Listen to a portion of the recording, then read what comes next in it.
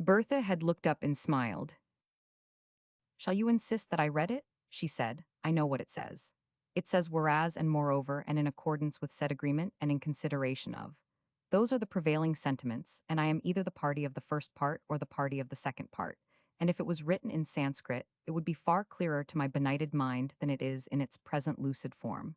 But I will read it if you prefer it, even though delirium should supervene." It was never pleasant to Colonel Trelawney to remember this trivial episode, and the memory of it became a special burden to him as time progressed, and he saw more of Amory's methods and tendencies. But it was scarcely for him to go to her and tell her that her husband was not as practical a businessman as he should be, that he was visionary and too easily allured by glitter and speciousness. He could not warn her against him and reveal to her the faults and follies she seemed not to have discovered. But he could revive something of Richard's first fancy for him, and make himself in a measure necessary to him, and perhaps gain an influence over him which might be used to good purpose. Possibly, despite his modesty, he had a half-conscious knowledge of the power of his own strong will and nature over weaker ones, and was resolved that this weak one should be moved by them, if the thing were possible. Nor was this all. There were other duties he undertook, for reasons best known to himself. He became less of a recluse socially, and presented himself more frequently in the fashionable world. He was no fonder of gaiety than he had been before, but he faced it with patience and courage. He went to great parties, and made himself generally useful. He talked to matrons who showed a fancy for his company, and was the best and most respectful of listeners. He was courteous and attentive to both chaperones and their charges, and by quietly persistent good conduct, PG 362, won additional laurels upon each occasion of his social appearance. Those who had been wont to stand somewhat in awe of him, finding nothing to fear on more intimate acquaintance, added themselves to the list of his admirers. Before the season was over, he had made many a staunch friend among matronly leaders of fashion, whose word was law. If such a thing could be spoken of a person of habits so grave, it might have been said that he danced attendance upon these ladies, but though such a phrase would seem unfitting, it may certainly be remarked that he walked attendance on them, and sought their favor and did their bidding with a silent faithfulness wonderful to behold. He accepted their invitations and attended their receptions. He escorted them to their carriages, found their wraps, and carried their light burdens with an imperturbable demeanor. "What?" said Bertha one night, when she had seen him in attendance on the wife of the Secretary of State, whose liking for him was at once strong and warm. "What? Is it Colonel Trelawney who curries the favor of the rich and great? It has seemed so lately.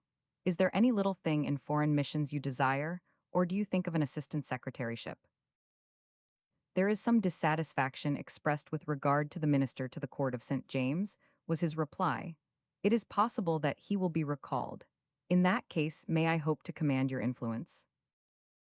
But many a time as he carried his shawls, or made his grave bow over the hand of a stately dowager, a half-said smile crossed his face as he thought of the true reason for his efforts, and realized with a generous pang the depth of his unselfish perfidy. They were all kind to him, and he was grateful for their favors, but he would rather have been in his room at work, or trying to read, or marching up and down, thinking in his solitude. Janie entertained him with far more success than the prettiest debutante of the season could hope to PG 363 attain, though there was no debutante among them who did not think well of him, and admire him not a little. But the reason which brought him upon this brightly lighted stage of action, well, there was only one reason for everything now, he knew full well: for his being sadder than usual or a shade less heavy of heart, for his wearing a darker face or a brighter one, for his interest in society or his lack of interest in it, for his listening anxiously and being upon the alert. The reason was Bertha. When he heard her name mentioned, he waited in silent anxiety for what followed. When he did not hear it, he felt ill at ease, lest it had been avoided from some special cause. "What she will not do for herself," he said, "I must try to do for her. If I make friends and win their good opinions, I may use their influence in the future, if the worst should come to the worst, and she should need to be upheld. It is women who sustain women or condemn them. God forbid that she should ever lack their protection."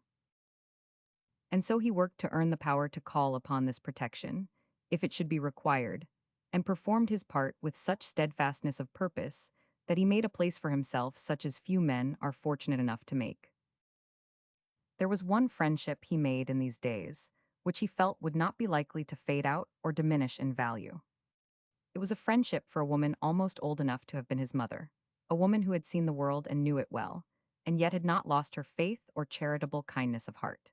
It was the lady whom Bertha had seen him attending when she had asked him what object he had in view, the wife of the Secretary of State, whose first friendly feeling for him had become a most sincere and earnest regard, for which he was profoundly grateful.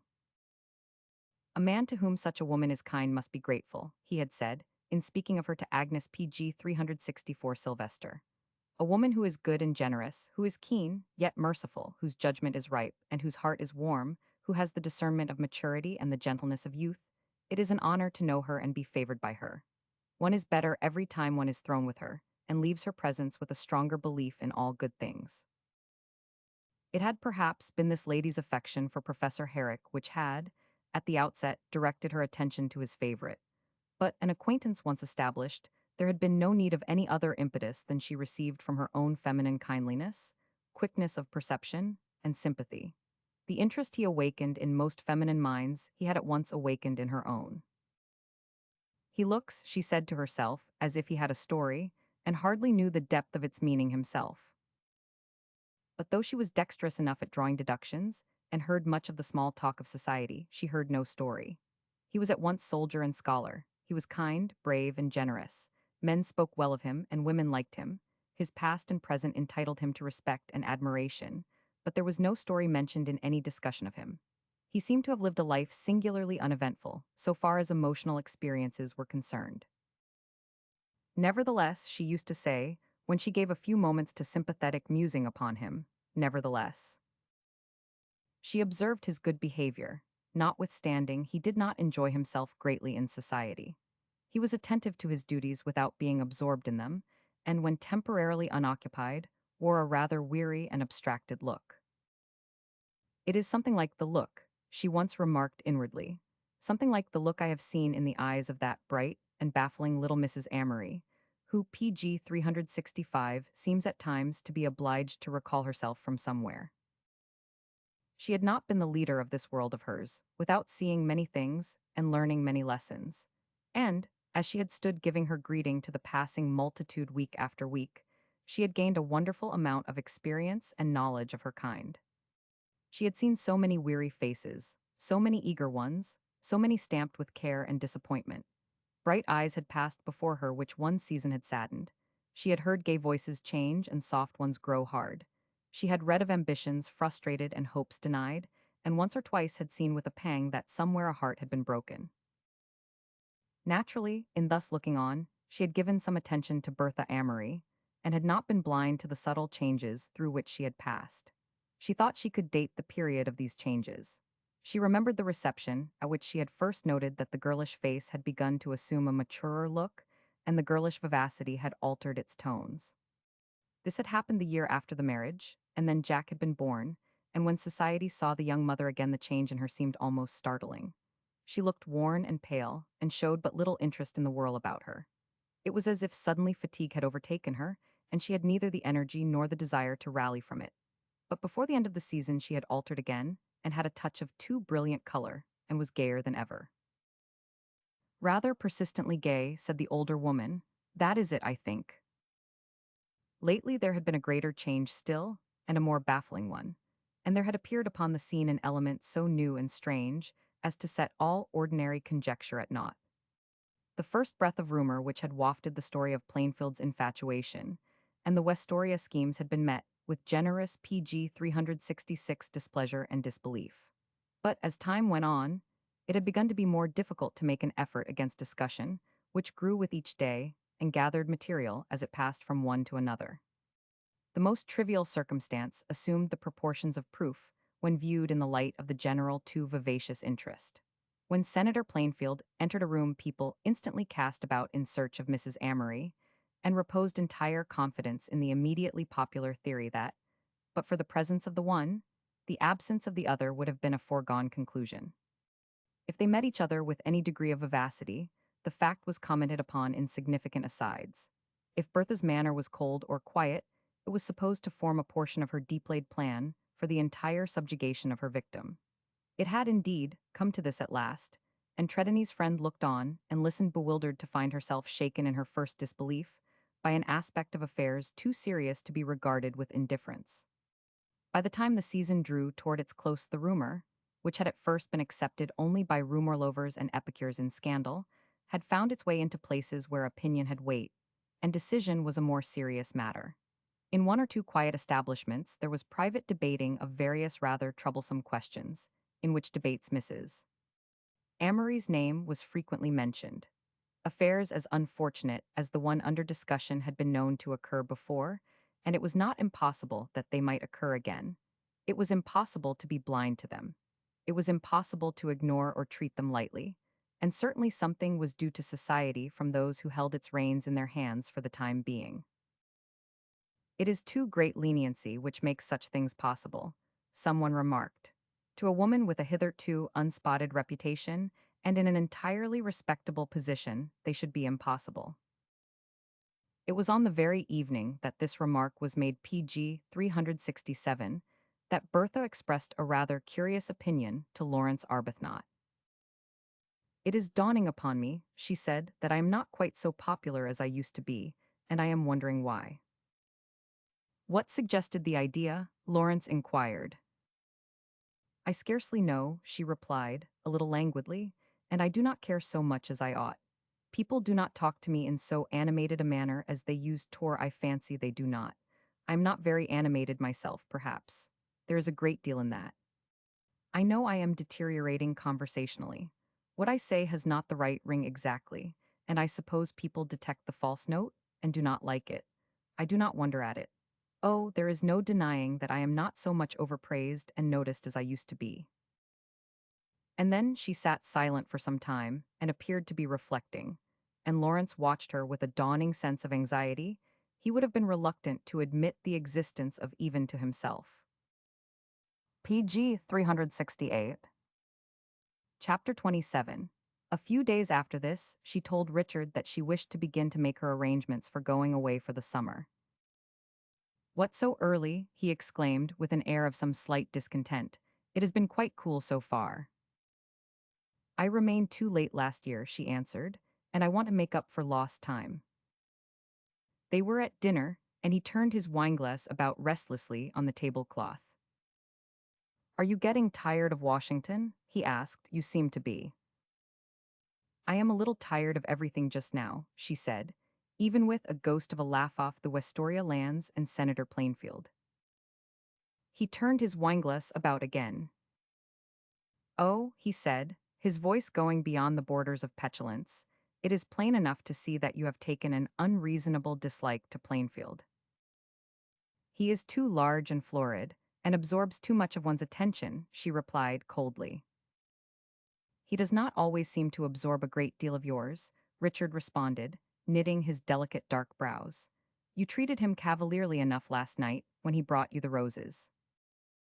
I am tired of his roses, she exclaimed with sudden passion. They are too big and red and heavy. They cost too much money. They fill all the air about me. They weight me down, and I never seem to be rid of them. I will not have any more. Let him give them to someone else. And she threw her bunch of grapes on her plate and dropped her forehead on her hands with a childish gesture of fatigue and despair.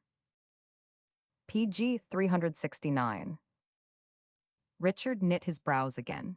He regarded her with a feeling very nearly approaching nervous dread. This would not do, it was plain. What is the matter with you? He said. What has happened? It is not like you to be unreasonable, Bertha. She made an effort to recover herself and partly succeeded. She lifted her face and spoke quite gently and deprecatingly. No, she said, I do not think it is, so you will be all the readier to overlook it and allow it to me as a luxury. The fact is, Richard, I am not growing any stronger and— Do you know, he interrupted, I do not understand that. You used to be strong enough. One has to be very strong to be strong enough, she replied, and I seem to have fallen a little short of the mark. But it has been going on rather a long time, has not it? He inquired. Did not it begin last winter? Yes, she answered. In a low voice it began then. Well, you see, that is rather long for a thing of that sort to go on without any special reason. It has seemed so to me, she responded without any change of tone. Have not you a pretty good appetite? He inquired. She raised her eyes suddenly, and then dropped them again. He had not observed what a dozen other people had seen. No, she answered. Do not you sleep well? No.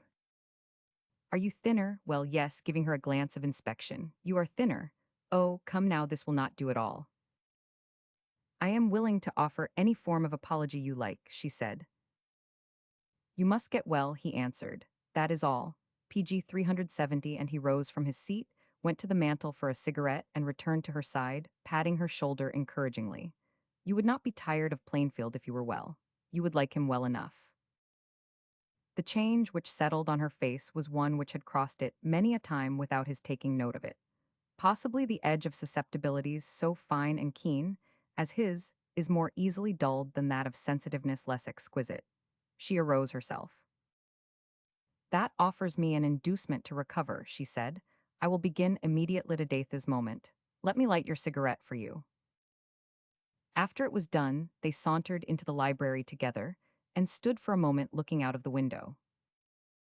Do you know, she said at length, laying her hand on his sleeve, I think even you are not quite yourself.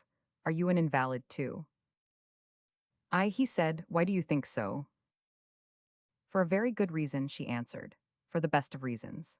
2 or 3 times lately you have been a trifle out of humor. Are you aware of it? Such, you see, is the disadvantage of being habitually amiable. The slightest variation of your usually angelic demeanor lays you open to the suspicion of bodily ailment. Just now, for instance, at table, when I spoke to you about going away, you were a little not to put too fine a point upon it cross. Was I? Her touch upon his sleeve was very soft and kind, and her face had a gentle, playful appeal on it. You really were, she returned. Just a little, and so was one. It was more a matter of voice and manner, of course, but we did not appear to our greatest advantage, I am afraid.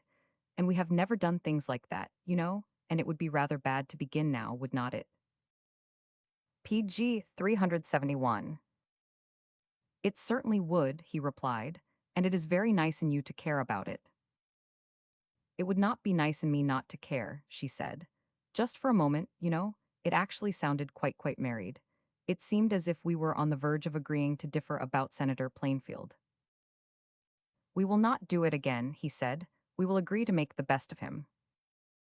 She hesitated a second. I will try not to make the worst, she returned. There is always a best, I suppose, and so long as you are here to take care of me, I need not be uncomfortable. About what? He asked. She hesitated again, and a shade of new color touched her cheek. I do not think I am over fastidious, she said, but he has a way I do not like. He is too fulsome. He admires me too much. He pays me too many compliments. I wish he would not do it. Oh, come now, he said gaily. That is prejudice. It is worse than all the rest. I never heard you complain of your admirers before or of their compliments. She hesitated a moment again. It was not the first time she had encountered this light and graceful obstinacy, and found it more difficult to cope with than words apparently more serious. I have never had an admirer of exactly that quality before, she said. Oh, he said, airily, do not argue from the ground that it is a bad quality. Has it never struck you, she suggested, that there is something of the same quality, whether it is good, bad, or indifferent, in all the persons who are connected with the Westoria lands? I have felt once or twice lately, when I have looked around the parlors, as if I must have suddenly emigrated. The atmosphere PG 372 was so different. They have actually rather crowded out the rest those men. It was his turn to pause now, and he did so, looking out of the window, evidently ill at ease and hesitant for the moment. My dear child, he said, at length, there may be truth in what you say, but I may as well be frank with you, the thing is necessary. Richard, she said, quickly, prompted to the question by a sudden, vague thought, what have you to do with the Westoria lands? Why do you care so much about them? I have everything to do with them and nothing, he answered. The legal business connected with them, and likely to result from the success of the scheme, will be the making of me, that is all. I have not been an immense success so far, you know, and it will make me an immense success and a man of property. Upon my word, a nice little lobbyist you are, to look frightened at the mere shadow of a plot. I am not a lobbyist, she exclaimed. I never wanted to be one. That was only a part of the nonsense I have talked all my life. I have talked too much nonsense. I wish I had been different. Do not allow your repentance to be too deep, he remarked dryly. You will not be able to get over it. It's too late for repentance, but I shall not be guilty of that particular kind of folly again. It was folly and it was bad taste. As I had not observed it, you might have been content to let it rest, he interrupted. She checked herself in the reply she was about to make, clasping her hands helplessly. Oh, Richard, she said, we are beginning again. So we are, he responded coolly. We seem to have a tendency in that direction. And it always happens, she said, when I speak of Senator Plainfield or of going away. PG 373. You have fallen into the habit of wanting to go away lately, he answered. You wanted to go to Europe. I want to go still, she interposed very much. And I wish you to remain here, he returned, petulantly. What's the use of a man's having a wife at the other side of the globe? She withdrew a pace and leaned against the side of the window, letting her eyes rest upon him with a little bitter smile. For the moment she had less care of herself and of him than she had ever had before. Ah, she said, then you keep me here because you love me. Bertha, he exclaimed. Even his equable triviality found a disturbing element in the situation. Richard, she said, go and finish your cigarette out of doors. It will be better for both of us. This has gone far enough. It has gone too far, he answered nervously. It is deucedly uncomfortable, and it is not our way to be uncomfortable. Cannot we make it smooth again? Of course we can. It would not be like you to be implacable. I am afraid I was a trifle irritable. The fact is, I have had a great deal of business anxiety lately. One or two investments have turned out poorly, and it has weighed on my mind. If the money were mine, but it is yours. I have never wished you to feel the difference, she said. No, he replied. Nothing could have been nicer than your way about it. You might have made me very uncomfortable if you had been a hard, businesslike creature, but instead of that, you have been charming. I am glad of that, she said, and she smiled gently as he put his arm about her and kissed her cheek. You have a right to your caprices, he said. Go PG 374 to your summer haunts of vice and fashion, if you wish to, and I will follow you as soon as I can. But we will not say any more about Europe just at present, will we? Perhaps next year. And he kissed her again. Perhaps next year or the year after, she repeated, with a queer little smile. And we will take Senator Plainfield with us. No, he answered, we will leave him at home to invest the millions derived from the Westoria lands. And he went out with a laugh on his lips. A week later, Colonel Tredennies heard from Richard that Bertha and the children were going away. When, asked the colonel, that seems rather sudden. I saw Janie 2 days ago and did not understand that the time was set for their departure. It is rather sudden, said Richard. The fact is, they leave Washington this morning. I should be with them now if it were not for a business engagement. PG 375. Chapter 28. The next few weeks were not agreeable ones to Richard Amory. There was too much feverish anxiety and uncertainty in them. He had not yet acquired the coolness and hardihood of experience, and he felt their lack in himself. He had a great deal at stake, more than at the outset it had seemed possible he could have under any circumstances. He began to realize, with no little discomfort, that he had run heavier risks than he had intended to allow himself to be led into running. When they rose before him in their full magnitude, as they did occasionally when affairs assumed an unencouraging aspect, he wished his enthusiasm had been less great. It could not be said that he had reached remorse for, or actual repentance of, his indiscretions. He had simply reached a point when discouragement led him to feel that he might be called upon to repent by misfortune. Up to this time it had been his habit to drive up to the Capitol in his coupe, to appear in the galleries, to saunter through the lobby, and to flit in and out of committee rooms with something of the air of an amateur rather enjoying himself. He had made himself popular. His gaiety, his magnetic manner, his readiness to be all things to all men had smoothed his pathway for him, while his unprofessional air had given him an appearance of harmlessness. He's a first-rate kind of fellow to have on the ground when a thing of this sort is going on, one of the smaller satellites once remarked. Nobody's afraid of being seen with him. There's an immense deal in that. There are fellows who come here who can half ruin a man with position by recognizing him on the street.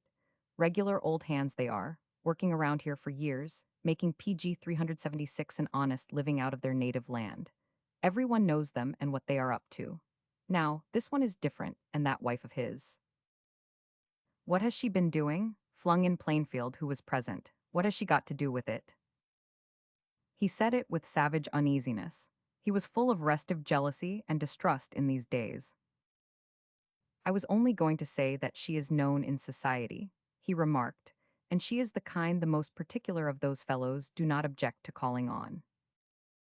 But as matters took form, and a more critical point was neared, as the newspapers began to express themselves on the subject of the Westoria land scheme and prophesy its failure or success, as it became the subject of editorials applauding the public spiritedness of those most prominent in it, or of paragraphs denouncing the corrupt and self-seeking tendency of the times. As the mental temperature of certain individuals became a matter of vital importance, and the degree of cordiality of a greeting an affair of elation or despair, Richard felt that his air of being an amateur was becoming a thing of the past. He was too anxious to keep it up well. He did not sleep at night, and began to look fagged, and it required an effort to appear at ease. Confound it, he said to Plainfield, how can one be at ease with a man when his yes or no may be success or destruction to you? It makes him of too much consequence. A fellow finds himself trying to please, and it spoils his manner. I never knew what it was to feel a human being of any particular consequence before. You have been lucky, commented Plainfield, not too tolerantly. I have been lucky, Richard answered, but I am not lucky now, and I shall be deucedly unlucky if that bill does not pass. The fact is, there are times when I half wish I had not meddled with it. The mistake you made, said Plainfield, with stolid ill humor, was in letting Mrs. Amory go away. Now PG 377 is the time you need her most. There's no denying that there are some things women can do better than men, and when a man has a wife as clever as yours, and as much of a social success, he's blundering when he does not call on her for assistance. One or two of her little dinners would be the very things just now for the final smoothing down of one or two rough ones who have not opinions, unless you provide them with them. She would provide them with them fast enough. They would only have one opinion when she would done with them, if she was in one of the moods I have seen her in sometimes. Look how she carried Bowman and Pell off their feet the night she gave them the description of that row in the house. And Hargis of North Carolina swears by her. He's a simple, domesticated fellow, and was homesick the night I brought him here, and she found it out, heaven knows how, and talked to him about his wife and children until he said he felt as if he would seen them. He told me so with tears in his eyes. It is that kind of thing we want now. Well, said Richard, nervously, it is not at our disposal. I do not mind telling you that she was rather out of humor with the aspect of affairs before she went away, and I had one interview with her which showed me it would be the safest plan to let her go. Out of humor, said Plainfield. She has been a good deal out of humor lately, it seems to me. Not that it's any business of mine, but it's rather a pity considering circumstances. Richard colored, walked a few steps, put his hands in his pockets, and took them out again. Among the chief sources of anxious trouble to him had been that of late he had found his companion rather difficult to get along with. He had been irritable and even a trifle overbearing, and had at times exhibited an indifference to results truly embarrassing to contemplate, in view of the crisis at hand. When he entrenched himself behind a certain heavy stubbornness, in which he was specially PG 378 strong, Richard felt himself helpless. The big body, the florid face, the doggedly unresponsive eye were too much to combat against. When he was ill-humored, Richard knew that he endeavored to conciliate him. But when this mood held possession, he could only feel alarm and ask himself if it could be possible that, after all, the man might be brutal and false enough to fail him. There were times when he sat and looked at him unwillingly, fascinated by the likeness he found in him to the man who had sent poor Wester to his doom. Naturally, the old story had been revived of late, and he heard new versions of it and more minute descriptions of the chief actors, and it was not difficult for an overwrought imagination to discover in the two men some similarity of personal characteristics. Just at this moment, there rose within him a memory of a point of resemblance between the pair, which would have been extremely embarrassing to him if he had permitted it to assume the disagreeable form of an actual fact. It was the resemblance between the influences which had moved them. In both cases, it had been a woman. In this case, it was his own wife, and if he had not been too greatly harassed, he would have appreciated the indelicacy of the situation. He was not an unrefined person in theory, and his sensitiveness would have caused him to revolt at the grossness of such a position if he had not had so much at stake and been so overborne by his associates. His mistakes and vices were always the result of circumstance and enthusiasm, and he hurried past them with averted eyes and refused to concede to them any substantiality. There is nothing more certain than that he had never allowed himself to believe that he had found Bertha of practical use in rendering Plainfield docile and attracting less important luminaries. Bertha had been very charming and amiable, that was all. She was always so. It was her habit to please people. Her nature, in fact, and she had only done what she always 999. As a mental statement PG 379 of the case, nothing could be more simple than this, and he was moved to private disgust by his companion's aggressive clumsiness, which seemed to complicate matters and confront him with more crude suggestions. I am afraid she would not enjoy your way of putting it, he said. Plainfield shut his teeth on his cigar and looked out of the window. That was his sole response, and was a form of bullying he enjoyed. We must remember that she does not realize everything, continued Richard, uneasily, and she has not regarded the matter from any serious standpoint. It is my impression, he added, with a sudden sense of growing irritation, that she would not have anything to do with it if she thought it was a matter of gain or loss. Plainfield made no movement. He was convinced that this was a lie, and his look out of the window was his reply to it. Richard put his hands into his pockets again and turned about, irritated and helpless. You must have seen yourself how unpractical she is, he exclaimed. She is a mere child in business matters. Anyone could deceive her. He stopped and flushed without any apparent reason. He found himself looking out of the window too, with a feeling of most unpleasant confusion. He was obliged to shake it off before he spoke again, and when he did so, it was with an air of beginning with a fresh subject. After all, he said, everything does not depend upon influence of that sort. There are other things to be considered. Have you seen Blundell? You cannot expect a man like Blundell, said Plainfield, to be easy to manage. Blundell is the possessor of a moral character, and when a man has capital like that and Blundell's sharpness into the bargain, is not going to trifle with it. He's going to hang on to it PG 380 until it reaches its highest market value, and then decide which way he will invest it. Richard dropped into a seat by the table. He felt his forehead growing damp. But if we are not sure of Blundell, he exclaimed. Well, we are not sure of Blundell, was the answer. What we have to hope is that he is not sure of himself. The one thing you cannot be sure of is a moral character. Impeccability is rare, and it is never easy for an outsider to hit on its exact value. It varies, and you have to run risks with it. Blundell's is expensive. There has been a great deal of money used, hesitated Richard, a great deal. Plainfield resorted to the window again. It had not been his money that had been used. He had sufficient intellect to reap advantages where they were to be reaped and to avoid indiscreet adventures. You had better go and see Blundell yourself, he said after a pause.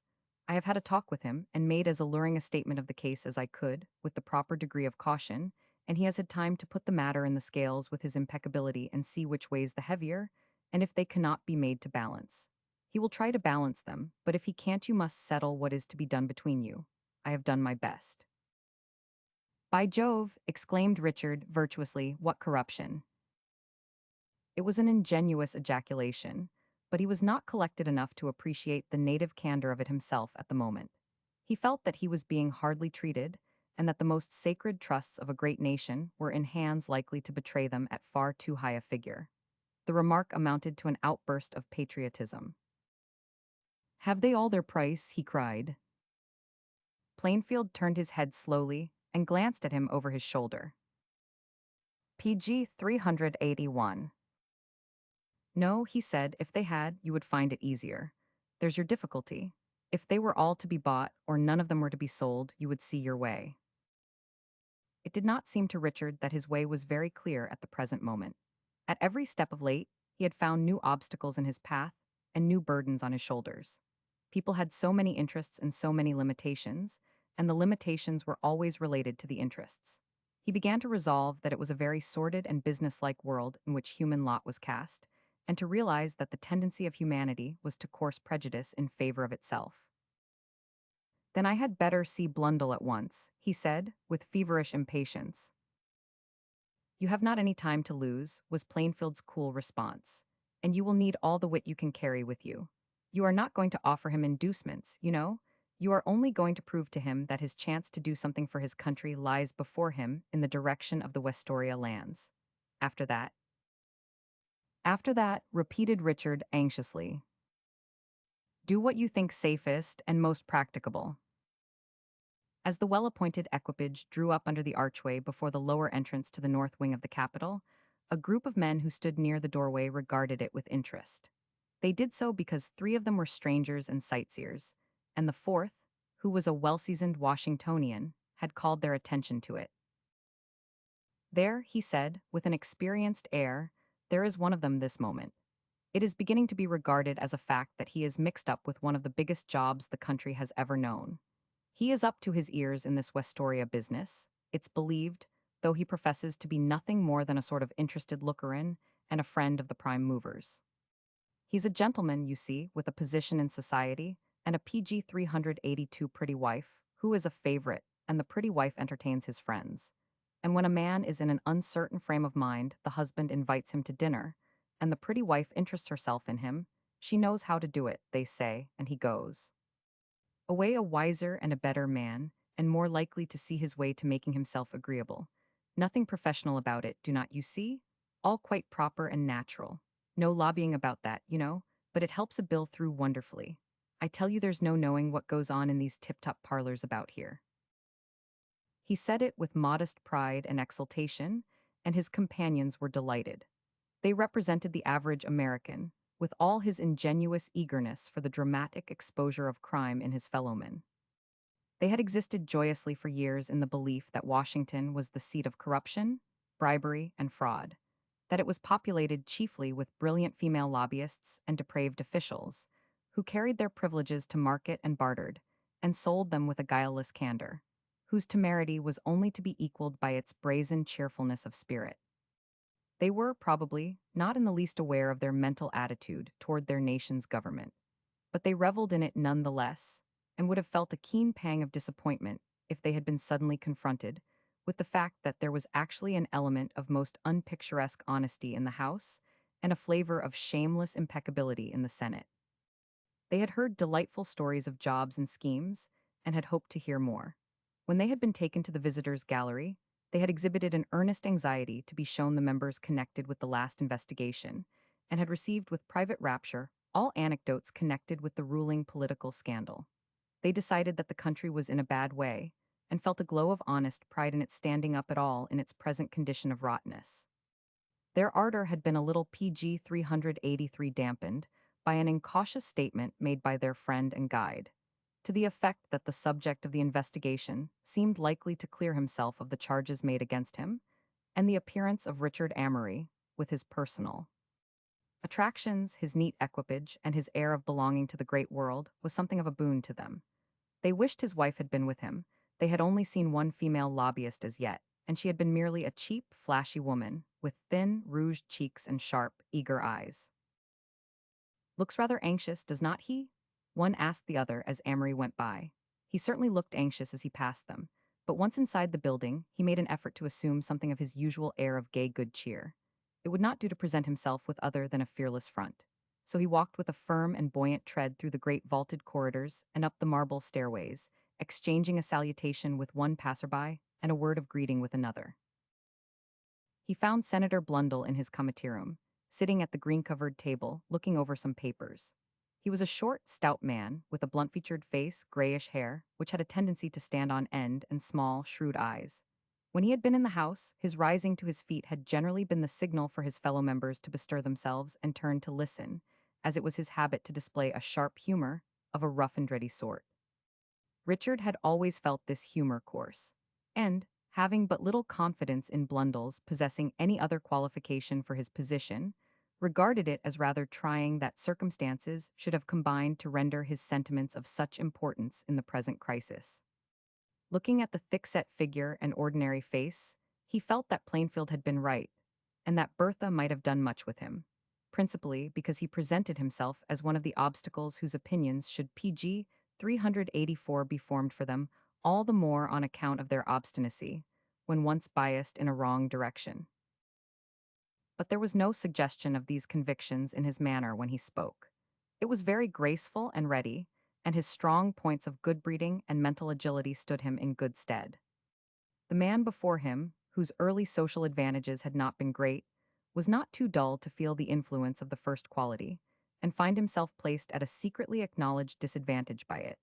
After he had heard his name, his small, sharp eyes fixed themselves on his visitor's handsome countenance, with an expression not easy to read. "It is not necessary for me to make a new statement of our case," said Richard, easily.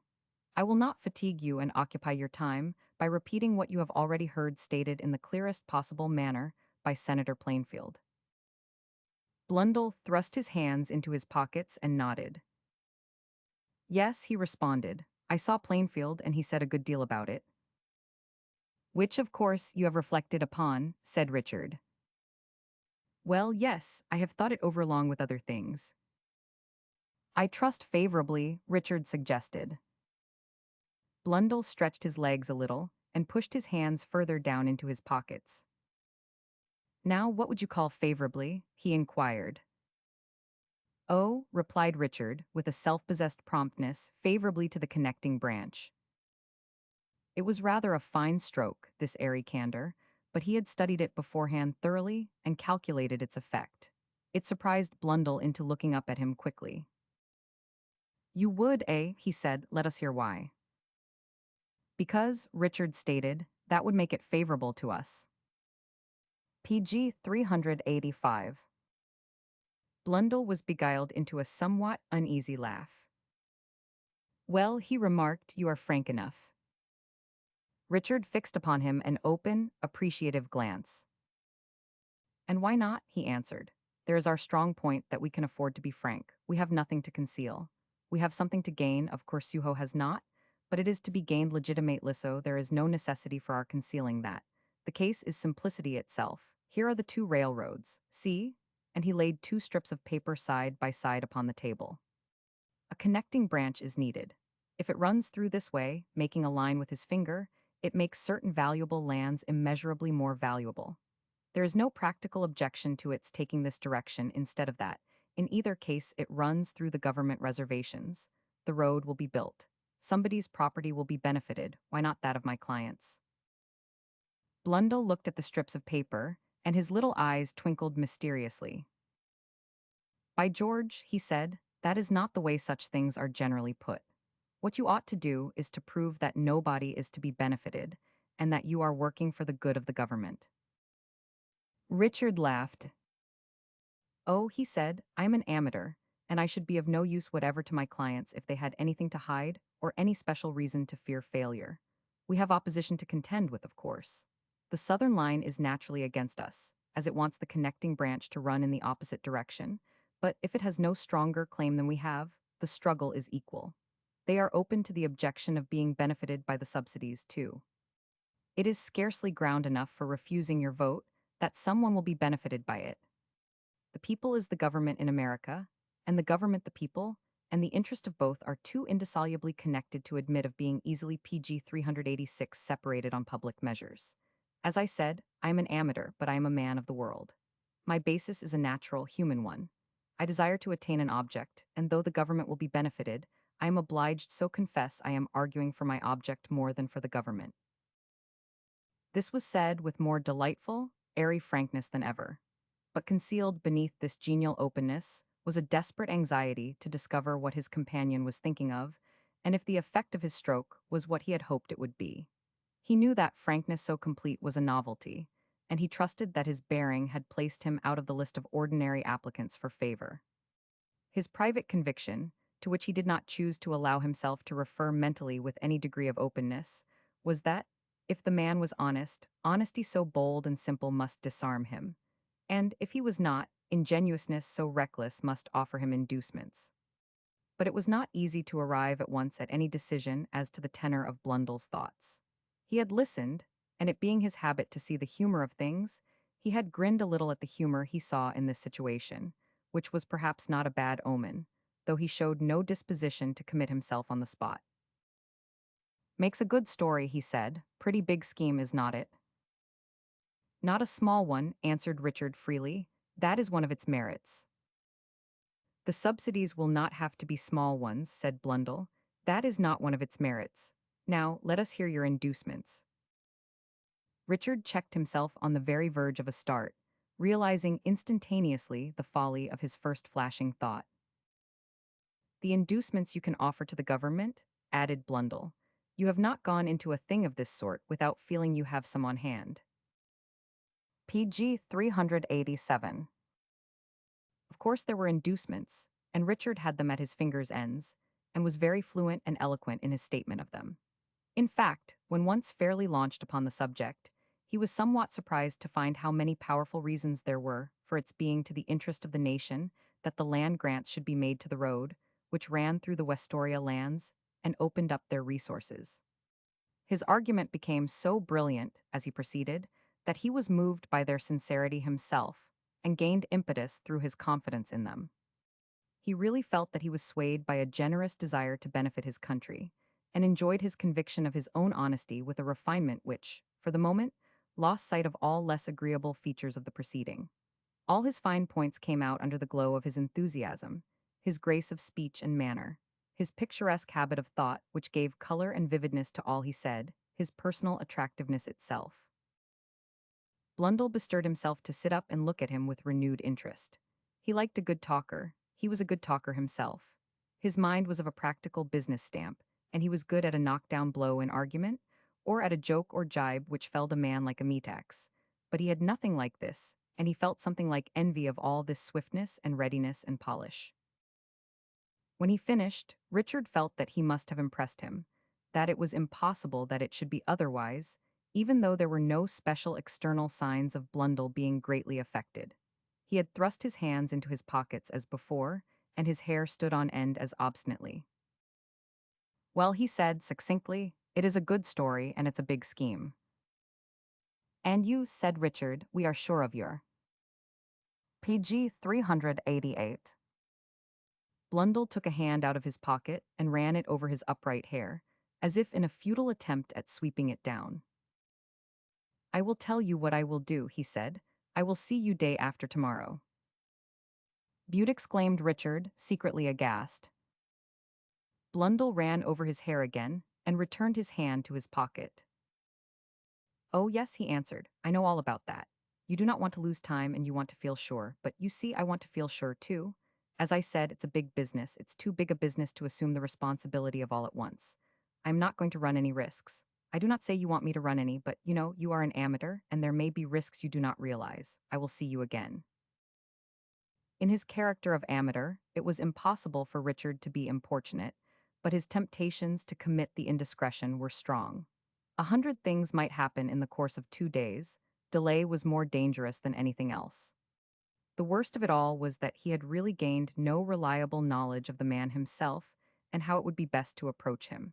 He had seen him throughout the interview just as he had seen him before it. Whether or not his sharpness was cunning, and his bluntness a defense he had not been able to decide. At any rate, he is cautious, he thought. How cautious it is for us to find out. When he left him, Richard was in a fever of disappointment and perplexity, which, to his ease and pleasure-loving nature, was torment.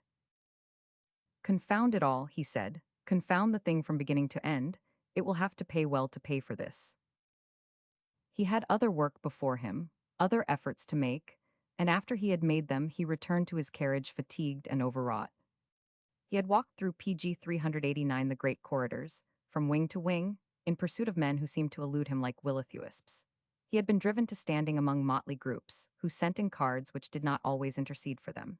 He had had interviews with men who were outwardly suave and pliable, with men who were ill-mannered and impatient, with men who were obstinate and distrustful, and with men who were too much occupied with their own affairs to be other than openly indifferent. If he had met with a shade of encouragement at one point, he had found it amply balanced by discouragement at the next. He had seen himself regarded as an applicant for favor, and a person to be disposed of as speedily as possible, and when his work was at an end, his physical condition was one of exhaustion, and his mental attitude marked chiefly by disgust and weariness of spirit. This being the state of affairs, he made a call upon Miss Varian, who always exhilarated and entertained him. He found her in her bower, and was received with the unvarying tact which characterized her manner upon all occasions. He poured forth his woes, as far as they could be told, and was very picturesque about them as he reclined in the easiest of easy-chairs. "It is my opinion that nothing can be done without money," he said, "which is disgraceful." "It is, indeed," acknowledged Miss Varian, with a gleam of beautiful little teeth. She had lived in Washington with her exceptional father and entirely satisfactory mother from her earliest infancy, and had gained from observation at which she was brilliant, as at all else a fund of valuable information. She had seen many things, and had not seen them in vain. It may be even suspected that Richard, in his character of amateur, was aware of this. There was a suggestion of watchfulness in his glance at her. PG 390. "Things ought to be better or worse to simplify the system," she said. "That is in effect what I heard said this morning," answered Richard. "I am sorry it is not entirely new," she returned. "Was it suggested, also, that since we cannot have incorruptibility, we might alter our moral standards and remove corruption by making all transactions mere matters of business? If there was no longer any penalty attached to the sale and barter of public privileges, such sale and barter would cease to be dishonor and crime. We should be better if we were infinitely worse. The theory may appear bold at first blush. No, not at first blush, for blushes are to be done away with at first sight, I will say in preference. It may appear bold, but after much reflection I have decided that it is the only practicable one." "It is undoubtedly brilliant," replied Richard, "but, as you say, it would simplify matters wonderfully. I should not be at such a loss to know what Senator Blundell will do, for instance, and my appetite for luncheon would be better." "It might possibly be worse," suggested Miss Varian. Richard glanced at her quickly. "That is a remark which evidently has a foundation," he said. "I wish you would tell me what prompted it." "I am not sure it was very discreet," was the reply. "My personal knowledge of Senator Blundell prompted it." "You know him very well," said Richard, with some eagerness. "I should not venture to say I knew anyone very well," she said, in the captivating voice which gave to all her words such value and suggestiveness. "I know him as I know many other men like him. I was born a politician, and existence without my politics would PG 391 be an arid desert to me. I have talked to him and read his speeches, and followed him in his career for some time. I have even asked questions about him, and consequently, I know something of his methods. I only say I think I know what he will do." "In heaven's name, what is it?" demanded Richard. She unfurled her fan, and smiled over it with the delightful gleam of little white teeth. "He will take his time," she answered. "He is slow, and prides himself on being sure. Your bill will not be acted upon. It will be set aside to lie over until the next session of Congress." Richard felt as if he changed color, but he bore himself with outward discretion. "You have some ulterior motive," he said. "Having invited me to remain to luncheon, you seek to render me incapable of doing myself justice. You saw in my eye the wolfish hunger which is the result of interviews with the savage senator and the pitiless member of Congress. Now I see the value of your theory. If it were in practice, I could win Blundell over with gold. What is your opinion of his conscience as it stands?" It was said with admirable lightness, and answered in a like strain, but he had never been more anxiously on the alert than he was as he watched Miss Varian's vivacious and subtly expressive face. "I have not reached it yet," she said, "and consciences are of such different make and material, I have not decided whether his is made of interest or honesty. He is a mixture of shrewdness and crudeness which is very baffling. Just when you are arguing from the crudeness displays itself, and vice versa. But as I said, I think your bill will not be acted upon." And then they went into luncheon, and, as he ate his lobster salad and made himself agreeable beyond measure, Richard wondered, with an inward tremor, if she could be right. Page 392. Chapter 29. Mrs. Sylvester did not leave town early. The weather was reasonably cool, the house on Lafayette Square was comfortable, and Washington in spring is at its loveliest. She liked the lull after the season, and enjoyed it to its utmost, wisely refusing all invitations to fitful afterlent gaieties. She held no more receptions, but saw her more intimate acquaintances in the evening, when they made their informal calls. With each week that passed, her home gave her greater pleasure and grew prettier. "I never lose interest in it," she said to Arbuthnot. "It is a continued delight to me. I find that I think of it a great deal, and am fond of it almost as if it was a friend I had found. I think I must have been intended for a housewife." Mrs. Merriam's liking for Lawrence Arbuthnot having increased as their acquaintance progressed, his intimacy in the household became more and more an established fact. "One should always number among one's acquaintance," the clever dowager remarked, "an agreeable, well-bred, and reliable man-friend, a man one can ask to do things if unforeseen occasions arise. He must be agreeable, since one must be intimate with him, and for the same reason he must be well-bred.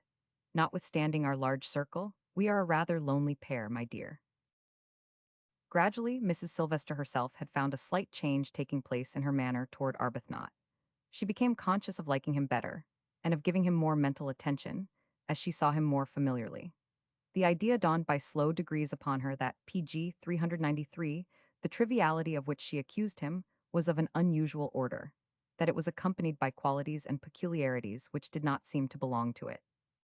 She had discovered that he could deny himself pleasures he desired, that he was secretly thoughtful for others, that he wasel so secretlytermined, and that he had his serious moments, however persistently he endeavored to conceal them.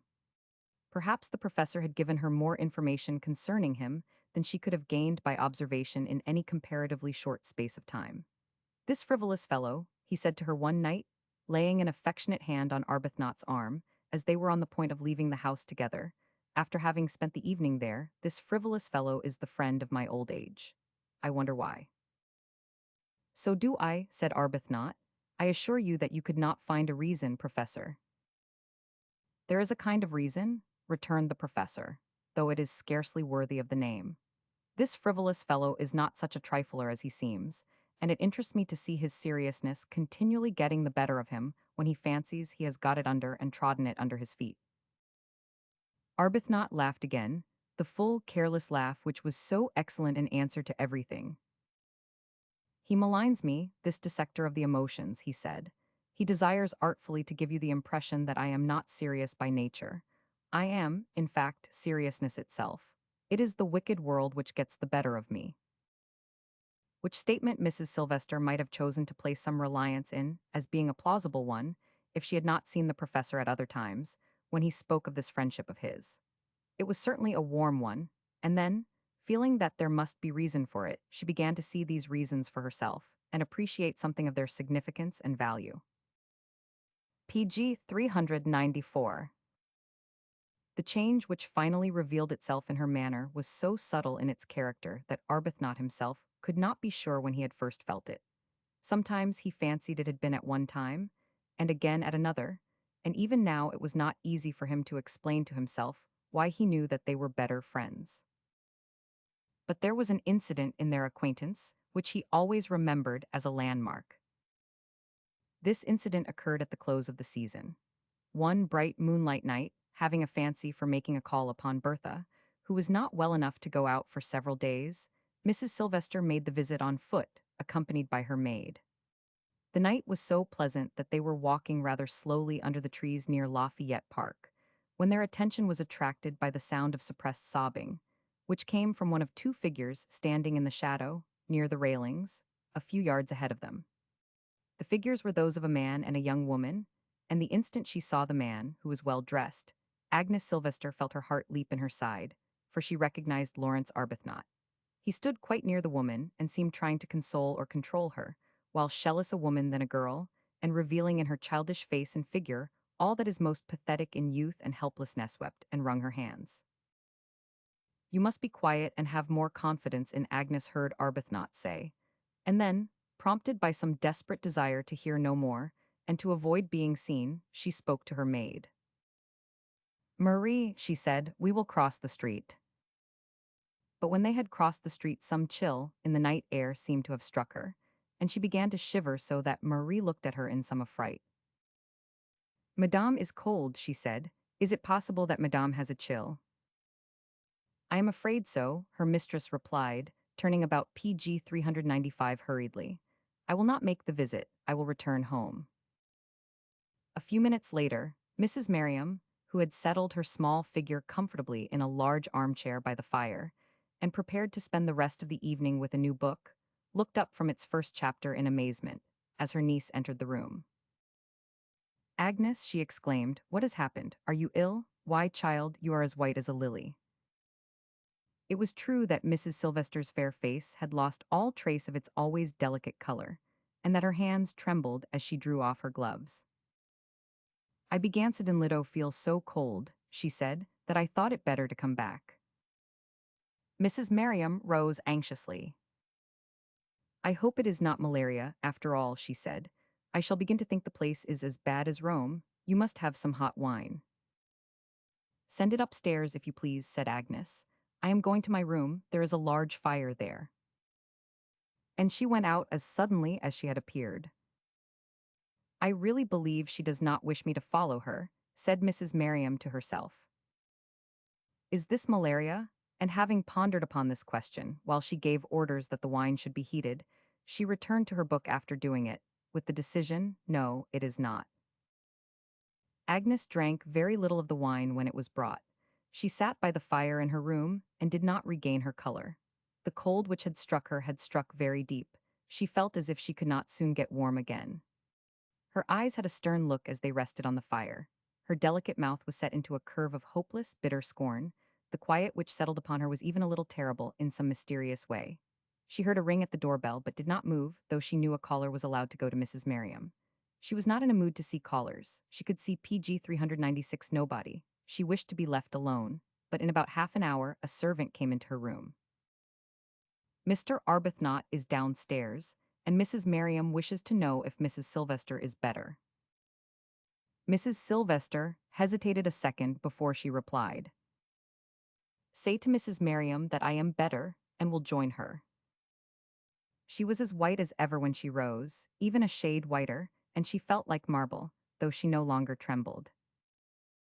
"I will go down," she said mechanically. "Yes, I will go down." What she meant to say or do when she entered the room below, perhaps, she had not clearly decided herself. As she came in, and Arbuthnot rose to receive her, he felt a startled thrill of apprehension and surprise. "I am afraid you are not really better," he said. "Perhaps I should not have asked to be allowed to see you." He had suddenly an absurd feeling that there was such distance between them that something inexplicable had set them so far apart that it might almost be necessary to raise his voice to make her hear him. "Thank you," she replied. "I was not really ill," and passed the chair he offered her, as if not seeing it, taking another one which placed the table between them. Arbuthnot gave her a steady glance and sat down himself.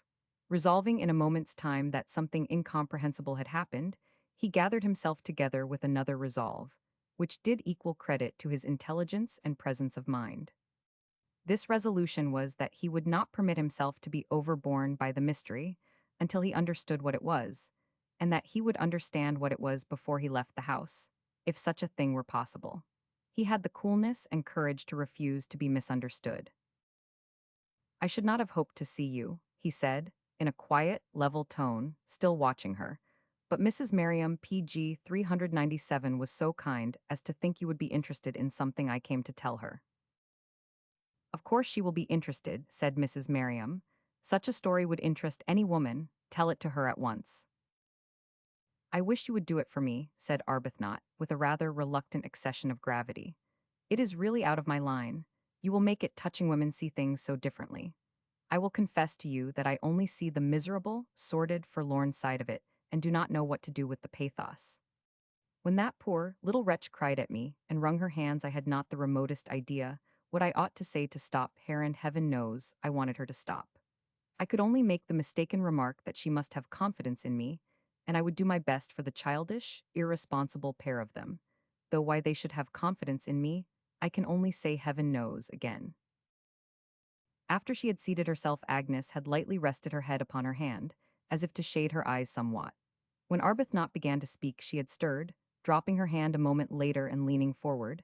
At this juncture, she rose from her chair and came forward with a swift, unconscious-looking movement. She stood up before Arbuthnot and spoke to him. "I wish to hear the story very much," she said, with a thrill of appeal in her sweet voice. "I wish you to tell it to me. You will tell it as we should hear it." Nothing but a prolonged and severe course of training could have enabled Arbuthnot to preserve at this moment his outward composure. Indeed, he was by no means sure that it was preserved intact. He was afraid that his blonde countenance flushed a little, and that his eyes were not entirely steady. He felt it necessary to assume a lightness of demeanor entirely out of keeping with his mental condition. PG 398. "I appreciate your confidence in me," he answered, "all the more because I feel my entire inadequacy to the situation. The person who could tell it as you ought to hear it is the young woman who waylaid me with tears near Lafayette Park about half an hour ago. She is a very young woman, in fact, an infant, who is legally united in marriage to another infant, who has been in the employ of the government, in the building I adorn with my presence. Why they felt it incumbent upon themselves to marry on an income of $75 a month, they do not explain in any manner at all satisfactory to the worldly mind. They did so, however, and lived together for several months in what is described as a state of bliss.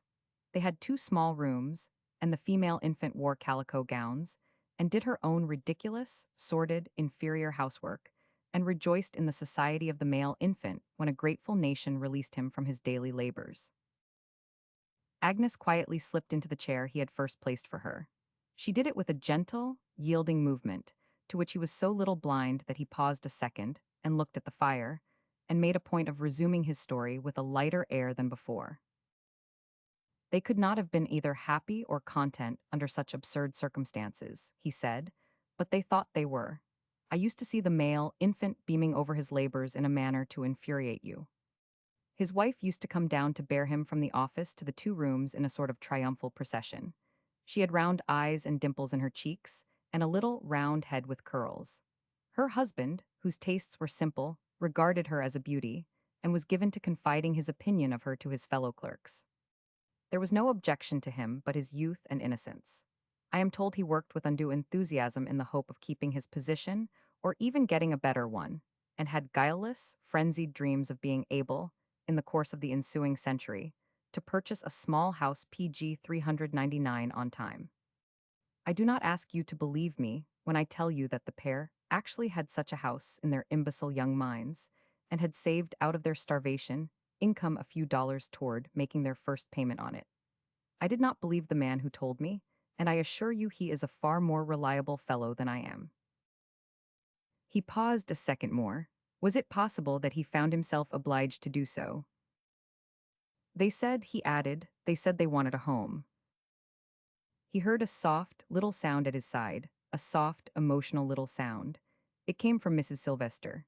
She sat with her slender hands clasped upon her knee, and, as the little sound broke from her lips, she clasped them more closely. "Ah," she said, "ah, poor children." Arbuthnot went on.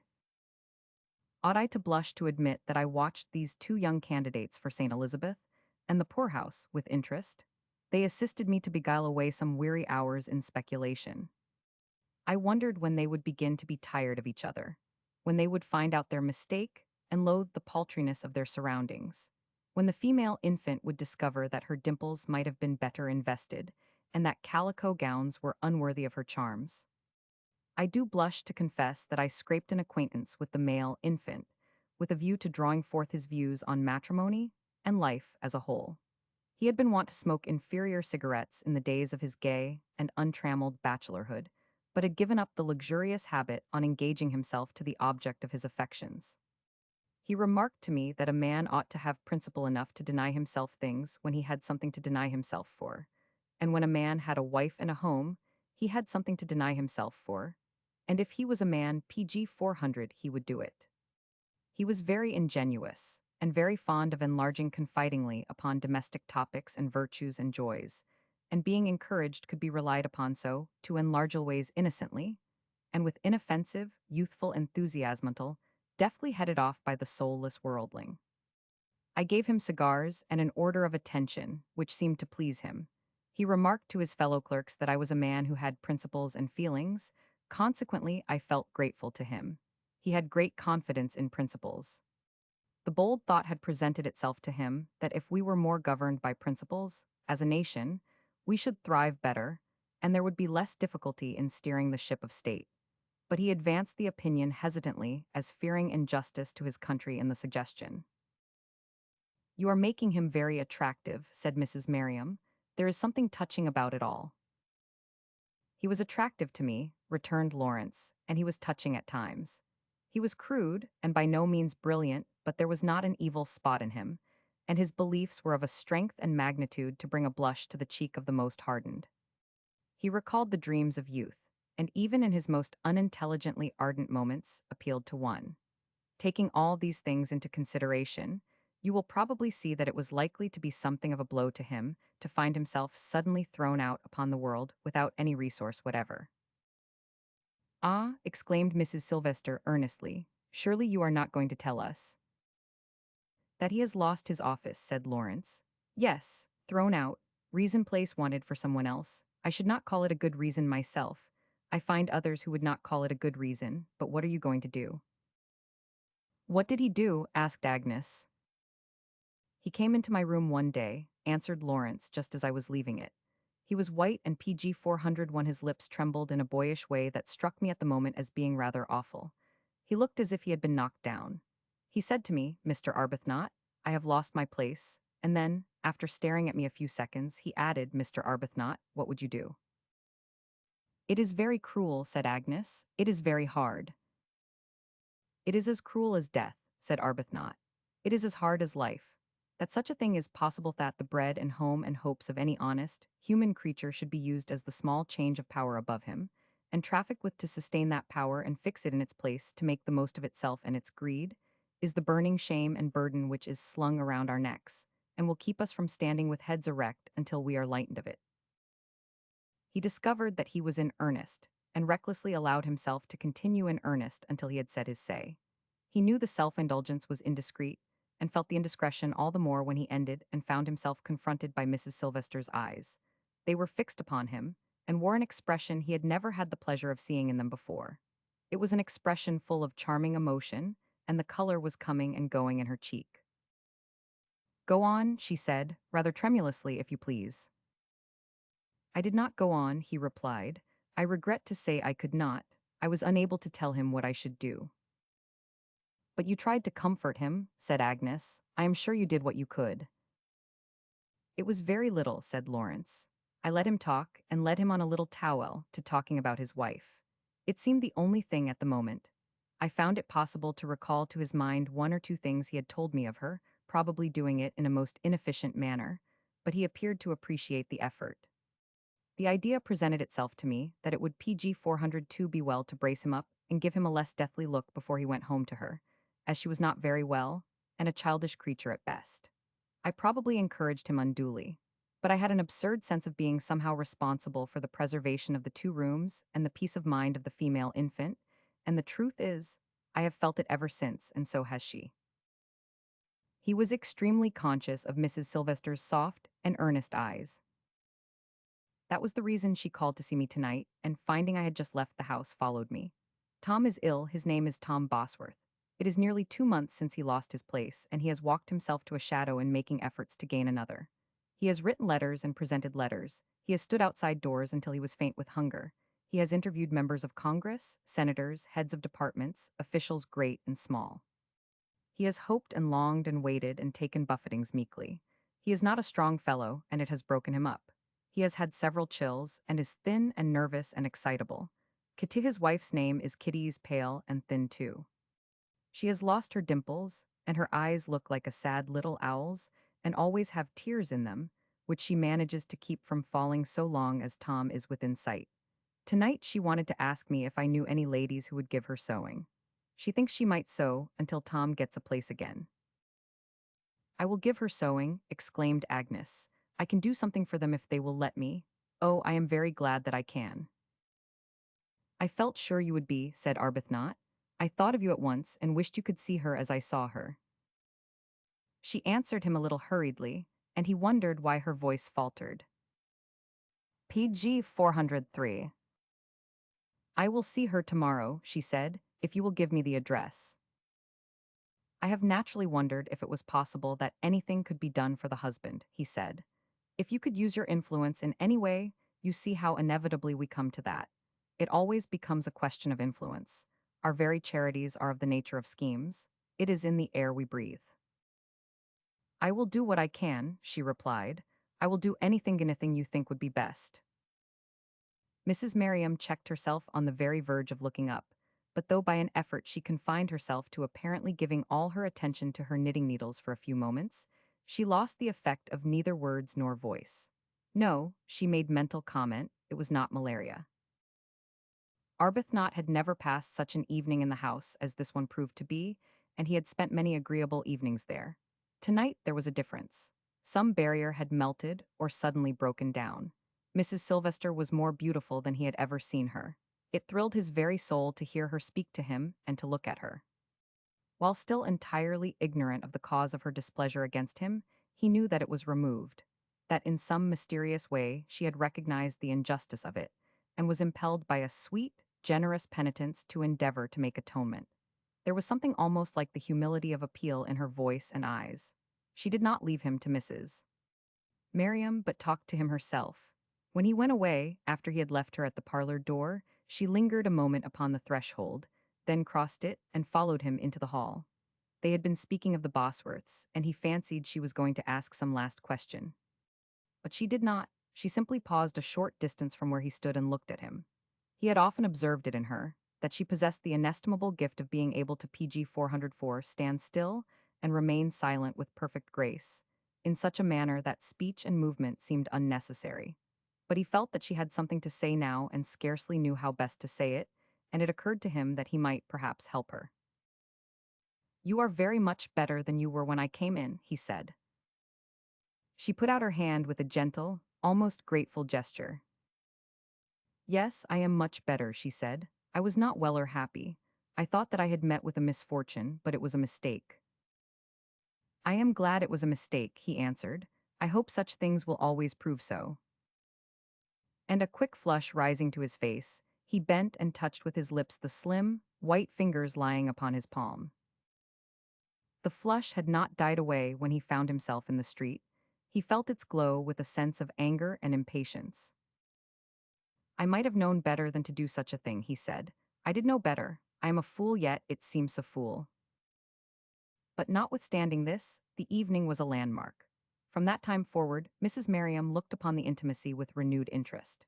She found Agnes very attractive in the new attitude she assumed toward their acquaintance.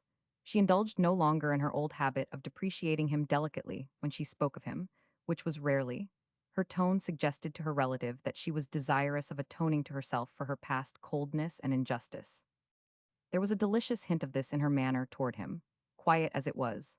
Once or twice Mrs. Merriam had seen her defer to him and display a disposition to adapt herself to his opinions, which caused a smile to flicker across her discreet countenance. Their mutual interest in their proteges was a tie between them, and developed a PG 405 degree of intimacy which had never before existed. The day after hearing their story, Agnes had paid the young people a visit.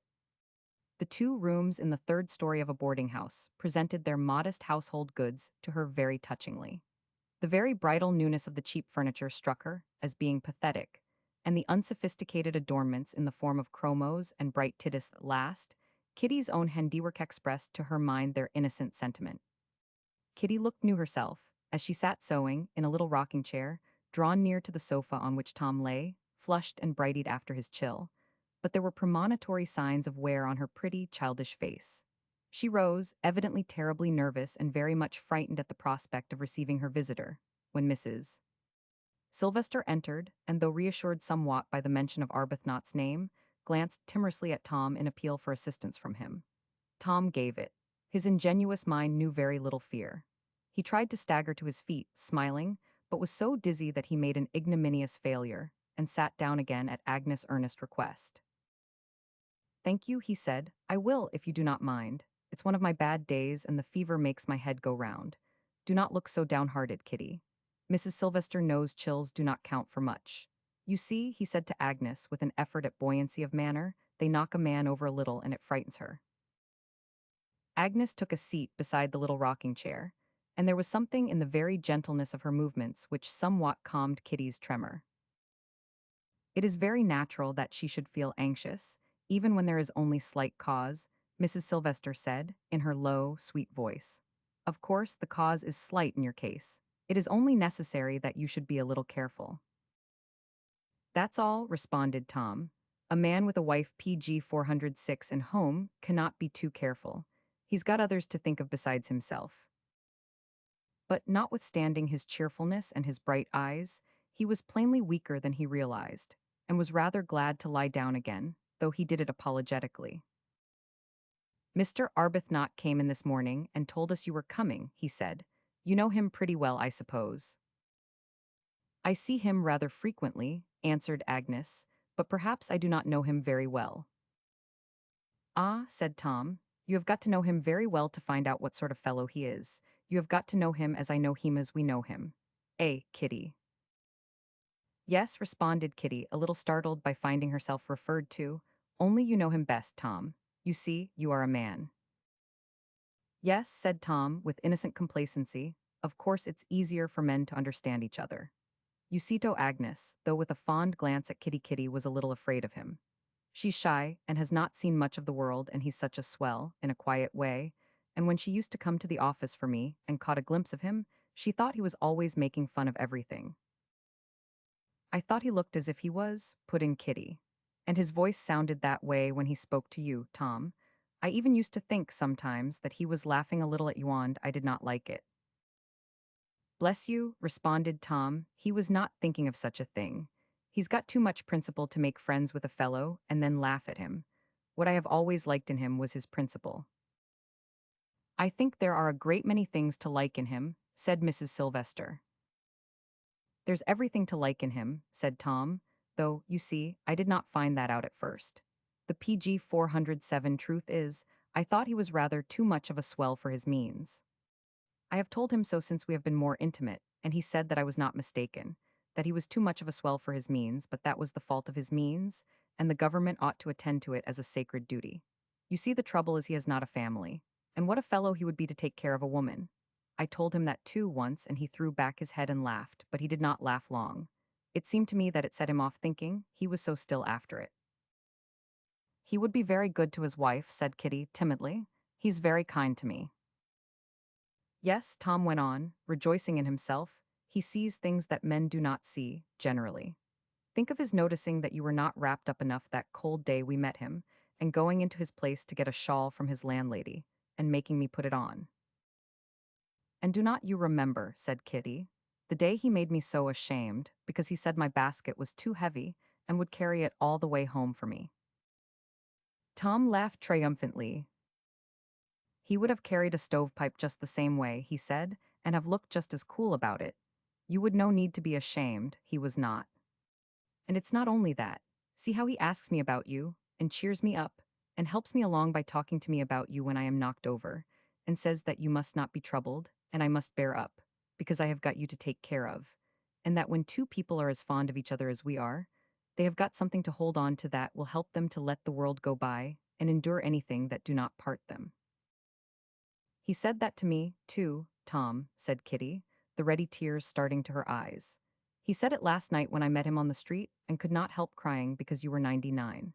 He said I must bear up for you, and he PG 408 was so nice that I forgot to be afraid of him at all.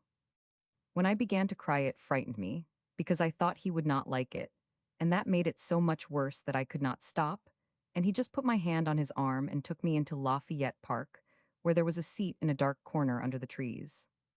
And he made me sit down and said, do not be afraid to cry. It will do you good, and you had better do it before me than before Tom. Cry as much as you like. I will walk away a few steps until you are better. And he did, and I cried until I was quiet, and then he came back to me and told me about Mrs. Sylvester. He's got feelings, said Tom, a trifle brokenly. He's got feelings and principles. It makes a man think better of the world even when he's discouraged and it's dealt hard with him. Mrs. Sylvester looked out of the nearest window. There was a very feminine tremor in her throat, and something seemed to be melting before her eyes. She was full of the pain of regret and repentance. There rose in her mind a picture of herself as she had sat before the fire in her silent room. She could not endure the memory of her own bitter contempt and scorn. She wished she might do something to make up for that half hour. She wished that it were possible that she might drive down to the treasury and present herself at a certain door, and appeal for pardon with downcast eyes and broken voice. She was glad to remember the light touch upon her hand, even though it had been so very light, and he had left her after it so hurriedly. I am glad he spoke to you of me, she said. I am grateful to him. I think I can help you. I hope you will let me. I know a great many people, and I might ask for their influence. I will do anything Mr. Arbuthnot thinks best. Tom gave her a warmly grateful glance, his susceptible heart greatly moved by the sweetness and tremor of her voice. She was just the woman, it seemed to him, PG 409, to be the friend of such a man as his hero. Only a woman as beautiful, as sympathetic, and having that delicate, undefinable air of belonging to the great enchanted world, in which he confidingly believed. Arbuthnot figured with unrivaled effect, could be worthy of him. It was characteristic of his simple nature that he should admire immensely his friend's social popularity and acquirements, and dwell upon their unbounded splendor with affectionate reverence. He's a society fellow, he had said to Kitty in his first description of him. A regular society fellow, always dressed just so, sort of quiet style, but exactly up to the mark. He knows everybody and gets invited everywhere, though he makes believe he only gets taken in because he can dance and wait in the separum. He's out somewhere every night, bless you, and spends half his salary on kid gloves and flowers. He says people ought to supply them to fellows like him, as they supply gloves and hatbands at English funerals. He does not save anything. He cannot, and he knows it's a mistake, but you see when a fellow is what he is, it's not easy to break off with everything. These society people want such fellows, and they will have them. It had been this liberal description of his exalted position and elegant habits which had caused Kitty to stand greatly in awe of him, at the outset, and to feel that her bearing would never stand the test of criticism by so proficient an expert, and she had trembled before him accordingly and felt herself unworthy of his condescending notice, until having, on one or two occasions, seen something in his manner which did not exactly coincide with her conception of him as a luxurious and haughty worldling, she had gained a little courage. She had been greatly alarmed at the sight of Mrs. Sylvester, feeling vaguely that she also was a part of these mysterious splendors. But after she heard the soft break in the tone in which she said, with such gentle PG 410 simplicity, I will do anything, Mr. Arbuthnot thinks best, she felt timorous no more, and allowed herself to be led into telling her little story, with a girlish pathos which would have melted Agnes Sylvester's heart, if it had not been melted already. It might perhaps better have been called Tom's story than her own, as it was all about Tom, Tom's struggles, Tom's disappointments, Tom's hopes, which all seemed prostrated. The little house Tom had been thinking of buying and making nice for her, the member of Congress who had snubbed Tom, the senator who had been rough with him, the cold he had taken, the chills and fevers which had resulted, the pain in his side. We have used all our money, she ended with a touching little catch of her breath, if it had not been for Mr. Arbuthnot, Mr. Arbuthnot. Yes, said Tom, waffly. He will have to go without a pair or so of gloves this month and smoke fewer cigars. And I could not have believed that there was a man living I could have borne to take money from. But somehow, he made it seem almost as if he owed it to me. When Mrs. Sylvester went away, she left hope and comfort behind her. Kitty followed her into the passage with new light in her eyes. If I have the sewing, she said, clasping her hands, it will be such a load off Tom's mind to know that we have a little money that he will get better. And he knows I like sewing, so perhaps he will not mind it so much. I am so thankful to you. If Tom will only get well, she exclaimed in a broken whisper, if Tom will only get well. And suddenly, in response to some look on Agnes' face and a quick, caressing gesture, she leaned forward and was folded in her arms. It is very natural to most women to resort to the simple feminine device of tears, but it was not often Mrs. Sylvester so indulged herself, and there were tears PG 411 in her eyes, and in her voice, too, as she held the gentle, childish creature to her breast. She had felt a great deal during the last 24 hours, and the momentary display of emotion was a relief to her. "He will get better," she said, with almost maternal tenderness, "and you must help him by taking care of yourself and giving him no cause for anxiety. You must let me help to take care of you. We will do all we can," and there was something akin to fresh relief to her in the mere use of the little word we. PG 412. Chapter 30. Mrs. Merriam saw faint traces of tears in Mrs. Sylvester's eyes when she returned from her call on the Bosworths, and speculated with some wonder as to what her exact mental condition was, but asked very few questions, feeling that, upon the whole, she would prefer to hear the version of the story given to Mr. Arbuthnot when he called. He did so the following evening, and, having seen the Bosworths in the interval, had comments of his own to make. "It was very good in you to call so soon," he said to Agnes. "I wished very much to call," she replied. "I could not have waited longer." "You left a transcendent impression," said Arbuthnot. "Tom was very enthusiastic, and Kitty feels that all their troubles are things of the past." "They talked to me a great deal of you," said Agnes. "I felt after hearing them that I had not known you very well and wished that I had known you better." She said it with a sweet gravity which he found strangely disturbing, but his reply did not commit him to any special feeling. "They will prove fatal to me, I see," he said. "Do not allow them to prejudice you against me in that manner." "I wish," she said, "that my friends might be prejudiced against me in the same way." Then he revealed a touch of earnestness in spite of himself. They had both been standing upon the hearth, and he took a step toward her. "For pity's sake," he said, "do not overrate me. Women are always too generous. Do not you see, you PG 413 will find me out, and then it will be worse for me than before." She stood in one of her perfect, motionless attitudes, and looked down at the rug. "I wish to find you out," she said slowly. "I have done you injustice." And then she turned away and walked across the room to a table where there were some books, and when she returned, she brought one of them with her and began to speak of it. He always felt afterward that the memory of this injustice, as she called it, was constantly before her, and he would have been more than human if he had not frequently wondered what it was. He could not help feeling that it had taken a definite form, and that she had been betrayed into it on the evening he had first spoken to her of the Bosworths, and that somehow his story had saved him in her eyes.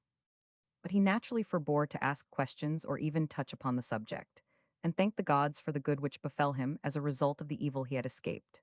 And yet, as the time passed by, and he went oftener to the house and found keener pleasure in each visit, he had his seasons of fearing that it was not all going to be gain for him. When he faced the truth, indeed, he knew that it was not all gain, and yet he was not stoic enough to turn his back and fly. "It will cost," he said to himself, "it will cost, but—" And then he would set his lips together and be silent for an hour or so, and those of his acquaintance who demanded constant vivacity from him began to wonder among themselves if he was quite the fellow he had been. If the friendship was pleasant during the season, it was pleasanter when the gaieties ceased, and the spring set in, with warmer air and sunshine, and leaves and blossoms in the parks. There was a softness in the atmosphere not conducive to sternness of purpose and self-denial. As he walked to and from his office, he PG 414 found his thoughts wandering in paths he felt were dangerous, and once, unexpectedly meeting Mrs. Sylvester when so indulging himself, he started and gained such sudden color that she flushed also, and having stopped to speak to him, forgot what she had intended to say, and was a little angry both with herself and him, when a confusing pause followed their greeting. Their interest in the Bosworths was a tie between them which gave them much in common. Agnes went to see them often, and took charge of Kitty, watching over and caring for her in a tender, half-maternal fashion. Arbuthnot took private pleasure in contemplating. He liked to hear Kitty talk about her, and indeed, had on more than one occasion led her with some dexterity into doing so. It was through Kitty, at last, that his mystery was solved for him. This happened in the spring. There had been several warm days, one so unusually warm at last, that in the evening Mrs. Sylvester accepted his invitation to spend an hour or so on the river with him. On their way there they stopped to leave a basket of fruit for Tom, whose condition was far from being what they had hoped for, and while making their call Kitty made a remark which caused Arbuthnot's pulse to accelerate its pace somewhat. "When you saw me crying on the street that night," she began, addressing Agnes, Arbuthnot turned upon her quickly. "What night?" he asked. "The night you took me into Lafayette Square," said Kitty. "Mrs. Sylvester saw me, though I did not know it until yesterday. She was going to call on Mrs. Amory and—" Arbuthnot looked at Agnes. He could not have forborne, whatever the look had cost him. The color came into her cheek and died out. "Did you?" he demanded. PG 415. "Yes," she answered, and rose and walked to the window and stood there perfectly still. Arbuthnot did not hear the remainder of Kitty's remarks. He replied to them blindly, and as soon as possible left his chair and went to the window himself. "If you are ready, perhaps we had better go," he said. They went out of the room and down the stairs in silence. He wanted to give himself time to collect his thoughts and get the upper hand of a frantic feeling of passionate anger which had taken possession of him.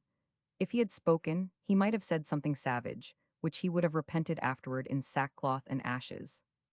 His sense of the injustice he had suffered, however momentary, at the hands of this woman whose opinion he cared for, was natural, masculine, and fierce. He saw everything in a flash, and for a moment or so forgot all else in his bitterness of spirit. But his usual coolness came to the rescue when this moment was past, and he began to treat himself scornfully, as was his custom. There was no reason why she should not think ill of him, circumstances evidently having been against him, he said to himself. She knew nothing specially good of him.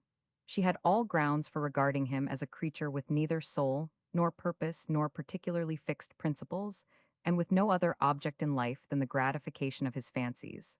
Why should she believe in him? Against a rather black array in the form of facts? It was not agreeable, but why blame her?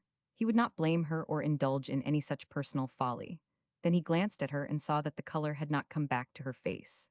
When he roused himself to utter a civil, commonplace remark or so, there was the sound of fatigue in her voice when she answered him, and it was very low. She did not seem inclined to talk, and he had the consideration to leave her to herself as much as possible until they reached the boathouse.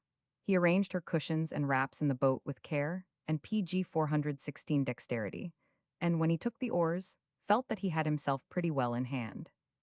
The river was very quiet, and the last glow of sunset red was slowly changing to twilight purple on the water. A sickle-shaped moon hung in the sky, and somewhere farther up the shore a night bird was uttering brief, plaintive cries. Agnes sat at the end of the boat, with her face a little turned away, as if she were listening to the sound. Arbuthnot wondered if she was, and thought again that she looked tired and a little pathetic. If he had known all her thoughts, he would have felt the pathos in her eyes 1,000 times more keenly. She had a white hyacinth in her hand, whose odor seemed to reach him more powerfully at each stroke of the oars, and at last she turned and spoke, looking down at the flower. "The saddest things that are left to one of a bitter experience," she said, in a low voice, "are the knowledge and distrust that come of it." "They are very natural results," he replied briefly. "Oh, they are very hard," she exclaimed. "They are very hard. They leave a stain on all one's life, and it can never be wiped away. Sometimes I think it is impossible to be generausto be kindto trust at all." Her voice broke, she put her hands up before her face, and he saw her tremble. "One may have been innocent," she said, "and have believed and thought no evil but after one has been so stained." He stopped rowing. "There is no stain," he said, "do not call it one." "It must be one," she said, "when one sees evil and is suspicious and on the alert to discover wrong. But it brings suffering as if it were a punishment. I have suffered." He paused a second and answered, looking backward over his shoulder. PG 417. "So did I for a moment," he said, "but it is over now, do not think of me." "I must think of you," she said, "how could I help it?" She turned a little more toward him and leaned forward, the most exquisite appeal in her delicate face, the most exquisite pathos in her unsteady voice. "If I ask you to forgive me," she said, "you will only say that I was forgiven before I asked. I know that. I wish I could say something else. I wish I knew what to do." He looked up the river and down, and then suddenly at her. The set, miserable expression of his face startled her and caused her to make an involuntary movement. "Do not do anything, don't say anything," he said. "I can bear it better." and he bent himself to his oars and rowed furiously. She drew back and turned her face aside. Abrupt as the words were, there was no rebuff in them, but there was something else which silenced her effectually. She was glad of the faint light, and her heart quickened, which last demonstration did not please her. She had been calm too long to enjoy any new feeling of excitement. She had liked the calmness, and had desired beyond all things that it should remain undisturbed. There is one prayer I pray every morning, she had once said to Bertha, earnestly. It is that the day may bring nothing to change the tone of my life. She had felt a little ripple in the current ever since the eventful night, and had regretted it sorely. And now, just for the moment, it was something stronger. So she was very still as she sat with averted face, and the hour spent upon the water was a singularly silent one. When they returned home, they found Colonel Trelawney's with Mrs. Merriam, but just on the point of leaving her. PG 418. I am going to see Amory, he said. I have heard some news he will consider bad. The Westoria affair has been laid aside, and will not be acted upon this session, if at all. It is said that Blundell heard something he did not like and interfered. And you think Mr. Amory will be very much disappointed, said Agnes. I am afraid so, answered Trelawney's. And yet, said Agnes, it is not easy to see why it should be of so much importance to him. He has become interested in it, said Mrs. Merriam. That is the expression, is not it? It is my opinion that it would be better for him if he were less so. I have seen that kind of thing before. It is like being bitten by a tarantula. She was not favorably inclined toward Richard. His sparkling moods did not exhilarate her, and she had her private theories concerning his character. Trelawney's she was very fond of. Few of his moods escaped her bright eyes, few of the changes in him were lost upon her. When he went away this evening, she spoke of him to Agnes and Arbuthnot. If that splendid fellow does not improve, she said, he will begin to grow old in his prime. He is lean and gaunt, his eyes are dreary, he is beginning to have lines on his forehead and about his mouth. He is enduring something. I should be glad to be told what it is. Whatever he endured, said Agnes, he would not tell people, but I think enduring is a very good word. How long have you known him? Mrs. Merriam asked of Arbuthnot. Since the evening after his arrival in Washington, on his return from the West, was the reply. Was he like this then, rather sharply? Arbuthnot reflected. I met him at a reception, he said, and he was not Washingtonian in his manner.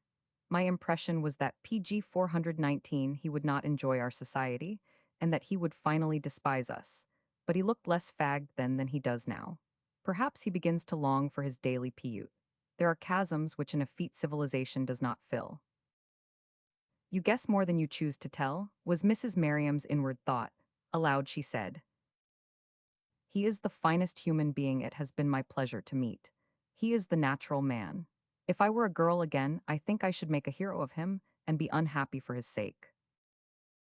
It would be easy to make a hero of him, said Agnes.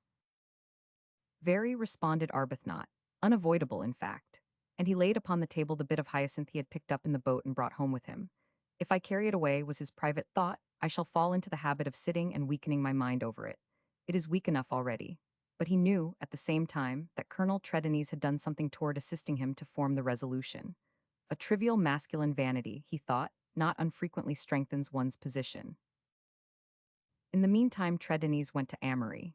He found him in the room which was, in its every part, so strong a reminder of Bertha.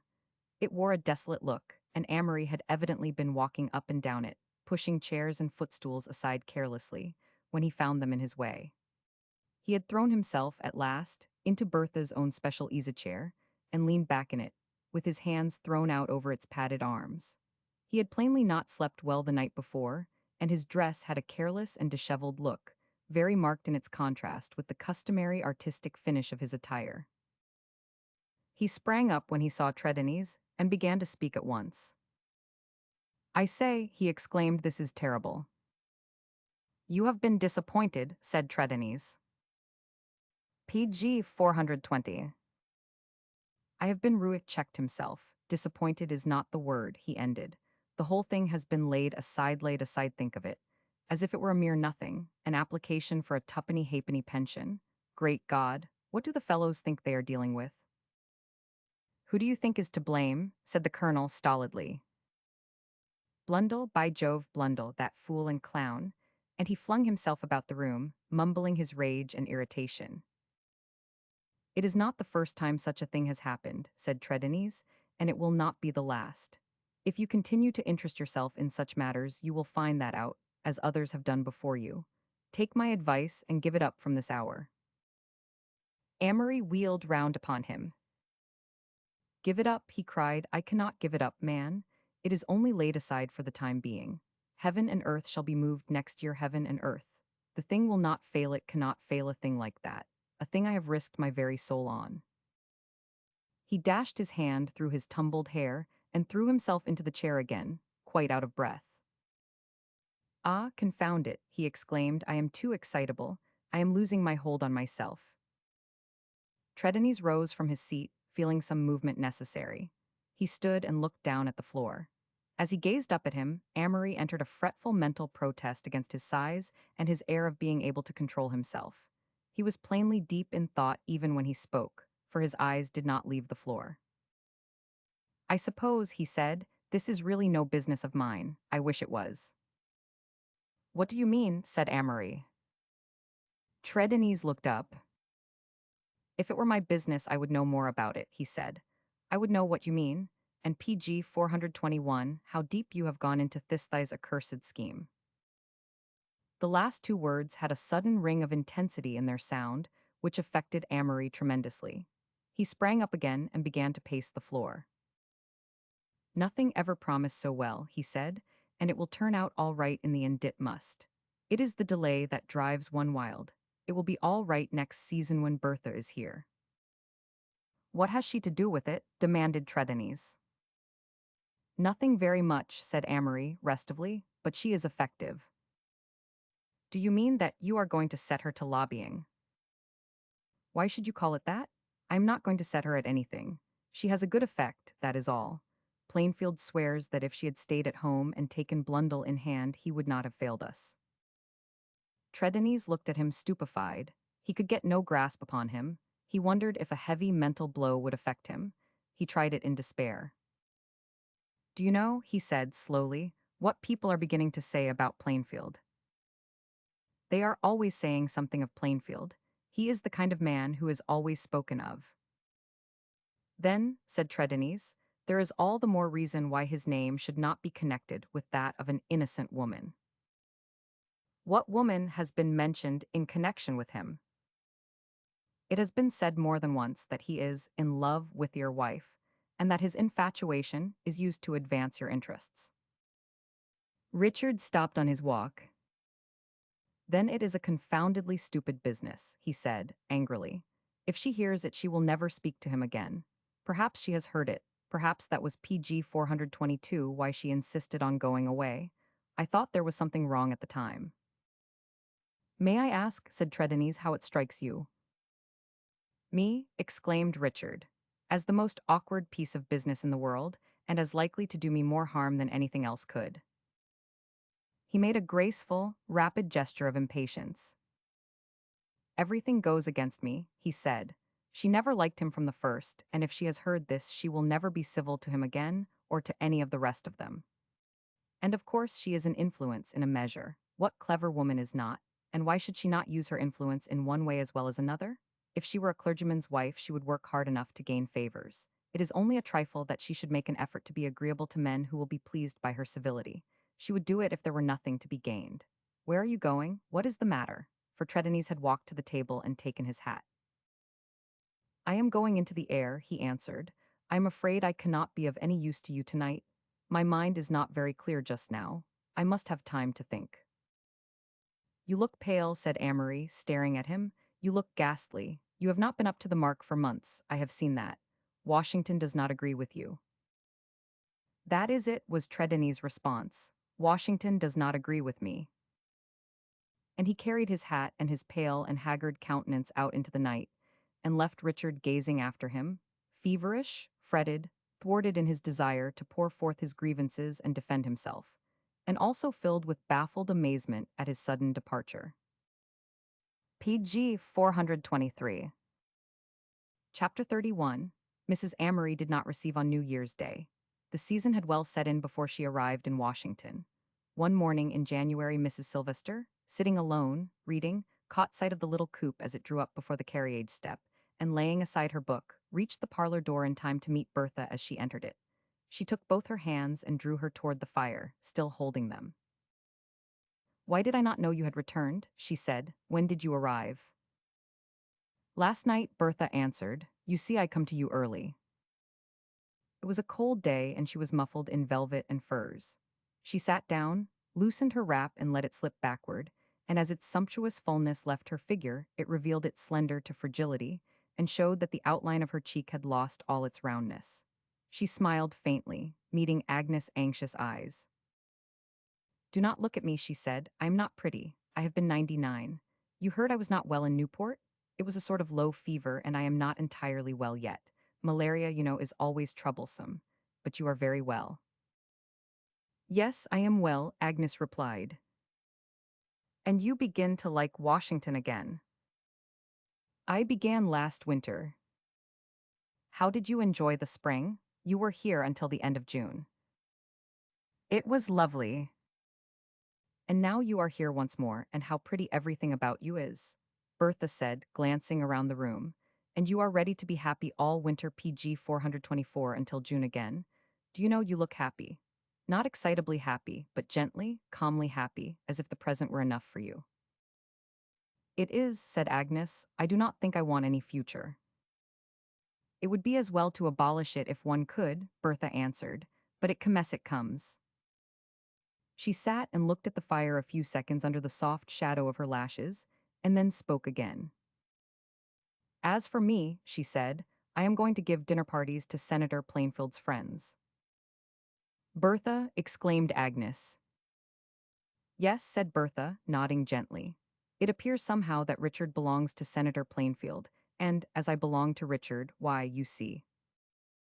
She ended with a dramatic little gesture, and looked at Agnes once more. "It took me some time to understand it," she said. "I'm not quite sure that I understand it quite thoroughly even now. It is a little puzzling, or, perhaps, I am dull of comprehension. At all events, Richard has talked to me a great deal. It is plainly my duty to be agreeable and hospitable to the people he wishes to please and bring in contact with each other." "And those people?" asked Agnes.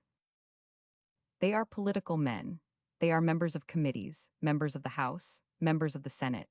And their only claim to existence in our eyes is that they are either in favor of or opposed to a certain bill, not indirectly connected with the welfare of the owners of Westoria lands." "Bertha," said Agnes quickly, "you are not yourself." "Thank you," was the response that is always satisfactory, but the compliment would be more definite if you told me who I happen to be. But I can tell you that I am that glittering being, the female lobbyist.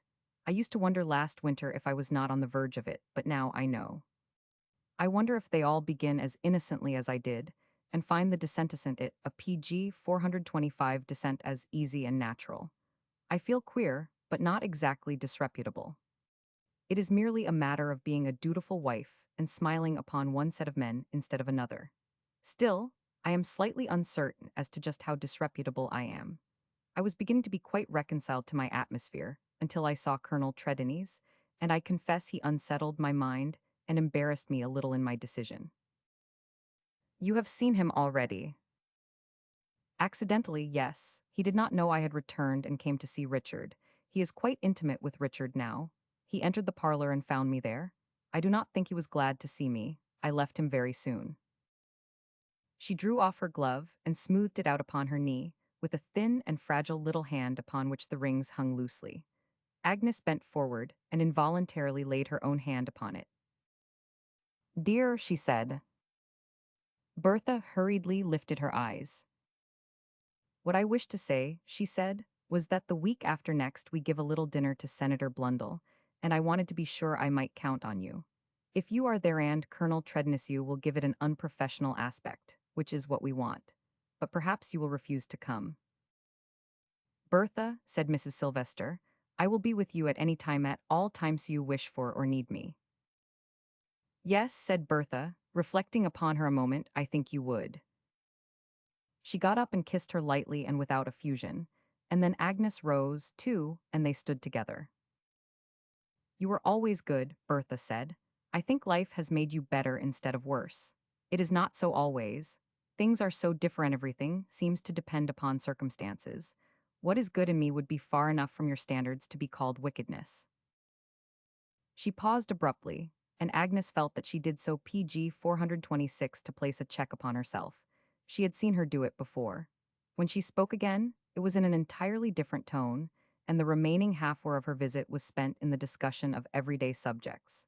Agnes listened, and replied to her with a sense of actual anguish. She could have borne better to have seen her less self-controlled, or she fancied so, at least. The summer had made an alteration in her, which it was almost impossible to describe. Every moment revealed some new, sad change in her, and yet she sat and talked commonplaces, and was bright and witty and epigrammatic until the last. When we get our bill through, she said, with a little smile, just before her departure, I am to go abroad for a year, for 2, for 3, if I wish. I think that is the bribe which has been offered me. One must always be bribed, you know. As she stood at the window watching the carriage drive away, Agnes was conscious of a depression which was very hard to bear. The brightness of her own atmosphere seemed to have become heavy. The sun hid itself behind the drifting, wintry clouds. She glanced around her room with a sense of dreariness. Something carried her back to the memories which were the one burden of her present life. Such grief cannot enter a room and not leave its shadow behind it, she said, and she put her hand against the window side and leaned her brow upon it sadly. It was curious, she thought, the moment after, that the mere sight of a familiar figure should bring such a sense of comfort with it, as did the sight of the one she saw approaching. It was that of Lawrence Arbuthnot, who came with a business communication for Mrs. Merriam, having been enabled, by chance, to leave his work for an hour. He held a roll of music in one hand and a bunch of violets in the other, and when he entered the room was accompanied by the fresh fragrance of the latter offering. PG 427. Agnes made a swift, involuntary movement toward him. Ah, she said, I could scarcely believe that it was you. He detected the emotion in her manner and tone at once. Something has disturbed you, he said. What is it? I have seen Bertha, she answered, and the words had a sound of appeal in them, which she herself no more realized or understood than she comprehended the impulse which impelled her to speak. She has been here, she looks so ill, so worn. Everything is so sad, She stopped and stood looking at him. Must I go away? He said quietly. Perhaps you would prefer to be alone. I understand what you mean, I think. Oh no, she said impulsively, putting out her hand. Do not go, I am unhappy. It was a relief to see you. And when she sank on the sofa, he took a seat near her and laid the violets on her lap, and there was a faint flush on his face. The little dinner, which was the first occasion of Senator Blundell's introduction to the Amory establishment, was a decided success. We will make it a success, Bertha had said. It must be one, and there was a ring in her voice which was a great relief to her husband. It will be one, he said. There is no fear of your failing when you begin in this way. And his spirits rose to such an extent that he became genial and fascinating once more, and almost forgot his late trials and uncertainties. He had always felt great confidence in Bertha. On the afternoon of the eventful day, Bertha did not PG 428 go out. She spent the hours between luncheon and the time for dressing with her children. Once, as he passed the open door of the nursery, Richard saw her sitting upon the carpet, building a house of cards, while Jack and Janey and Meg sat about her enchanted. A braid of her hair had become loosened and hung over her shoulder. Her cheeks were flushed by the fire. She looked almost like a child herself, with her air of serious, absorbed interest in the frail structure growing beneath her hands. Will not that tire you? Richard asked. She glanced up with a smile. No, she said, it will rest me. He heard her singing to them afterward, and later, when she went to her dressing room, he heard the pretty lullaby die away gradually as she moved through the corridor. When she appeared again, she was dressed for dinner and came in buttoning her glove, and at the sight of her, he uttered an exclamation of pleasure. What a perfect dress, he said. What is the idea? There must be one. She paused and turned slowly round so that he might obtain the full effect. You should detect it, she replied. It is meant to convey one.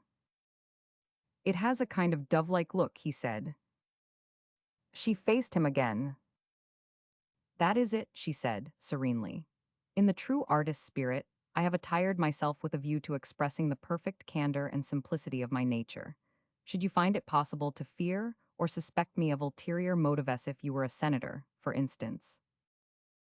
Ah, come now, said Richard, not quite so easily, that is nonsense. You have no ulterior motives. She opened her plumy, dove-colored fan and came nearer him. There is nothing meretricious about me, she said. PG 429. I am softly clad in dove color. A few clusters of pansies adorn me. I am covered from throat to wrists. I have not a jewel about me. Could the effect be better? No, it could not, he replied. But suddenly he felt a trifle uncomfortable again, and wondered what was hidden behind the inscrutable little gaze she afterwards fixed upon the fire. But when Blundell appeared, which he did rather early, he felt relieved again. Nothing could have been prettier than her greeting of him, or more perfect in its attainment of the object of setting him at his ease. It must be confessed that he was not entirely at his ease when he entered, his experience not having been of a nature to develop in him any latent love for general society. He had fought too hard a fight to leave him much time to know women well, and his superficial knowledge of them made him a trifle awkward, as it occasionally renders other men astonishingly bold. In a party of men, all his gifts displayed themselves. In the presence of women, he was afraid that less substantial fellows had the advantage of him, men who could not tell half so good a story or make half so exhilarating a joke. As to this special dinner, he had not been particularly anxious to count himself among the guests, and was not very certain as to how Plainfield had beguiled him into accepting the invitation. But 10 minutes after he had entered the room, he began to feel mollified. Outside the night was wet and unpleasant, and not calculated to improve a man's temper. The parlors glowing with firelight and twinkling wax candles were a vivid and agreeable contrast to the sloppy rawness. The slender, dove-colored figure with its soft, trailing draperies assumed more definitely pleasant proportions, and in his vague, inexperienced, middle-aged fashion he felt the effect of it. She had a nice way, this little woman, he decided. No nonsense or airs and graces about her. An easy manner, a gay little PG 430 laugh. He did not remember exactly afterward what it was she said which first wakened him up, but he found himself laughing and greatly amused. And when he made a witticism he felt he had reason to be proud of, the gay little peal of laughter which broke forth in response had the most amazingly exhilarating effect upon him, and set him upon his feet for the evening. Women seldom got all the flavor of his jokes. He had an idea that some of them were a little afraid of them and of him, too. The genuine mirth in Bertha's unstudied laughter was like wine to him, and was better than the guffaws of a dozen men, because it had a finer and a novel flavor. After the joke and the laugh the ice was melted, and he knew that he was in the humor to distinguish himself. Plainfield discovered this the moment he saw him, and glanced at Richard, who was brilliant with good spirits. She's begun well, he said, when he had an opportunity to speak to him. I never saw him in a better humor. She's pleased him somehow. Women do not touch him usually. She will end better, said Richard. He pleases her.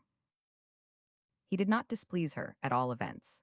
She saw the force and humor of his stalwart jokes, and was impressed by the shrewd, businesslike good nature which betrayed nothing. When he began to enjoy himself, she liked the genuineness of his enjoyment all the more because it was a personal matter with him, and he seemed to revel in it. He enjoys himself was her mental comment, really himself, not exactly the rest of us, except as we stimulate him and make him say good things. Among the chief of her gifts had always been counted the power of stimulating people and making them say their best things, and she made the most of this power now. She listened with her brightest look. She uttered her little exclamations of pleasure and interest at PG 431 exactly the right moment, and the gay ring of her spontaneous sounding laugh was perfection. Miss Varian, who was one of her guests, sat and regarded her with untempered admiration. Your wife, she said to Amory in an undertone, is simply incomparable. It is not necessary to tell you that, of course, but it strikes me with fresh force this evening. She really seems to enjoy things. That air of gay, candid delight is irresistible, It makes her seem to that man like a charming little girl, a harmless, bright, sympathetic little girl. How he likes her. When she went in to dinner with him, and he sat by her side, he liked her still more. He had never been in better spirits in his life. He had never said so many things worth remembering. He had never heard such sparkling and vivacious talk as went on round this particular table. It never paused or lagged. There was Amory, all alight and stirred by every conversational ripple which passed him. There was Miss Varian, scintillating and casting off showers of sparks in the prettiest and most careless fashion. There was Lawrence Arbuthnot, doing his share without any apparent effort, and appreciating his neighbors to the full. There was Mrs. Sylvester, her beautiful eyes making speech almost superfluous, and Mrs. Merriam, occasionally casting into the pool some neatly weighted pebble, which sent its circles to the shore. And in the midst of the coruscations, Blundell found himself, somehow, doing quite his portion of the illumination. Really, these people and their dinner party pleased him wonderfully well, and he was far from sorry that he had come, and far from sure that he should not come again if he were asked.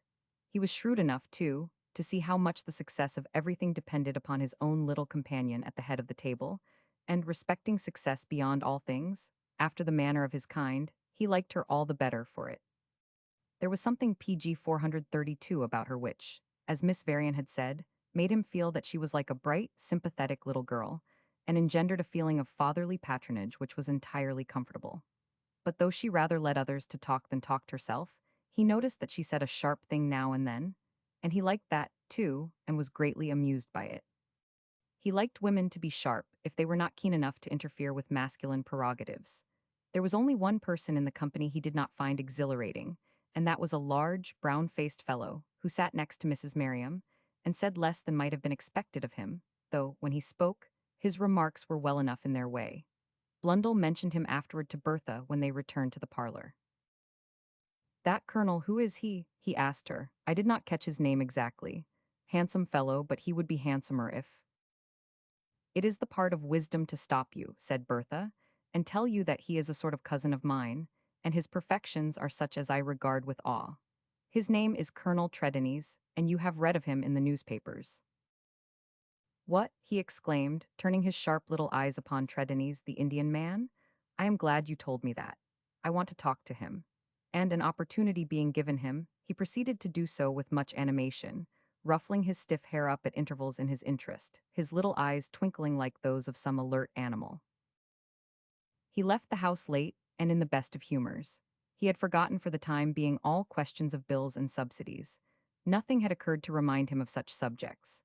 Their very existence seemed a trifle problematical, or, rather, perhaps it seemed desirable that it should be so. "I feel," he said to Plainfield, as he was shrugging himself into his overcoat, "as if I had rather missed it by not coming here before." PG 433. "You were asked," answered Plainfield. "So I was," he replied, attacking the top button of the overcoat. "Well, the next time I am asked I suppose I shall come." Then he gave his attention to the rest of the buttons.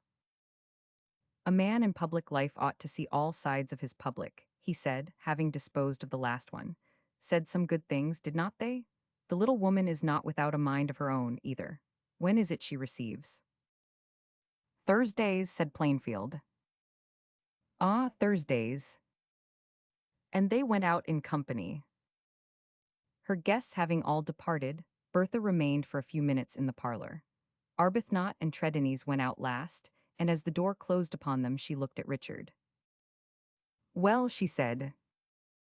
"Well," exclaimed Richard, "it could not have been better." "Could not it?" she said, looking down a little meditatively. "No," he responded, with excellent good cheer, "and you see how simple it was, and in how unnecessary it is to exaggerate it and call it by unpleasant names. What we want is merely to come in contact with these people, and show them how perfectly harmless we are, and that when the time comes they may favor us without injury to themselves or anyone else. That's it in a nutshell." "We always say us, do not we?" said Bertha, as if we were part proprietors of the Westoria lands ourselves. "It is a little confusing, do not you think so?" She paused and looked up with one of her sudden smiles. "Still I do not feel exactly sure that I have been, but no, I am not to call it lobbying, am I? What must I call it? It really ought to have a name. PG 434.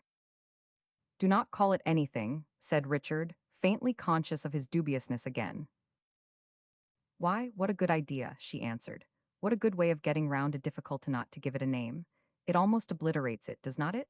It is an actual inspiration. We will not call it anything. There is so much in a name too much, on the whole, really. But without giving it a name I have behaved pretty well and advanced Ariurhus' interests. Everybody's, he replied with an effort at lightness. Mine particularly. I own that my view of the matter is a purely selfish one. There is a career before me, if all goes well. He detected at once the expression of gentleness which softened her eyes as she watched him. You always wanted a career, did not you? She said. It is not pleasant, he said, for a man to know that he is not a success. If I can give you your career, she said, you shall have it, Richard. It is a simpler thing than I thought, after all. And she went upstairs to her room, stopping on the way to spend a few minutes in the nursery. PG 435. Chapter 32. The professor sat in his favorite chair by his library fire, an open volume on his knee, and his after-dinner glass of wine, still unfinished, on the table near him. He had dined a couple of hours ago with Mr. Arbuthnot, who had entertained him very agreeably, and had not long since left him to present himself upon some social scene.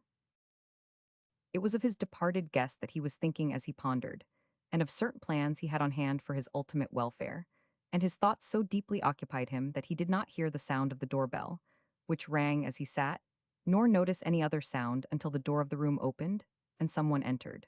He raised his head and looked around then, uttering a slight ejaculation of surprise. "Why, Bertha," he said, "my dear, this is unexpected." He paused and gave her one of his gently curious looks. She had thrown her cloak off as she came near him, and something in her appearance attracted his attention. "My dear," he said slowly, "you look tonight as you did years ago. I am reminded of the time when Philip first came to us. I wonder why." There was a low seat near his side, and she came and took it. "It is the dress," she said. "I was looking over some things I had laid aside and found it. I put it on for old acquaintance' sake. I have never worn it since then. Perhaps I hoped it would make me feel like a girl again." Her tone was very quiet, her whole manner was PG 436 quiet, the dress was simplicity itself. A little lace kerchief was knotted about her throat. "That is a very feminine idea," remarked the professor, seeming to give it careful attention. "Peculiarly feminine, I should say. Ando's it, my dear." "Not quite," she answered. "A little. When I first put it on and stood before the glass, I forgot a good many things for a few moments. And then, suddenly, I heard the children's voices in the nursery, and Richard came in, and Bertha Herrick was gone. You know I was Bertha Herrick when I wore this Bertha Herrick, thinking of her first party." "Yes, my dear," he responded, I remember." There were a few moments of silence, in which he looked abstractedly thoughtful, but presently he bestirred himself. "By the by," he said, "that reminds me. Did not I understand that there was a great party somewhere tonight? Mr. Arbuthnot left me to go to it, I think. I thought there was a reason for my surprise at seeing you. That was it. Surely you should have been at the great party instead of here." "Well," she replied, "I suppose I should, but for some curious accident or other I do not know what the accident is, or how it happened I should have had an invitation off course if it had chanced to reach me. But something has occurred to prevent it doing so, I suppose. Such things happen, you know. To all intents and purposes I have not been invited, so I could not go. And I am very glad. I would rather be here." "I would rather have you here," he returned, "if such seclusion pleases you. But I can hardly imagine, my dear, how the party—" She put her hand on his caressingly. "It cannot be an entire success," she said. "It will not, in my absence, but misfortunes befall even the magnificent and prosperous, and the party must console itself. I like to be here, I like very much to be here." PG 437. He glanced at her gray dress again. "Bertha Herrick would have preferred the party," he remarked. "Bertha Amory is wiser," she said. "We will be quiet toads the ran happy." They were very quiet. The thought occurred to the professor several times during the evening. She kept her seat near him and talked to him, speaking, he noticed, principally of her children and of the past. The time she had spent at home before her marriage seemed to be present in her mind. I wonder, she said once, thoughtfully, what sort of girl I was. I can only remember that I was such a happy girl. Do you remember that I was especially self-indulgent or frivolous one? But I am afraid you would not tell me if you 999. My dear, he said in response, you were a natural, simple, joyous creature and a great pleasure to us. She gave his hand a little pressure. I can remember that you were always good to me, she said. I used to think you were a little curious about me and wondered what I would do in the future. Now it is my turn to wonder if I am at all what you thought I would be. He did not reply at once and then spoke slowly. There seemed so many possibilities, he said. Yes, I thought it possible that you might be what you are. It was as he said this that there returned to his mind the thought which had occupied it before her entrance. He had been thinking then of something he wished to tell her, before she heard it from other quarters, and which he felt he could tell her at no more fitting time than when they were alone. It was something relating to Lawrence Arbuthnot, and curiously enough, she paved the way for it by mentioning him herself. Did you say Lawrence was here tonight? She asked. PG 438. Yes, he replied, he was so good as to dine with me. He would say that you were so good as to invite him, she said. He is very fond of coming here. I should miss him very much, he returned, if he should go away. She looked up quickly, attracted by his manner. But there is no likelihood of his going away, she said. I think, he answered, that there may be, and I wish to speak to you about it. He refrained from looking at her. He even delicately withdrew his hand, so that if hers should lose its steadiness, he might be unconscious of it. Go away, she exclaimed, from Washington? Lawrence, why should you think so? I cannot imagine such a thing. He does not imagine it himself yet, he replied. I am going to suggest it to him. Her hand was still upon his knee, and he felt her start. You are, she said. Why and how? Do you think he will go? I do not believe he will. I am not sure that he will, he answered, but I hope so. And what I mean is that I think it may be possible to send him abroad. She withdrew her hand from his knee. He will not go, she said, I am sure of it. He went on to explain himself, still not looking at her. He is wasting his abilities, he said. He is wasting his youth. The position he is in is absurdly insignificant. It occurred to me that if I used, with right effect, the little influence I possess, there might finally be obtained for him some position abroad, which would be at least something better, and might possibly open a way for him in the future. I spoke to the Secretary of State about it, and he was very kind, and appeared PG 439 interested. It seems very possible, even probable, that my hopes will be realized. For a few seconds she sat still, then she said abstractedly, it would be very strange to be obliged to live our lives without Lawrence. They would not be the same lives at all. Still, I suppose it would be best for him, but it would be hard to live without Lawrence. I do not like to think of it. In spite of his intention not to do so, he found himself turning to look at her. There had been surprise in her voice, and now there was sadness, but there was no agitation, no uncontrollable emotion. Can it be, he thought, that she is getting over it? What does it mean? She turned and met his eyes. But whether it is for the best or not, she said, I do not believe he will go. My dear, he said, you speak as if there was a reason. I think there is a reason, she answered, and it is a strong one. What is it? He asked. There is someone he is beginning to be fond of, she replied. That is the reason. He kept his eyes fixed upon her. Someone he is beginning to be fond of, he repeated. I do not know how it will end, she said. I am sometimes afraid it can only end sadly, but there is someone he would find it hard to leave, I am sure. The professor gradually rose in his chair until he was sitting upright. I wish, he said, that you would tell me who it is. I do not think you would mind your knowing, she answered. It seems strange you have not seen. It is Agnes Sylvester. PG 440.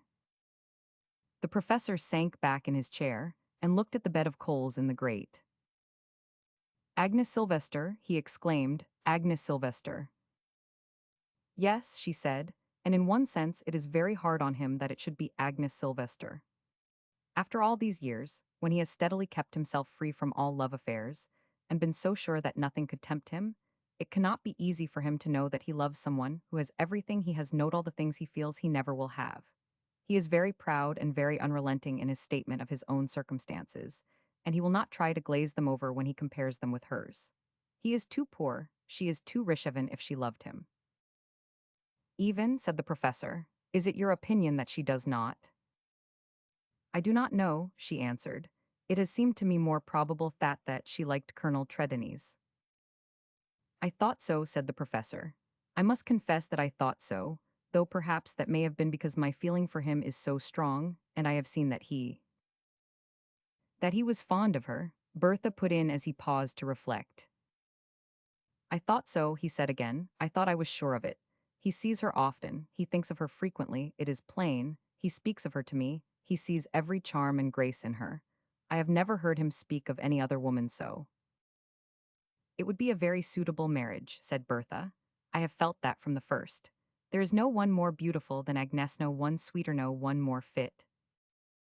She pushed her seat back from the hearth and rose from it.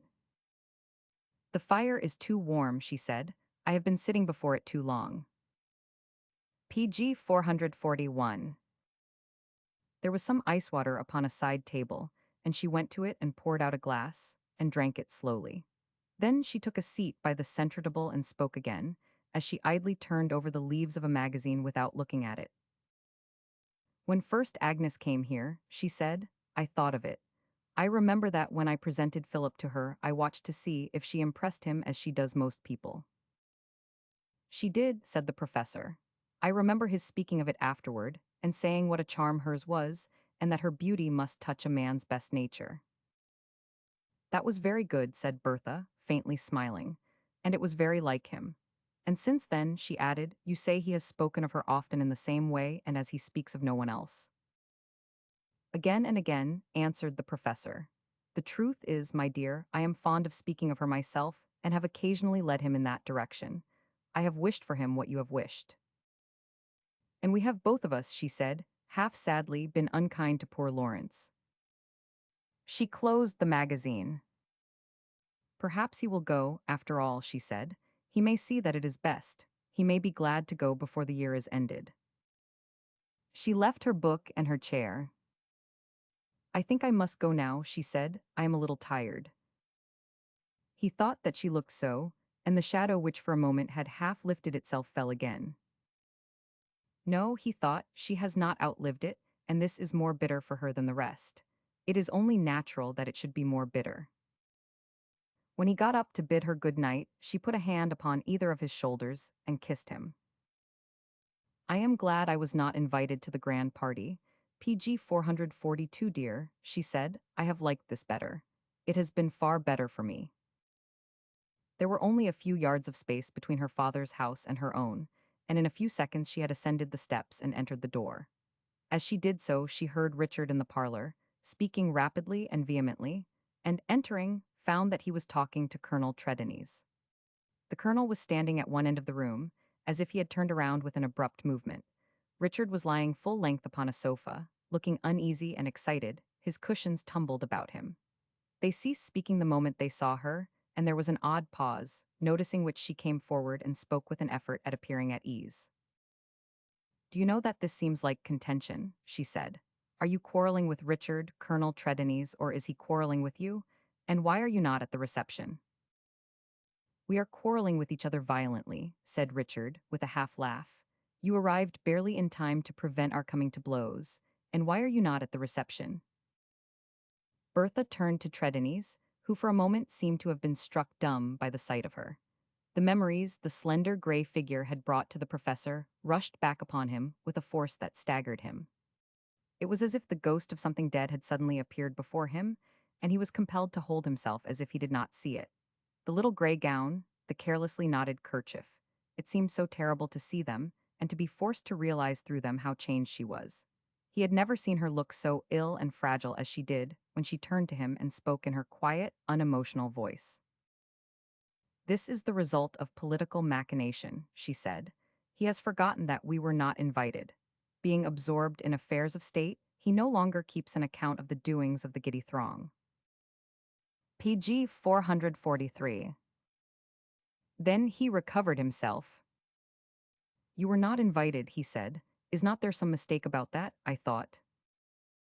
Your impression naturally was that we were the foundation stone of all social occasions, she responded, but this time they have dispensed with us. We were not invited. Say that you did not receive your invitation, put in Richard restlessly. The other way of stating it is nonsense. She paused an instant, as if his manner suggested a new thought to her. I wonder, she said slowly, if there could be a reason, but no, I think that is impossible. It must have been an accident.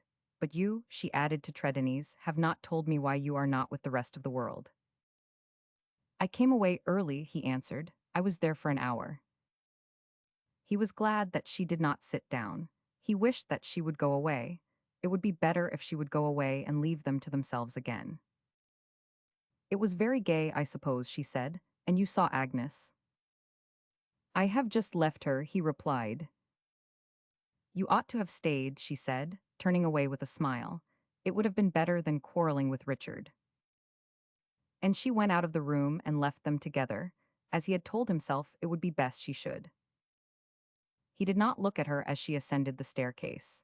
He stood with his back to the open door and did not speak until he heard her go into the room above them. Then he addressed Richard. Do you understand me now? He said sternly. This is the beginning. The beginning, exclaimed Richard, with a half-frantic gesture. If this is the beginning and things go wrong, imagine what the end will be. PG 444. The room Bertha had entered was the nursery. In the room opening out of it, Jack and Janey slept in their small beds. Upon the hearthrug lay a broken toy. She bent to pick it up, and afterward stood a moment holding it in her hand without seeing it. She still held it as she sank into a chair which was near her. I will stay here a while, she said. This is the best place for me. For a few minutes she sat quite still. Something like a stupor had settled upon her. She was thinking in a blind, disconnected way of Agnes Sylvester. Everything would be right at last. Agnes would be happy. This was what she had wished, what she had intended from the first when she had brought them together. It was she who had brought them together. And this was the plan she had had in her mind when she had done it. And she had known what it would cost her even then. And then there came back to her the memory of the moment when she had turned away from them to pour out Lawrence's coffee with hands she could not hold still, and whose tremor he saw and understood. Poor Lawrence, he must suffer too, poor Lawrence. She looked down suddenly at the broken toy in her hand. I will stay here more, she said. It is better here, there is nothing else, and if I were a good woman I should want nothing else. If I had only not spoken to Agnes, that was the mistake, if she will only forget it. Someone should be happy, someone, it will be Agnes. She got up and went into the children's room and knelt down by Janey's bed, laying the toy on the coverlet. She put her arms around the child and spoke her name. Janey, she said, Janey.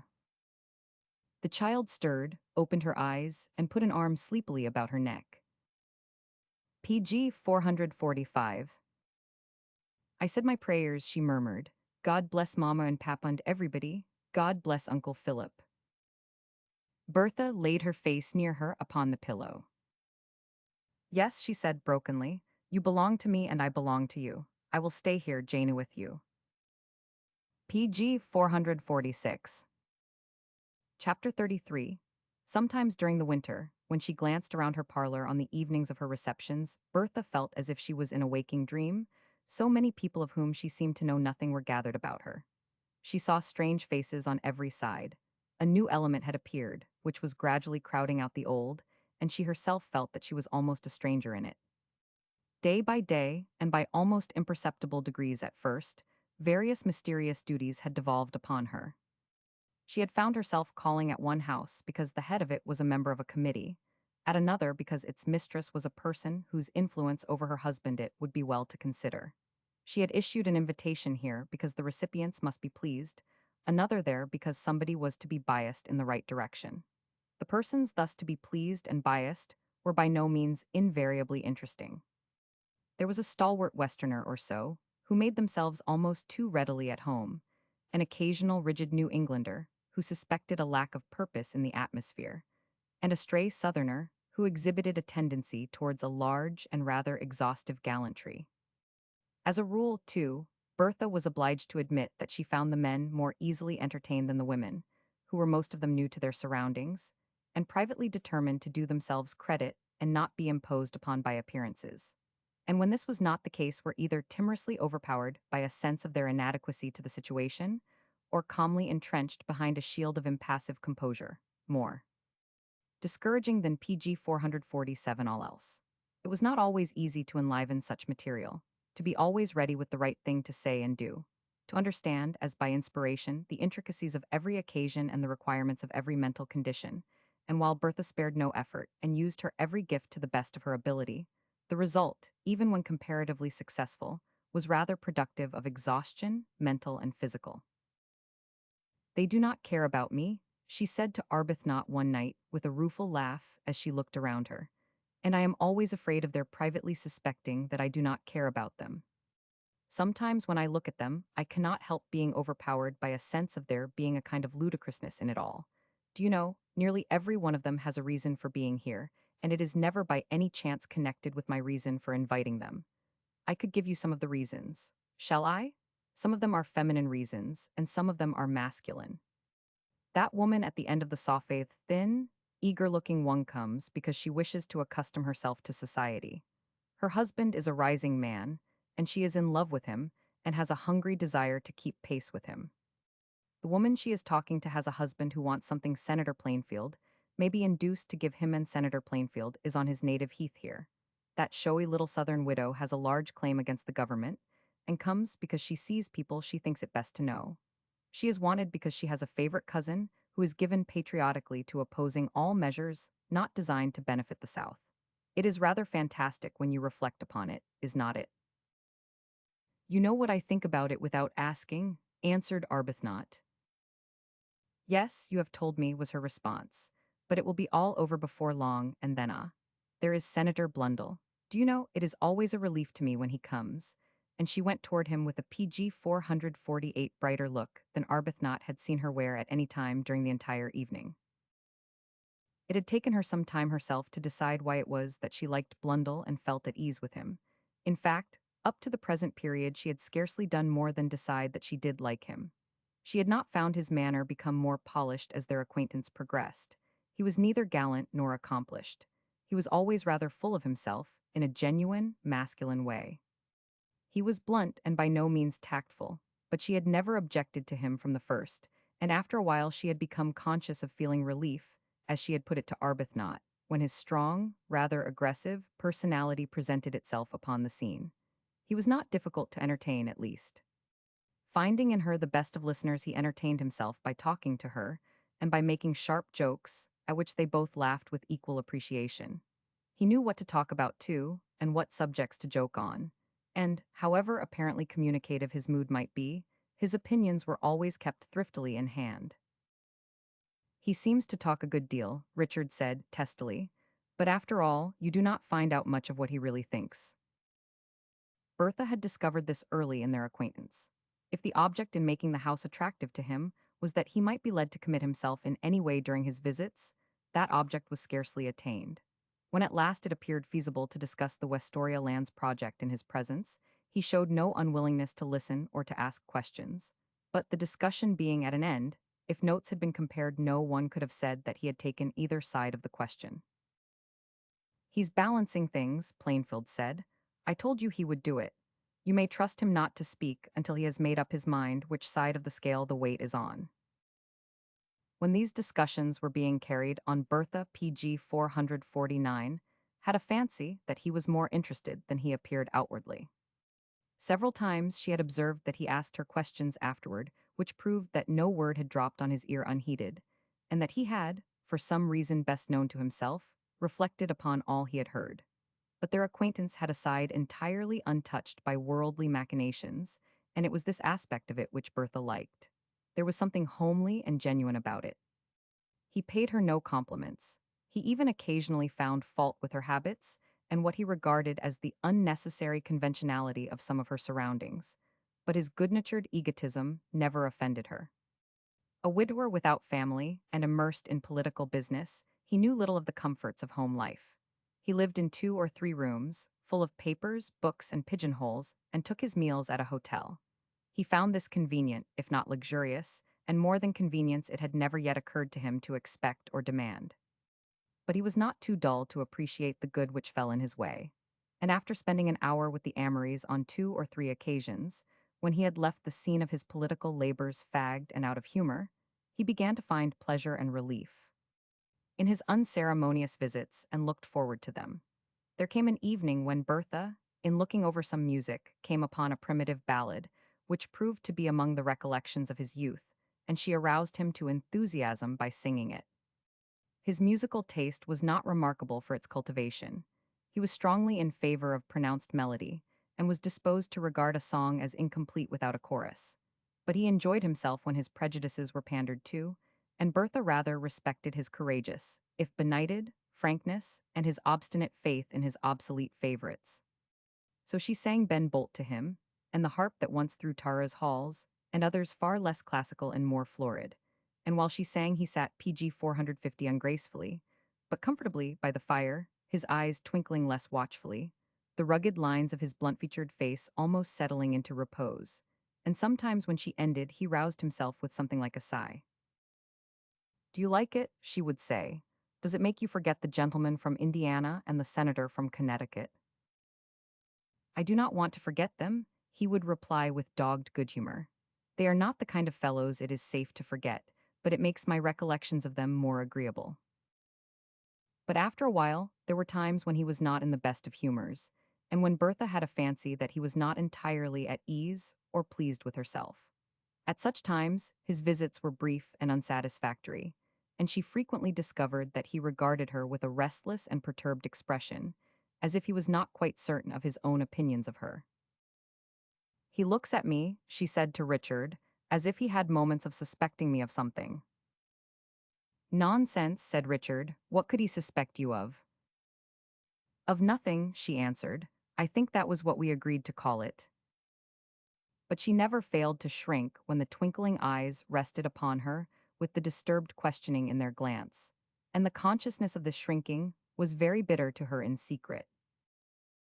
When her guest approached her on the evening before referred to, she detected at once that he was not in a condition of mind altogether unruffled. The glances he cast on those about him were not encouraging, and the few nods of recognition he bestowed were far from cordial. His hair stood on end a trifle more aggressively than usual, and his short, stout body expressed a degree of general dissatisfaction which it was next to impossible to ignore. PG 451. Bertha did not attempt to ignore it. "I will tell you something before you speak to me," she said. "Something has put you out of humor." He gave her a sharp glance, and then looked away over the heads of the crowd. "There is always enough to put a man out of humor," he said. "What a lot of people you have here tonight. What do they come for?" "I have just been telling Mr. Arbuthnot some of the reasons," she answered. "They are very few of them good ones. You came hoping to recover your spirits." "I came to look at you," he said. He was frequently blunt, but there was a bluntness about this speech which surprised her. She answered him with a laugh, however. "I am always worth looking at," she said, "and now you have seen me." He was looking at her by this time, and even more sharply than before. It seemed as if he was bent upon reading in her face the answer to the question he had asked of it before, but he evidently did not find it. "There's something wrong with you," he said. "I do not know what it is. I do not know what to make of you." "If you could make anything of me but Bertha Amory," she replied, "you might do a service to society. But that is out of the question, and as to there being something wrong with me, there is something wrong with all of us. There is something wrong with Mr. Arbuthnot. He is not enjoying himself. There is something wrong with Senator Plainfield, who has been gloomy all the evening." "Plainfield," he said. "Ah, yes, there he is. Here pretty often, is not he?" "He is a great friend of Richard's," she replied with discretion. "So I have heard," he returned, and then he gave his attention to Plainfield for a few minutes, as if he PG 452 found him also an object of deep interest. After this inspection, he turned to Bertha again. Well, he said, I suppose you enjoy all this, or you would not do it. You are not enjoying it, she replied. It does not exhilarate you as I hoped it would. I am out of humor, was his answer. I told you so. I have just heard something I do not like. I dropped in here to stay 5 minutes and take a look at you and see if. He checked himself and rubbed his upright hair impatiently, almost angrily. I am not sure that you might not be enjoying yourself better, he said, and I should like to know something more of you than I do. If any information I can give, Yaush began. Come, he said with a sudden effort at better humor, that is the way you talk to Plainfield. We are too good friends for that. His shrewd eyes fixed themselves on her, as if asking the unanswered question again. Come, he said, I am a blunt, old-fashioned fogey, but we are good, honest friends and always have been. She glanced across the room at Richard, who was talking to a stubborn opposer of the great measure, and making himself delightful beyond description. She wished for the moment that he was not quite so picturesque and animated. Then she gathered herself together. I think we have been, she said. I hope you will believe so. Well, he answered, I should not like to believe anything else. She thought that perhaps he had said more than he originally intended. He changed the subject abruptly, made a few comments upon people near them, asked a few questions, and finally went away, having scarcely spoken to anyone but herself. PG 453. Why did he not remain longer? Richard asked afterward, when the guests were gone and they were talking the evening over. He was not in the mood to meet people, Bertha replied. He said he had heard something he did not like and it had put him out of humor. I think it was something about me. About you, Richard exclaimed. Why in heaven's name about you? His manner made me think so, she answered coldly, and it would not be at all unnatural. I think we may begin to expect such things. Upon my word, said Richard, starting up, I think that is going rather far. Do not you see with righteous indignation what an imputation you are casting on me? Do you suppose I would allow you to do anything that? She raised her eyes and met his with an unwavering glance. Certainly not, she said quickly. And his sentence remained unfinished, not because he felt that his point had been admitted, but because, for some mysterious reason, it suddenly became impossible for him to say more. More than some of late, when he had launched into one of his spasmodic defenses of himself, he had found himself checked by this intangible power in her uplifted eyes, and he certainly did not feel his grievances the less for the experiences. Until during the last few months, he had always counted it as one of his wife's chief charms that there was nothing complicated about her, that her methods were as simple and direct as a child's. It had never seemed necessary to explain her, but he had not found this so of late. He had even begun to feel that, though there was no outward breach in the tenor of their lives, an almost impalpable barrier had risen between them. He expressed no wish she did not endeavor to gratify PG 454. Her manner toward himself, with the exception of the fleeting moments when he had felt the check, was entirely unchanged. The spirit of her gaiety ruled the house, as it had always done, and yet he was not always sure of the exact significance of her jests and laughter. The jests were clever, the laugh had a light ring, but there was a difference which puzzled him, and which, because he recognized in it some vague connection with himself, he tried in his moments of leisure to explain. He had even spoken of it to Colonel Trelawney's on occasions when his mood was confidential. She used to be as frank as a child, he said, and have the lightest way in the world, and I liked it. I am a rather feather-headed fellow myself, perhaps, and it suited me. But it is all gone now.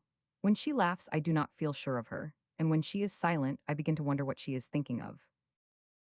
The things she thought, the words she said to herself oftenest were, "It will not last very long." She said them over to herself at moments she could not have sustained herself under but for the consolation she found in them. Beyond this time, when what she faced from day to day would be over, she had not yet looked. It is a curious thing, she said to Arbuthnot, but I seem to have ceased even to think of the future. I wonder sometimes if very old people do not feel so as if there was nothing more to happen. There was another person who found the events of the present sufficient to exclude for the time being almost all thought of the future. This person was Colonel Tredennies, who had found his responsibilities increase upon him also, not the least of these responsibilities being, it must be confessed, that intimacy with Mr. Richard Amory, of which Bertha had spoken. He is very intimate with Richard, she had said, and she had every reason for making the comment. At first it had been the Colonel who had made the PG 455 advances, for reasons of his own, but later it had not been necessary for him to make advances. Having found relief in making his first reluctant half-confidences, Richard had gradually fallen into making others. When he had been overpowered by secret anxiety and nervous distrust of everything, finding himself alone with the Colonel, and admiring and respecting above all things the self-control he saw in him, a self-control which meant safety and silence under all temptations to betray the faintest shadow of a trust reposed in him. It had been impossible for him to resist the impulse to speak of the trials which beset him, and having once spoken of them, it was again impossible not to go a little farther, and say more than he had at first intended. So he had gone on from one step to another until there had come a day when the Colonel himself had checked him for an instant, feeling it only the part of honor in the man who was the cooler of the two, and who had nothing to risk or repent. "Wait a moment," he said. "Remember that, though I have not asked questions so far, I am ready to hear anything you choose to say, but do not tell me what you might wish you had kept back tomorrow." "The devil take it all," cried Richard, dashing his fist on the table. "I must tell someone, or I shall go mad." But the misery which impelled him notwithstanding, he always told his story in his own way, and gave it a complexion more delicate than a less graceful historian might have been generous enough to bestow. He had been too sanguine and enthusiastic. He had made mistakes. He had been led by the duplicity of a wily world into follies. He had been unfortunate. Those more experienced than himself had betrayed the confidence it had been only natural he should repose in them. And throughout the labyrinth of the relation he wound his way, a graceful, agile, supple figure, lightly avoiding an obstacle here, dexterously overstepping a barrier there, and untouched by any shadow but that of misfortune. PG 456. At first he spoke chiefly of the complications which bore heavily upon him, and these complications, arising entirely from the actions of others, committed him to so little that the Colonel listened with apprehension more grave than the open confession of greater blunders would have awakened in him. He would tell more, he thought, if there were less to tell. The grim fancy came to him sometimes as he listened, that it was as if he watched a man circling about the edge of a volcano, drawing nearer and nearer, until at last, in spite of himself, and impelled by some dread necessity, he must plunge headlong in. And so Richard circled about his crater, sometimes drawn nearer by the emotion and excitement of the moment, sometimes withdrawing a trifle through a caution as momentary, but in each of his circlings revealing a little more of the truth. The revelations were principally connected with the Westoria land scheme, and were such in many instances as the Colonel was not wholly unprepared to hear. He had not looked on during the last year for nothing, and often, when Richard had been in gay good spirits, and had imagined himself telling nothing, his silent companion had heard his pleasantries with forebodings which he could not control. He was not deceived by any appearance of entire frankness, and knew that he had not been told all until one dark and stormy night, as he sat in his room, Richard was announced and came in pallid, haggard, beaten by the rain, and at the lowest ebb of depression. He had had a hard and bitter day of it, and it had followed several others quite as hard and bitter. He had been fagging about the capital, going the old rounds, using the old arguments, trying new ones, overcoming one obstacle only to find himself confronted with another, feeling that he was losing ground where it was a matter of life and death that he should gain it. Spirits and courage deserting him just when he needed them most. And all this being over, he dropped into his office to find PG 457 awaiting him their letters containing news which gave the final blow. He sat down by the table and began his outpourings, graceful, attractive, injured. The Colonel thought him so, as he watched him and listened, recognizing meanwhile the incompleteness of his recital, and making up his mind that the time had come when it was safer that the whole truth should be told. In the hours in which he had pondered upon the subject, he gradually decided that such an occasion would arrive, and here it was. So, at a certain fitting juncture, just as Richard was lightly skirting a delicate point, Tredennies leaned forward and laid his open hand on the table with a curious simplicity of gesture. "I think," he said, "you had better tell me the whole story. You have never done it yet. What do you say? The boarder on the floor below, who had heard him walking to and fro on the first New Year's night he had spent in Washington, and on many a night since, heard his firm, regular tread again during the half hour in which Richard told, in fitful outbursts, what he had not found himself equal to telling before. It was not easy to tell it in a very clear and connected manner. It was necessary to interlard it with many explanations and extenuations, and even when these were supplied, there was a baldness about the facts, as they gradually grouped themselves together, which it was not agreeable to contemplate, and Richard felt this himself gallingly. I know how it appears to you, he said. I know how it sounds. That is the maddening side of it. It looks so much worse than it really is. There is not a man living who would accuse me of intentional wrong. Confound it, I seem to have been forced into doing the very things it was least natural to me to do. Bertha herself would say it, she would understand it. She is always just and generous. Yes, said the colonel, I should say she had been generous. PG 458. You mean that I have betrayed her generosity? Cried Richard. That, of course, I expected it. You will find, said the colonel, that others will say the same thing. He had heard even more than his worst misgivings had suggested to him, and the shock of it had destroyed something of his self-control. For the time being, he was in no lenient mood. I know what people will say, Richard exclaimed. Do you suppose I have not thought of it 1,000 times? I know what I should say if I did not know the circumstances. It is the circumstances that make the difference. The fact that they are your circumstances and not another man's, began Trelawney's, but there he checked himself. I beg your pardon, he said, coldly. I have no right to meet your confidence with blame. It will do no good. If I can give you no help, I might better be silent. There were circumstances which appeared extenuating to you, I suppose. He was angered by his own anger, as he had often been before. He told himself that he was making the matter a personal cause, as usual, but how could he hear that her very generosity and simplicity had been used against her by the man who should have guarded her interests as his first duty, without burning with sharp and fierce indignation? If I understand you, he said, your only hope of recovering what you have lost lies in the success of the Westoria scheme. Yes, answered Amory, with his forehead on his hands, that is the diabolical truth. And you have lost. Once I was driven into saying to you that if the thing should fail, it would mean ruin to me. That was the truth, too. The colonel stood still. Ruin to you, he said. Ruin to your wife PG 459, ruin to your children, serious loss to the old man who trusted me, Richard finished, knowing his white lips. I see it in exactly the same light myself, and it does not make it easier to bear. That is the way a thing looks when it fails. Suppose it had succeeded. It may succeed yet. They trusted me, and I tell you I trusted myself. It was easy to see just what despair would seize him if the worst came to the worst, and how powerless he would be in its clutches. He was like a reed beaten by the wind, even now. A sudden paroxysm of fear fell upon him.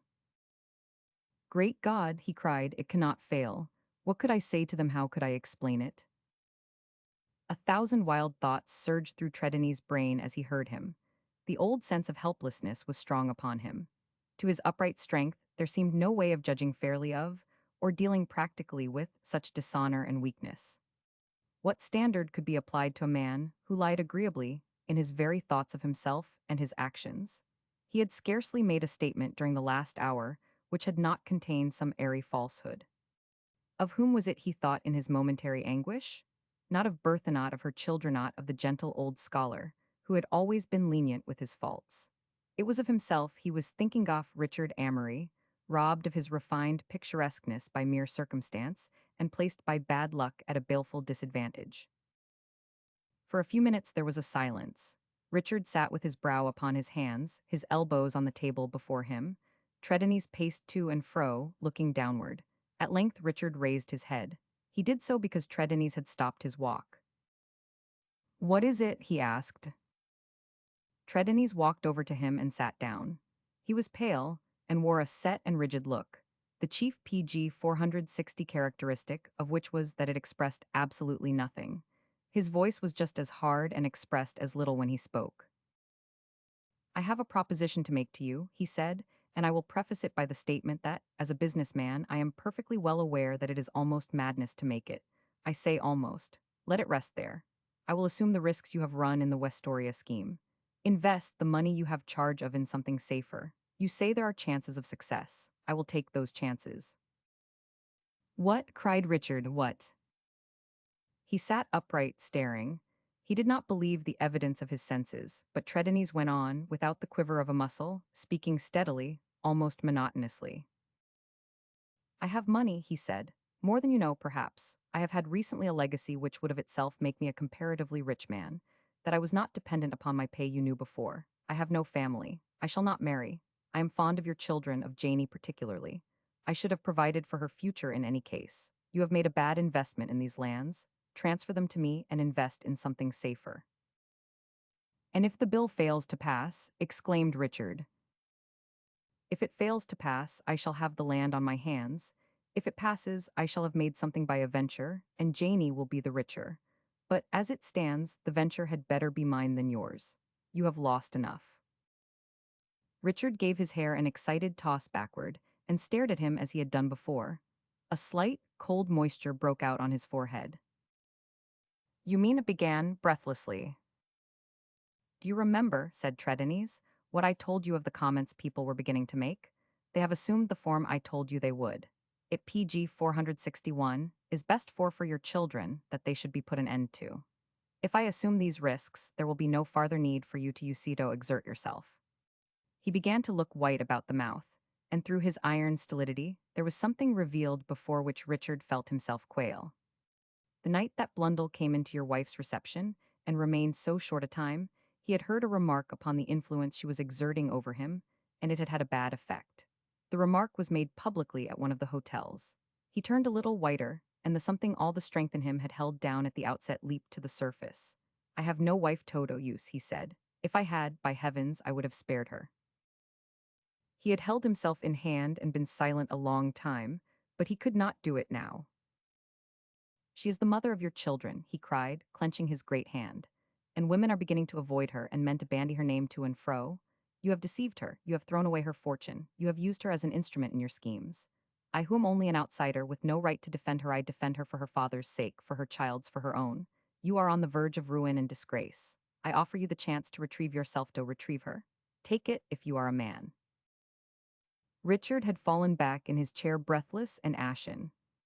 In all his imaginings of what the future might hold, he had never thought of such a possibility as this, that it should be this man who would turn upon him and place an interpretation so fiercely unsparing upon what he had done. Under all his admiration and respect for the colonel there had been hidden, it must be admitted, an almost unconscious touch of contempt for him, as a rather heavy and unsophisticated personage, scarcely versatile or agile enough, and formed in a mold somewhat obsolete and quixotic, a safe person to confide in, and one to invite confidence passively by his PG. 462 belief in what was presented to him, a man to make a good listener, and to encourage one to believe in one's own statements. Certainly not a man to embarrass and discourage a historian by asking difficult questions or translating too literally what was said. He had not asked questions until tonight, and his face had said very little for him on any occasion. Among other things, Richard had secret litho leniently felt him to be a trifle stolid, and had amiably forgiven him for it. It was this very thing which made the sudden change appear so keen an injustice and injury. It amounted to a breach of confidence, that he should have formed a deliberate and obstinate opinion of his own, entirely unbiased by the presentation of the case offered to him. He had spoken more than once, it was true, in a manner which had suggested prejudice, but it had been the prejudice of the primeval mind, unable to adjust itself to modern conditions and easily disregarded by more experienced. But now, he was stolid no longer. His first words had startled Richard beyond expression. His face said more for him than his words. It burned white with the fire it had hidden so long. His great frame quivered with the passion of the moment. When he had clenched his hand, it had been in the vain effort to hold it still, and yet the man who saw it recognized in it only the wrath and scorn which had reference to himself. Perhaps it was best that it should have been so, best that his triviality was so complete that he could see nothing which was not in some way connected with his own personality. Trelawney, he gasped out, you are terribly harsh. I did not think you. Even if I could lie and palter to you, said Tredenes, his clenched hand still on the table, this is not the time for it. I have tried before to make you face the truth, but you have refused to do it. Perhaps you had made yourself believe what you told me, that no harm was meant or done. I know what harm has been PG 463 done. I have heard the talk of the hotel corridors and clubs. His hand clenched itself harder and he drew in a sharp breath. It is time that you should give this thing up, he continued with deadly determination, and I am willing to shoulder it. Who else would do the same thing? No one else, said Richard, bitterly. And it is not for my sake you do it either. It is for the sake of some of your ideal fancies that are too fine for us worldlings to understand, I swear. And he felt it specially hard that it was so. Yes, replied the colonel, I suppose you might call it that. It is not for your sake, as you say. It has been one of my fancies that a man might even deny himself for the sake of on an idea, and I am not denying myself. I am only giving to your child in one way what I meant to give to her in another. She would be willing to share it with her mother, I think. And then, somehow, Richard began to feel that this offer was a demand, and that, even if his sanguine mood should come upon him again, he would not find it exactly easy to avoid it. It seemed actually as if there was something in this man, some principle of strength, of feeling, of conviction which almost constituted a right by which he might contend for what he asked. And before it, in his temporary abasement and anguish of mind, Richard Amory faltered. He said a great deal, it is true, and argued his case as he had argued it before, being betrayed in the course of the argument by the exigencies of the case to add facts as well as fancies. He endeavored to adorn his position as much as possible, and naturally, his failure was not entire. There were hopes of the passage of the bill, sometimes strong hopes, it seemed. If the money he had invested had been his own, if it had not been for the failure of his speculations in other quarters, if so much had not depended upon failure and success, he would have run PG 464 all risks willingly. There were, indeed, moments when it almost appeared that his companion was on the point of making a capital investment, and being much favored thereby. It is really not half so bad as it seems, he said, gaining cheerfulness as he talked. But after such a day as I have had, a man loses courage and cannot look at things collectedly. I have been up and down in the scale a score of times in the last 8 hours. That is where the wear and tear comes in. A great deal depends on Blundell, and I had a talk with him which carried us farther than we have ever been before. Farther, said Tredenes, in what direction? Richard flushed slightly. I think I sounded him pretty well, he said. There is no use mincing matters, it has to be done. We have never been able to get at his views of things exactly, and I will not say he went very far this afternoon, but I was in a desperate mood, and well, I think I reached bottom. He half promised to call at the house this evening. I dare say he is with Bertha now. Something in his flush, which had a slightly excited and triumphant air, something in his look and tone, caused Tredenes to start in his chair. What is he there for? He said. What do you mean? Richard thrust his hands in his pockets. For a moment he seemed to have lost all his grace and refinement of charm. For the moment he was a distinctly coarse and undraped human being. He has gone to make an evening call, he said. And if she manages him as well as she has managed him before, as well as she can manage any man she chooses to take in hand, and yet not give him more than a smile or so, your investment, if you make it, may not turn out such a bad one. PG 465. Chapter 34. Bertha had spent the greater part of the day with her children, as she had spent part of many days lately. She had gone up to the nursery after breakfast to see Jack and Janey at their lessons, and had remained with them and given herself up to their entertainment. She was not well, the weather was bad. She might give herself a holiday, and she would spend it in her own way, in the one refuge which never failed her. It is always quiet here, she said to herself. If I could give up all the Ristal of it and spend all my days here, and think of nothing else, I might be better. There are women who live so. I think they must be better in every way than I am and happier. I am sure I should have been happier if I had begun so long ago. And as she sat, with Janey at her side, in the large chair which held them both, her arm thrown round the child's waist, there came to her a vague thought of what the unknown future might form itself into when she began again. It would be beginning again when the sea was between the new life and the old. Everything would be left behind but the children. She would live as she had lived in Virginia, always with the children, always with the children. It is the only safe thing, she thought, clasping Janey closer. Nothing else is safe for a woman who is unhappy. If one is happy, one may be gay, and look on at the world with the rest, but there are some who must not look on who dare not. Mamma, said Janey, you are holding me a little too close, and your face looks as if you were thinking.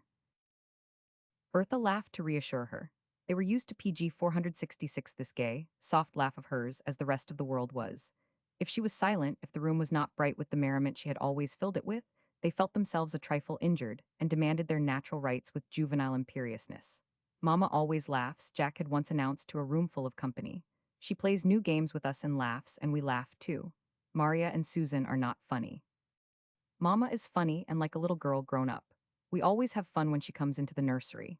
It is something the same way in the parlor, Plainfield had said, showing his teeth amiably, and Bertha, who was standing near Colonel Tredenny's, had laughed in a manner to support her reputation, but had said nothing. So she laughed now, not very vivaciously, perhaps. That was very improper, Janey, she said, to look as if I was thinking. It is bad enough to be thinking. It must not occur again. But if you were thinking of a story to tell us, suggested Jack, graciously, it would not matter, you see. You might go on thinking. But the story was not a new one, she answered. It was sad. I did not like it myself. We should like it, said Janey. If it's a story, remarked Jack, twisting the string round his top, it's all right. There was a story Uncle Philip told us. Suppose you tell it to me, said Bertha. It was about a knight, said Janey, who went to a great battle. It was very sorrowful. He was strong and happy and bold, and the king gave him a sword and armor that glittered and was beautiful, and his hair waved in the breeze, and he was young and brave, and his horse arched its neck. And the knight longed to go and fight in the battle and was glad and not afraid, and the people looked on and praised him because they thought he would fight so well. But just as the battle began, before he had even drawn his sword, PG 467, a stray shot came, and he fell. And while the battle went on, he lay there dying, with his hand on his breast. And at night, when the battle was over and the stars came out, he lay and looked up at them, and at the dark blue sky, and wondered why he had been given his sword and armor, and why he had been allowed to feel so strong and glad and eager, only for that. But he did not know. There was no one to tell him, and he died, and the stars shone down on his bright armor and his dead face. I did not like it myself, commented Jack. It was not much of a story, I told him so. He was sorry he told it, said Janey, because I cried. I do not think he meant to tell such a sad story. He was not funny that day, observed Jack. Sometimes he is not funny at all, and he sits and thinks about things, and then, if we make him tell us a story, he does not tell a good one. He used to be nicer than he is now. I love him, said Janey, faithfully. I think he is nice all the time. It was not much of a story, that is true, said Bertha. There was not enough of it. He died too soon, said Jack. Yes, said Bertha. He died too soon, that was it, too soon. And the laugh she ended with had a sound which made her shudder. She got up from her rocking chair quickly. We will not tell stories, she said. We will play. We will play ball and blindman's buff and run about and get warm. That will be better. And she took out her handkerchief and tied it over her eyes with unsteady hands, laughing again, laughing while the children laughed too. They played until the room rang with their merriment. They had not been so gay together for many a day, and when the game was at an end, they tried another and another, until they were tired and ready for PG 468, their nursery dinner. Bertha did not leave them even then. She did not expect Richard home until their own dinner hour in the evening, so she sat at the children's table and helped them herself, in the nurse's place, and they were in high spirits and loquacious and confidential.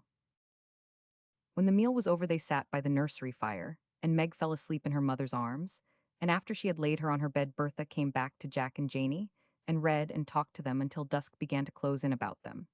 It was as they sat so together that a sealed package was brought to her by a servant, who said it had been left at the door by a messenger. It contained 2 letters, one addressed to Senator Blundell and one to herself, and both were in Richard's hand. I suppose something has detained him, and I am not to wait dinner, she thought, as she opened the envelope bearing her own name. The same thing had occurred once or twice before, so it made but little impression upon her.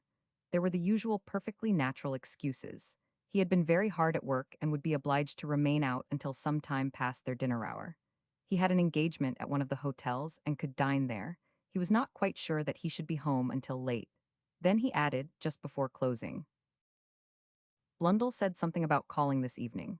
He had been having a hard day of it and said he wanted a change. I had a very satisfactory talk with him, and I think he begins to see the rights of our case.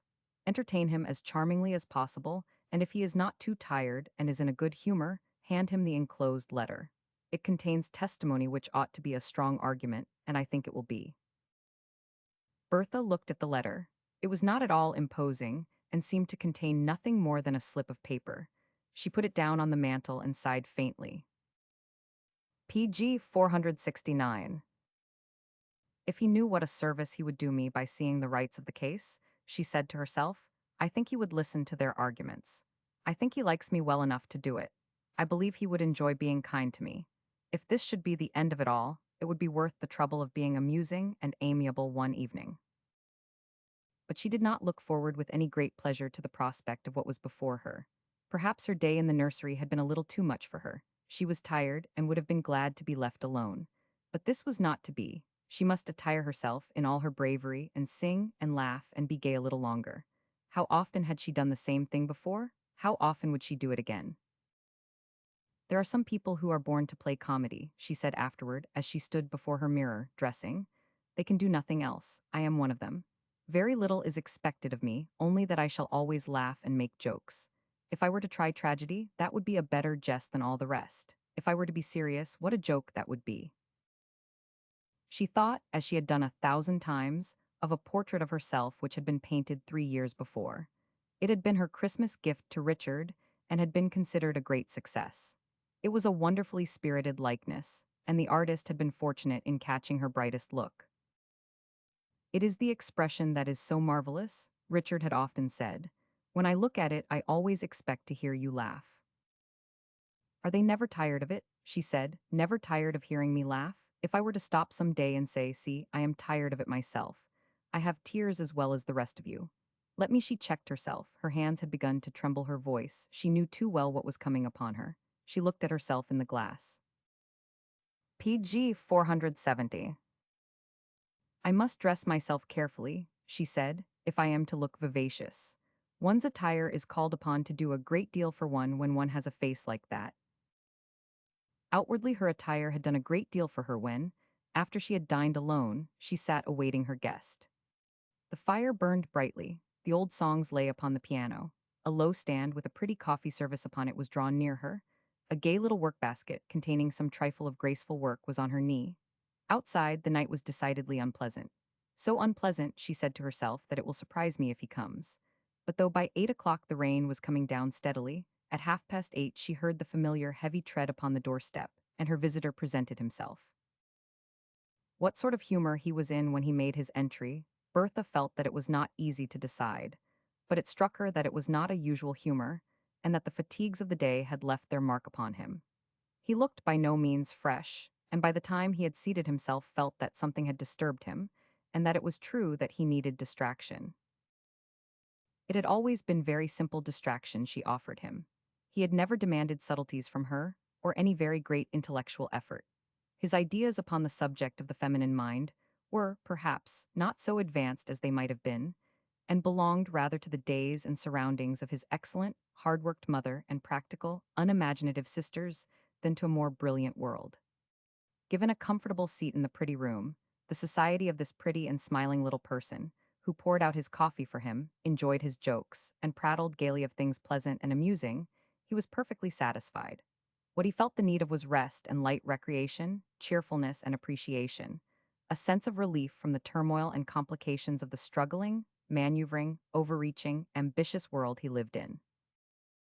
PG 471.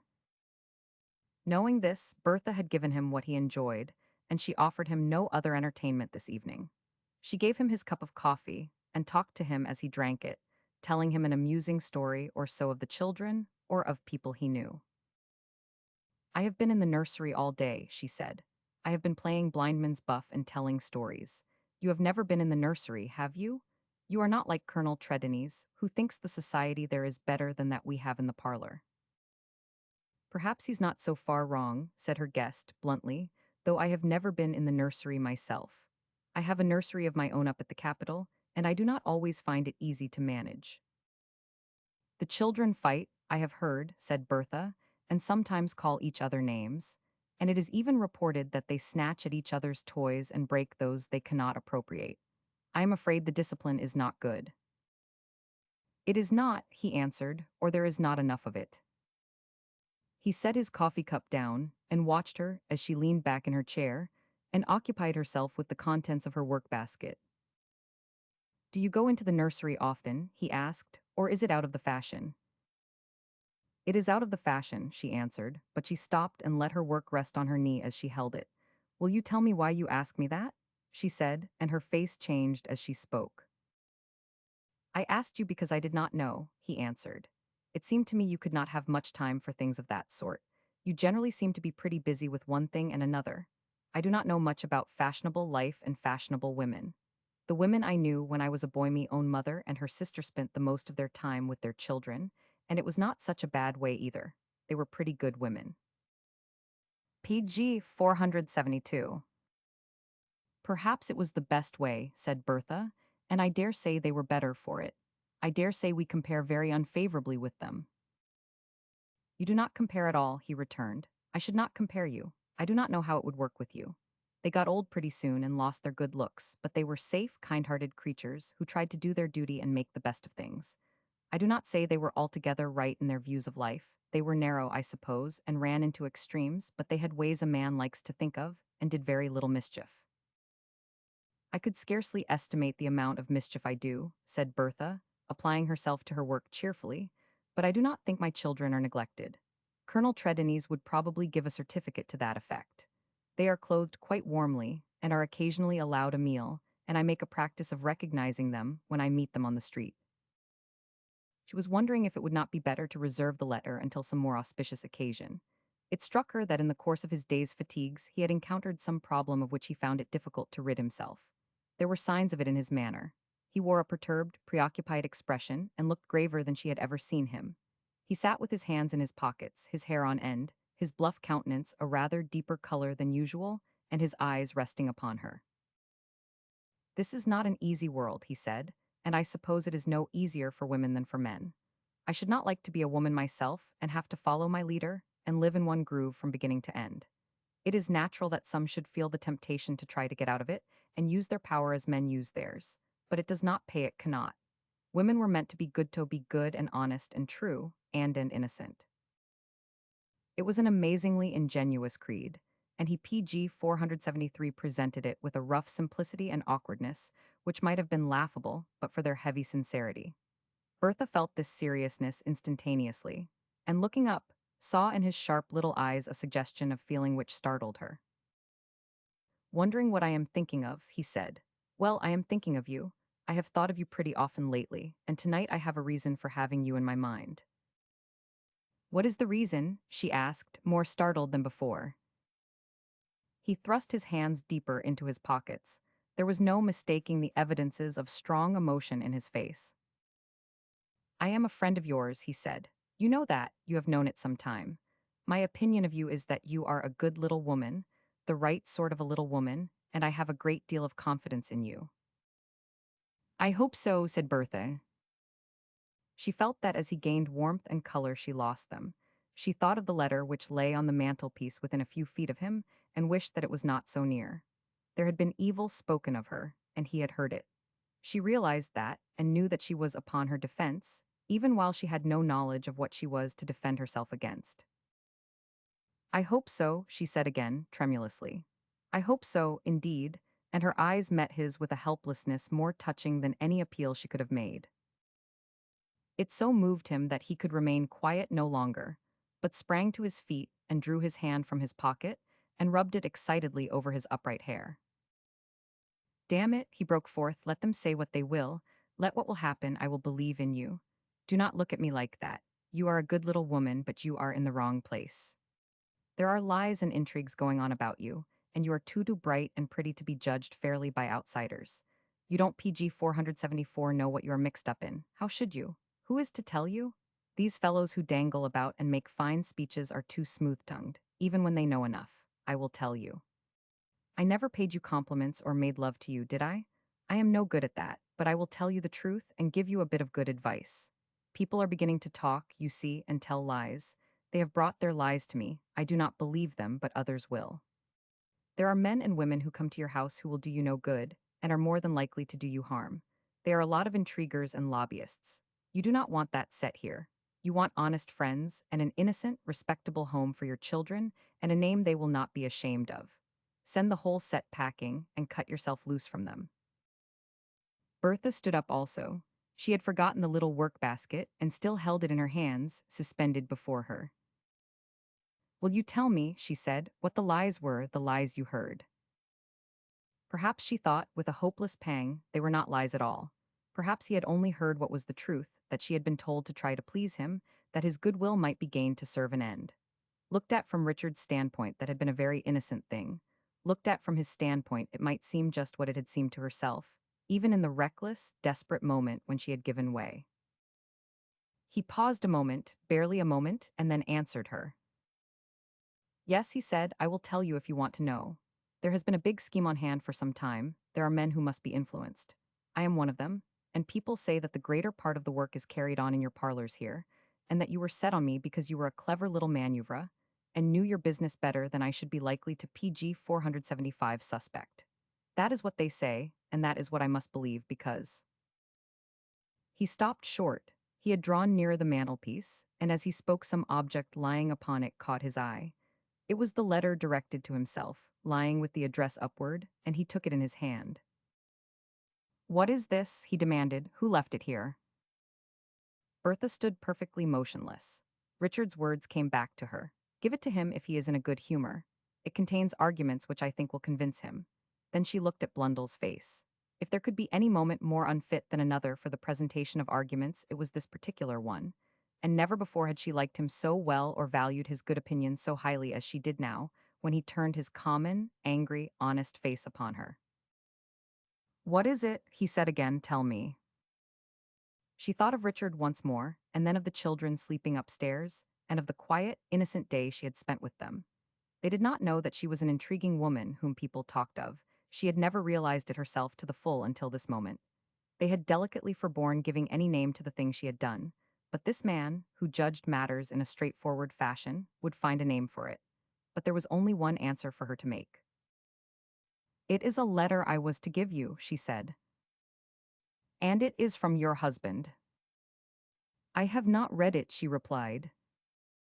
He stopped short a moment, and looked at her with a sudden suggestion of doubt and bewilderment that was as bad as a blow.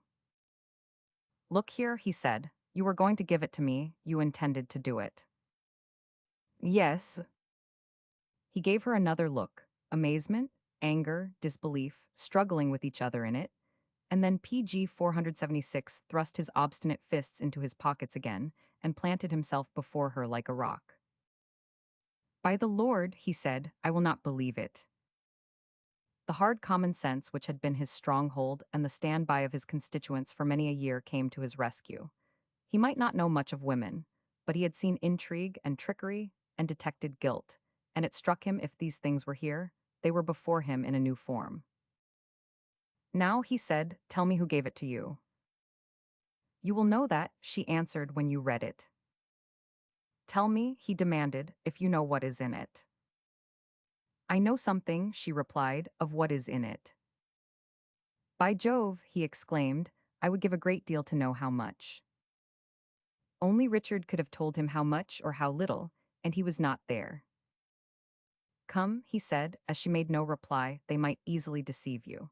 Tell me what you know, and I will believe you, and there are very few women in your place I would say as much to.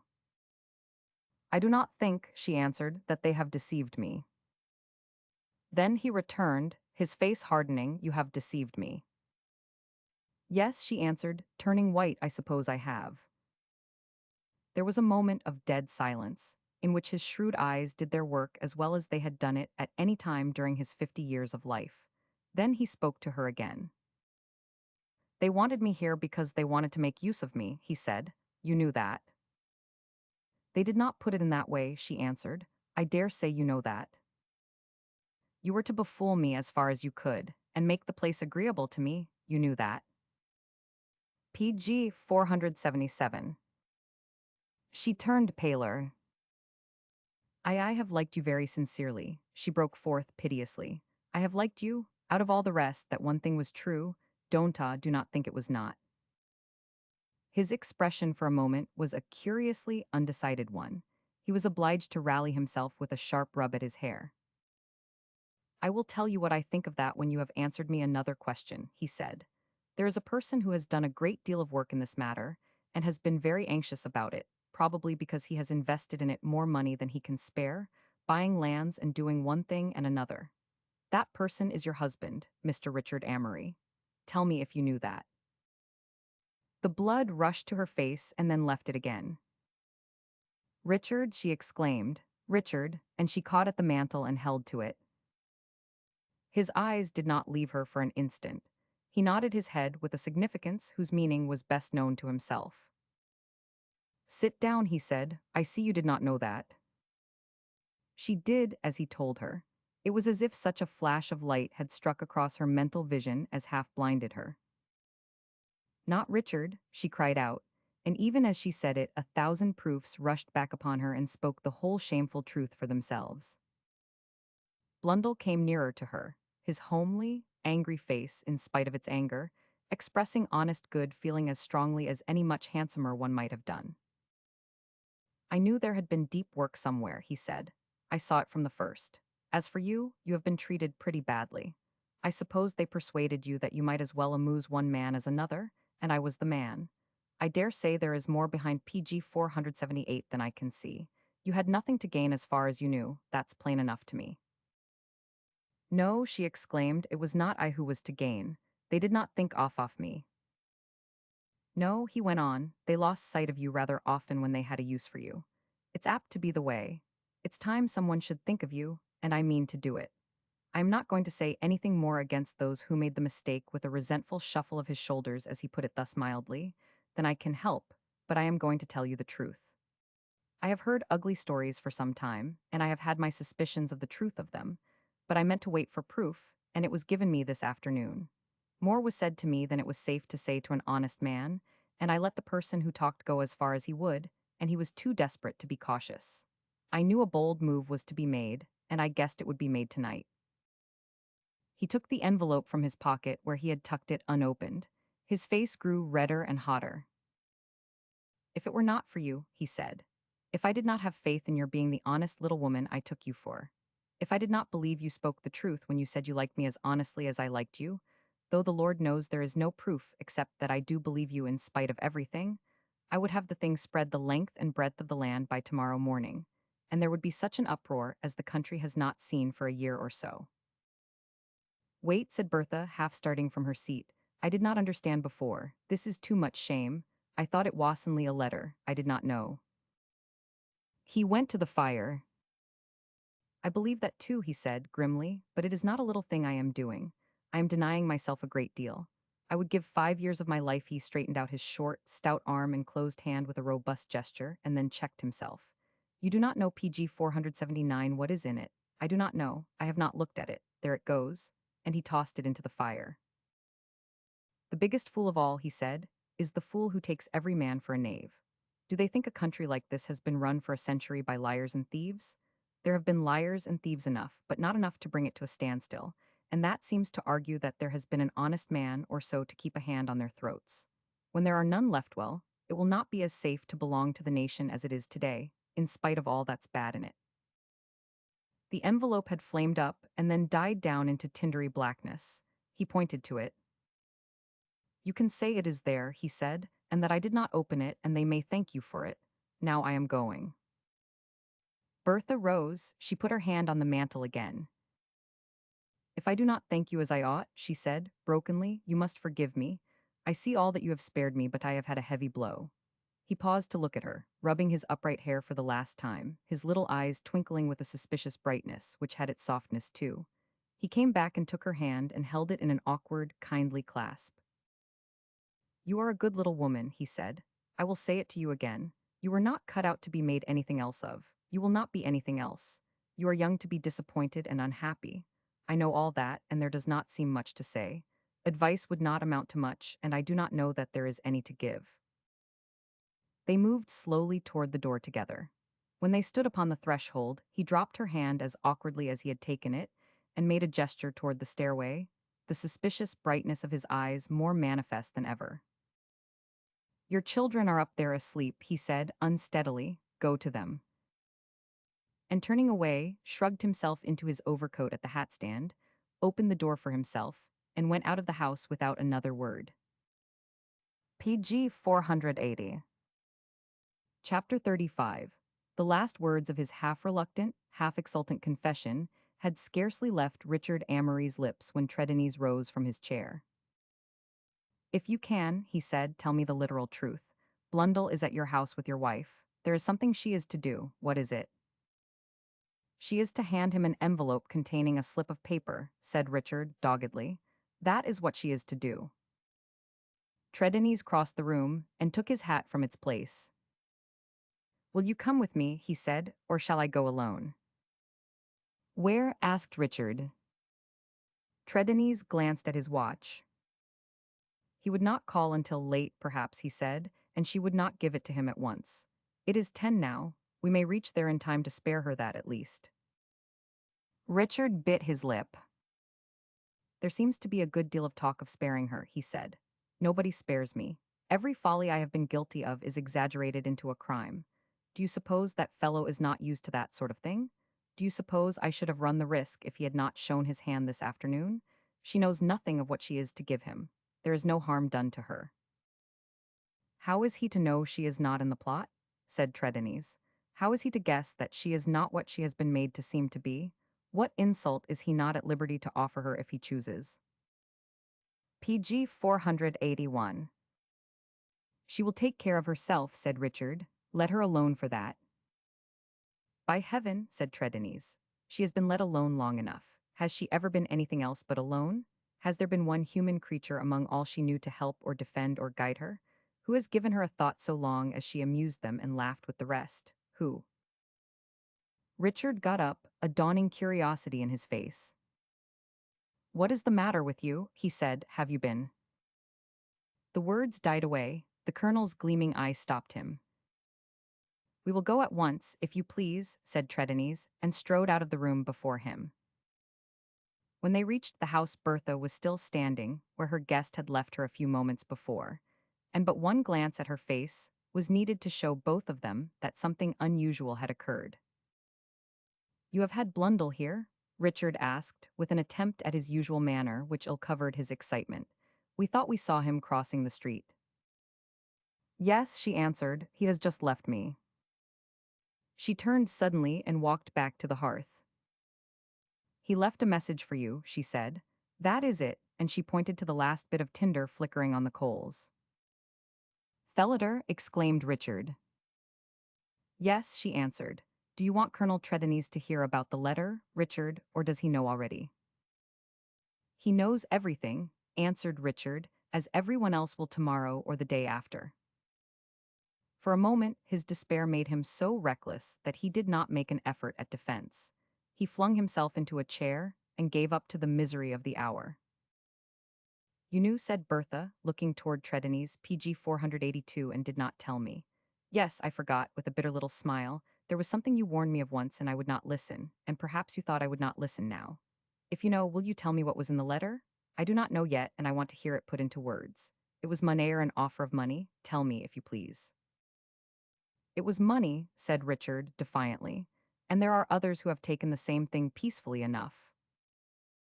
And I was to give it to him because he was a little more difficult, and seemed to be my friend. Do all female lobbyists do such things, Richard, or was I honored with a special service? It is not the first time it has been done, he answered, and it will not be the last. It is the first time I have done it, she returned, and it will be the last. Thirsk is too great. Her voice shook a little, but it was perfectly cold, and, though her eyes were dilated, such fire as might have been in them was quenched by some light to which it would have been hard to give a name. I do not mean the risk to myself, she said to Richard, that I do not count. I meant risk to you. When he burned the letter, he said, tell them I did it for your sake, and that it is safer for them that I did it. What else did he say? Asked Richard desperately. He has evidently changed his mind since this afternoon. He told me you had a reason for your interest in the scheme, which was not the one you gave me. He told me you had invested largely in it and could not afford to lose. Richard started up and turned helplessly toward Trelawney's. He had not expected this just yet at least. I have faltered. The colonel spoke without lifting his eyes from the floor. PG 483. Will you let me explain that? He asked. I think it would be better. There was a moment's silence, in which Bertha looked from one to the other. You, she said. Richard's lids fell. He took a paper knife from the table he leaned against and began to play with it nervously. He had become a haggard, coarsened, weakened copy of himself. His hair hung in damp elf locks over his forehead. His lips were pale and dry. He bit them to moisten them. The money, said Trelawney's, was mine. It was a foolish investment, perhaps, but the money was mine. Yours, said Bertha. You invested in the Westoria lands. She put her hand in its old place on the mantel, and a strange laugh fell from her lips. Then I have been lobbying for you, too, she said. I wish I had been more successful. Richard put his hand up and pushed back the damp, falling locks of hair from his forehead restlessly. I made the investment, he said, and I am the person to blame, as usual, but you would have believed in it yourself. Yes, she answered. I should have believed in it, I dare say. It has been easy to make me believe, but I think I should also have believed in a few other things, in the possibility of there being honor and good faith. She paused an instant and then began again. You told me once that you had never regarded me seriously. I think that has been the difficulty, and perhaps it was my fault. It will not be necessary to use me any more, and I dare say you will let me go away for a while after a week or so. I think it would be better. She left her place to cross the room to the door. On her way there, she paused before Colonel Trelawney's. PG 484. I beg your pardon, she said and went on. At the door she stopped again one moment, fronting them both, her head held erect, her eyes large and bright. When Senator Blundell left me, she said, he told me to go to my children. If you will excuse me, I will go. And she made a stately little bow and left them. PG 485. Chapter 36. The great social event of the following week was to be the ball given yearly for the benefit of a certain popular and fashionable charity. There was no charity so fashionable, and consequently no ball so well attended. Everybody was more or less interested. Everybody of importance appeared at it, showing themselves for a few moments at least. Even Mrs. Merriam, who counted among the privileges earned by a long and unswervingly faithful social career, the one of immunity from all ordinary society duties, found herself drawn into the maelstrom and enrolled on the list of patronesses. You may do all the work, my dear, she said to Mrs. Sylvester, and I will appropriate the credit. But she was not so entirely idle as she professed to be, and indeed spent several mornings briskly driving from place to place in her comfortable carriage, and distinguished herself by exhibiting an executive ability, a promptness and decision in difficulty, which were regarded with secret awe and admiration by her younger and less experienced colleagues. She had been out doing such work on the afternoon of the day before the ball, and returned home at her usual hour, but not in her usual equable frame of mind. This was evident when she entered the room where Mrs. Sylvester sat talking to Colonel Trelawney's, who had called. There were indeed such signs of mental disturbance in her manner that Mrs. Sylvester, rising to greet her, observed them at once. I am afraid you have had an exciting morning, she said, and have done too much work. My dear, was the reply, nothing could be more true than that I have had an exciting morning. PG 486. I am sorry for that, said Agnes. I am sorry for it, said Mrs. Merriam, more sorry than I can say. Then turning to Trelawney's, I am glad to find you here. I have been hearing some most extraordinary stories. Perhaps you can tell me what they mean. Whom do they concern? Asked Agnes. We are entertained by many stories. They will disturb you as much as they have disturbed me, Mrs. Merriam answered. They have disturbed me very much. They concern our little friend, Mrs. Amory. Bertha, exclaimed Agnes. Her tender heart beat quickly. and a faint flush showed itself on her cheek. She looked up at Colonel Trelawney's with quick, questioning eyes. Perhaps she was not as unprepared for the statement as she might have been. She had seen much during the last few weeks which had startled and alarmed her. Mrs. Merriam looked at Trelawney's also. You may be able to guess something of what the rumors form themselves upon, she said. Heaven knows there has been enough foundation for anything in that miserable Westoria land scheme. You have heard something of it this morning, said Trelawney's. I have heard nothing else, was the answer. The Westoria land scheme has come to an untimely end, with a flavor of scandal about it, which may yet terminate in an investigation. The whole city is full of it, and stories of Mrs. Amory and her husband are the entertainment offered you on all sides. I say Mrs. Amory and her husband, because it is Mrs. Amory who is the favorite topic. She has been making the most desperate efforts to influence people. Her parlors have been filled with politicians and lobbyists all the season. The husband was deeply involved in the matter. Bribes have been offered and taken.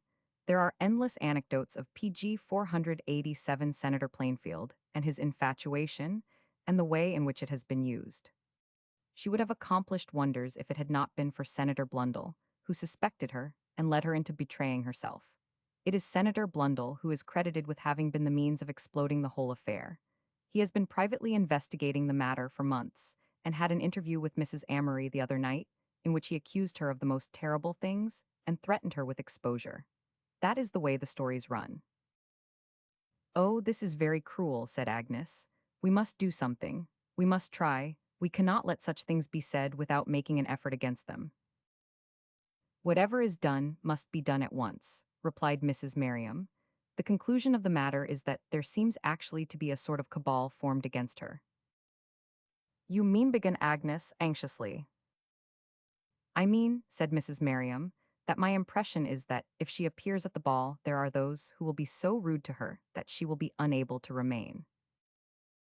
Aunt Mildred, exclaimed Agnes in deep agitation, surely such a thing is impossible. It is not only not impossible, returned Mrs. Merriam, but it is extremely probable. I heard remarks which assured me of that. She must not go, said Agnes. We must manage to keep her at home, Colonel Trelawney's. The remedy must go deeper than that, he answered. The fact that she did not appear would only postpone the end. The slights she avoided one night would be stored up for the future, we may be sure. He endeavored to speak calmly, but it was not easy, and he knew too well that such a change had come upon his face as the two women could not but see. Though he had feared this climax so long, though he had even seen day by day the signs of its approach, it fell upon PG 488 him as a blow at last, and seemed even worse than in his most anxious hour he had thought it might be. She has friends, he said. Her friends have friends. I think there are those besides ourselves who will defend her. They must be strong, remarked Mrs. Merriam. There are some of them, he answered, who are strong. I think I know a lady whose opinion will not go for nothing, who is generous enough to use her influence in the right direction. And that direction, said Mrs. Merriam. If the opposing party finds itself met by a party more powerful than itself, he said, its tone will change. And as for the story of Senator Blundell, I think I can arrange that he will attend to that himself. Mere denial would not go very far, I am afraid, said Mrs. Merriam. He cannot deny it to 2 or 3 score of people. He can deny it to the entire community, he answered, by showing that their intimacy remains unbroken. Ah, cried Agnes, if he would only go to the ball, and let people see him talking to her as he used to. But I am sure he never went to a ball in his life. My dear, said Mrs. Merriam, that is really a very clever idea, if he could be induced to go. He is an honest man, said Trelawney's, flushing, and he is her friend. I believe that sincerely, and I believe he would prove it by going anywhere to serve her. If that is true, said Mrs. Merriam, a great deal will be accomplished, though it is a little difficult to figure to oneself how he would enjoy a ball. I think we shall have the pleasure of seeing, replied the colonel. I myself he paused a moment, and then added, I chanced to have a rather intimate acquaintance with him. He has interested himself in some work of mine lately, and has shown PG 489 himself very friendly to me. It would perhaps be easier for me to speak to him than for any other friend of Mrs. Amory. I think you would do it better than any other friend, Mrs. Merriam said, with a kindly look at him. The truth was that, since his first introduction to Colonel Trelawney's, Blundell had taken care that the acquaintance should not drop.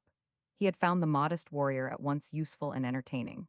He had been able to gather from him information which it was his interest to count among his stores, and, having obtained it, was not ungrateful, and indeed, was led by his appreciation of certain good qualities he recognized in him into something bordering on an attachment for his new friend. "I like that fellow," he used to say energetically. And realizing something of this friendliness, and more of the honor and worth of his acquaintance, the colonel felt that he might hope to reach his heart by telling his story simply and with dignity, leaving the rest to him. As for the lady of whom he had spoken, he had but little doubt that that kind and generous heart might be reached. He had seen evidences of its truth and charity too often to distrust them. It was, of course, the wife of the Secretary of State he was thinking of, that good and graceful gentlewoman, whose just and clear judgment he knew he could rely upon, and whose friendship would grant him any favor. "She is very generous and sympathetic," he said, "and I have heard her speak most kindly of Mrs. Amory. Her action in the matter must have weight, and I have confidence that she will show her feeling in a manner which will make a deep impression. She has always been fond of Professor Herrick." "That is as clever an idea as the other," said Mrs. Merriam. "She has drawn her lines so delicately heretofore that she has an influence even greater than was wielded by most of those who have occupied her PG 490 position. And she is a decided and dignified person, capable of social subtleties." "Oh," exclaimed Mrs. Sylvester, "it seems very hard that it should be Bertha who should need such defense." "It is miserable," said Mrs. Merriam, impatiently. "It is disgraceful when one considers who is the person to blame. It is very delicate of us not to use names, I suppose, but there has been enough delicacy and indelicacy, and I should like to use them as freely as other people do. I think you remember that I have not been very fond of Mr. Richard Amory." When Colonel Trelawney's left them, he turned his steps at once toward the house of the woman who was his friend, and upon whose assistance so much depended. To gain her sympathy seemed the first thing to be done, and one thought repeated itself again and again in his mind: how shall I say it best? But fortune favored him, and helped him to speak as he had not anticipated that it would. The lady sat alone in her favorite chair in her favorite room when he was ushered into her presence, as he had frequently happened to be before somewhere about the same hour. A book lay open upon her lap, but she was not reading it, and, he fancied, had not been doing so for some time. He also fancied that, when she saw him, her greeting glance had a shade of relief in it, and her first words seemed to certify that he was not mistaken. "I am more than usually glad to see you," she said. "I think that if you had not appeared so opportunely, I should have decided in about half an hour that I must send for you." "I am very fortunate to have come," he answered, and he held her kind hand a moment, and there came into his face a look so anxious that, being in the habit of observing him, she saw it. "Are you very well?" she asked gently. "I am PG 491, afraid not. You are rather pale. Sit down by my chair and let me look at you." "Am I pale?" said the colonel. "You are very good to notice it, though I am not 99. I am onlyonly." She looked at him with grave interest. "Have you," she said, "have you heard ill news of some friend? Is that it? I am afraid it is." "Yes," he answered, "that is it, and I am afraid you have heard of it too." "I am afraid I have," she returned. "Such things travel quickly. I have heard something which has distressed me very much. It is something I have heard faint rumors of before, but now it has taken on a definite form. This morning I was out, and this afternoon I have had some callers who were not averse to speaking plainly. I have heard a great many things said which have given me pain, and which embarrass me seriously. That was the reason I was wishing to see you. I felt that you would at least tell me a story without prejudice. There is a great deal of prejudice shown, of course. We need expect nothing else. I am sure Professor Herrick can know nothing of this. Will you tell me what you yourself know?" "That is what I came to do," said the colonel, still paler, perhaps. "There is a great deal to tell, more than the world will ever know. It is only to such as you that it could be told." There was more emotion in his voice and face than he had meant to reveal. Perhaps something in the kind anxiousness of his companion's eyes moved him. He found that he could not sit still and speak as if his interest was only the common one of an outsider, So he rose and stood before her. I cannot even tell you how it is that I know what I do to be true, he said. I have only my word, but I know you will believe me. You may be sure of that, she answered. I am sure of it, he returned, or I should not be PG 492 here, for I have no other proof to offer. I came to make an appeal to you in behalf of a person who has been wronged. In behalf of Mrs. Amory, she said. Yes, he replied, though she does not know I am here and will never know it. It scarcely seems my business, perhaps. She should have others to defend her. But there are no others who, having the interest of relationship, might not be accused of self-interest too. There is a slight tie of kinship between us, but it is only a slight one, and we have not always been very good friends, perhaps, though it must have been my own fault. I think I never pleased her very well, even when I saw her oftenest. She was used to brighter companionship. But her father liked me. We were friends, warm and close. I have felt almost as if I was his son, and have tried to spare him the knowledge of what would have hurt him. During the last few weeks, I think he has had suspicions which have disturbed him, but they have not been suspicions of trouble to his child. I felt sure of that, the lady remarked. She has no suspicions of the true aspect of affairs, he continued, though she has lately gained knowledge of the wrong done her. It has been a great wrong. She has not been spared. Her inexperience made her a child in the hands of those who used her as their tool. She understands now that it is too late and it is very bitter to her. You knew her when she was a girl, his companion said, with her kind eyes on his sad, stern face. Yes, he answered, when she was a girl and happy, and with all of life before her, Ange did not fear it. I knew her too, she replied. She has greatly changed since then. I saw that when I returned here, he said, and he turned his head aside and began to take up and set PG 493 down a trifle on the mantel. At first I did not understand it, he added. Now I do. She has not changed without reason. If she has seemed light, there are women, I suppose, who hide many a pain in that way. She has loved her children and made them happy, I know that. At least in Dan, she has been a kind wife and an innocent woman. It is her friends who must defend her. She needs their defense, said his hearer. I felt that when I was out this morning, and when my callers were with me an hour ago. She held out her hand with sympathetic frankness. I am her friend, she said, and her father's and yours. I think you have some plan. There is something you wish me to do. Tell me what it is. Yes, he answered, there is something I wish you to do. No one else can do it so well. There are people who intend to testify to their belief in the stories they have heard by offering her open slights. It is likely that the attempt will be made tomorrow night at the ball. If you testify to your disbelief and disapproval by giving her your protection, the popular theory will be shaken, and there will be a reaction in her favor. It is not to be denied, she said, that it is only women who can aid her. It is women who say these things, as a rule, and who can unsay them. The actions of men in such matters are of less weight than they should be, though it is true there is one man who might do her a service. You are thinking of Senator Blundell, he said. You have thought of that. We hope that he will come to the ball. If he does and shows himself friendly toward her, she returned, nothing more can be said which could be of much importance. He is the hero of the story, as I dare say you have heard. If he remains her friend, that proves that he did not accuse her of plotting against PG 494 him, and that he has no cause for offense. If the story of the grand scene between them is untrue, the foundation stone is taken away, and, having the countenance of a few people who show their confidence with tact and discretion, she is safe. I will go to the ball, my friend, and I will use what influence I possess to ensure that she is not badly treated. I knew you would be kind to her, Tredenise said, with kindling eyes. I have seen you kind before to those who needed kindness, even to those who did not deserve it, and she does. Yes, yes, I am sure she does, she answered. Poor child, poor child. And she gave him her hand again, and, as he wrung it in his, her eyes were fuller of sympathy than ever.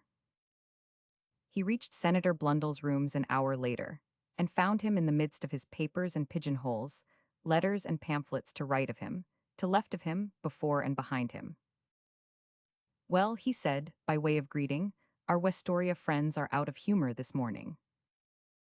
So I have heard, Tredenise answered. And they may well, Bethy may well be, he said, nodding sharply. And there are some fine stories told, of course. I have come to tell you one myself, sir, said Tredennies. What? Cried Blundell, turning on his chair. You have a story. Yes, returned the colonel, not a pleasant one, and as it concerns you I will waste as few words as possible. He wasted no words at all. The story was a brief one, but as forcible as simple words could make it. There was no effort to give it effectiveness. And yet there were touches here and there which appealed to the man who heard it as he had been rarely appealed to before. PG 495, they brought before him things which had found a lodging in corners of his practical political mind, and had haunted him rather pathetically since the night he had shrugged himself into his overcoat and left the slight, desolate-looking figure behind him. He had enjoyed his friendship too much not to regret it now that he felt it was a thing of the past. He had felt the loss more than once of the new element it had introduced into his life, and had cast about in his mind in vain for a place where he could spend a spare hour or so as pleasantly as he had often spent such hours in a bright parlor he knew of. Before Tredennies had half finished his relation, he was moving restlessly in his chair, and uttering occasional gruff ejaculations, and when it came to an end he sprang up, looking not a trifle heated. That's it, is it? He exclaimed. They have been inventing something new about her, have they, and dragged me into it into the bargain? And they are making up plots against her, poor little woman, as if she had not been treated badly enough. A lot of gossips, I will wager. Some of them are good enough, said the colonel. They only mean to signify their disapproval of what they would have the right to condemn if it were a truth instead of a lie. Well, they shall not do it at my expense, that's all, was the answer. It is a lie from beginning to end, and I will do something toward proving it to them. I do not disapprove of her, they shall see that. She's a genuine good little thing. She's a lady. Any fool can see that. She won me over, by George, when everything was against her. And she accused nobody when she might have said some pretty hard true things, and 9 women out of 10 would have raised the very deuce. She's got courage, Andice, and dignity, and a spirit of her own that has helped her to bear many a bitter thing without losing her hold on herself, I would be willing to swear. Look, PG 496 here, he added, turning suddenly and facing Tredennies. How much do you know of her troubles? Something, I know, or you would not be here. Yes, answered the colonel, I know something.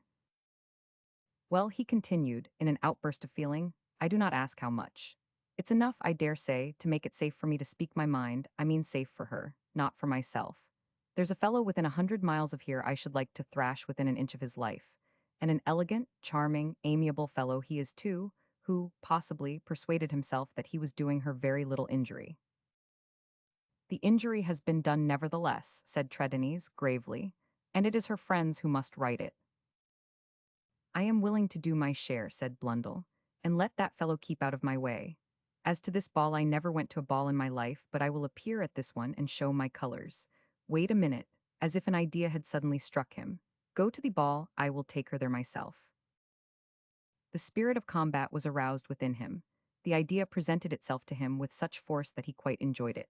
Here, arraigned on one side, were these society scandalmongers and fine ladies.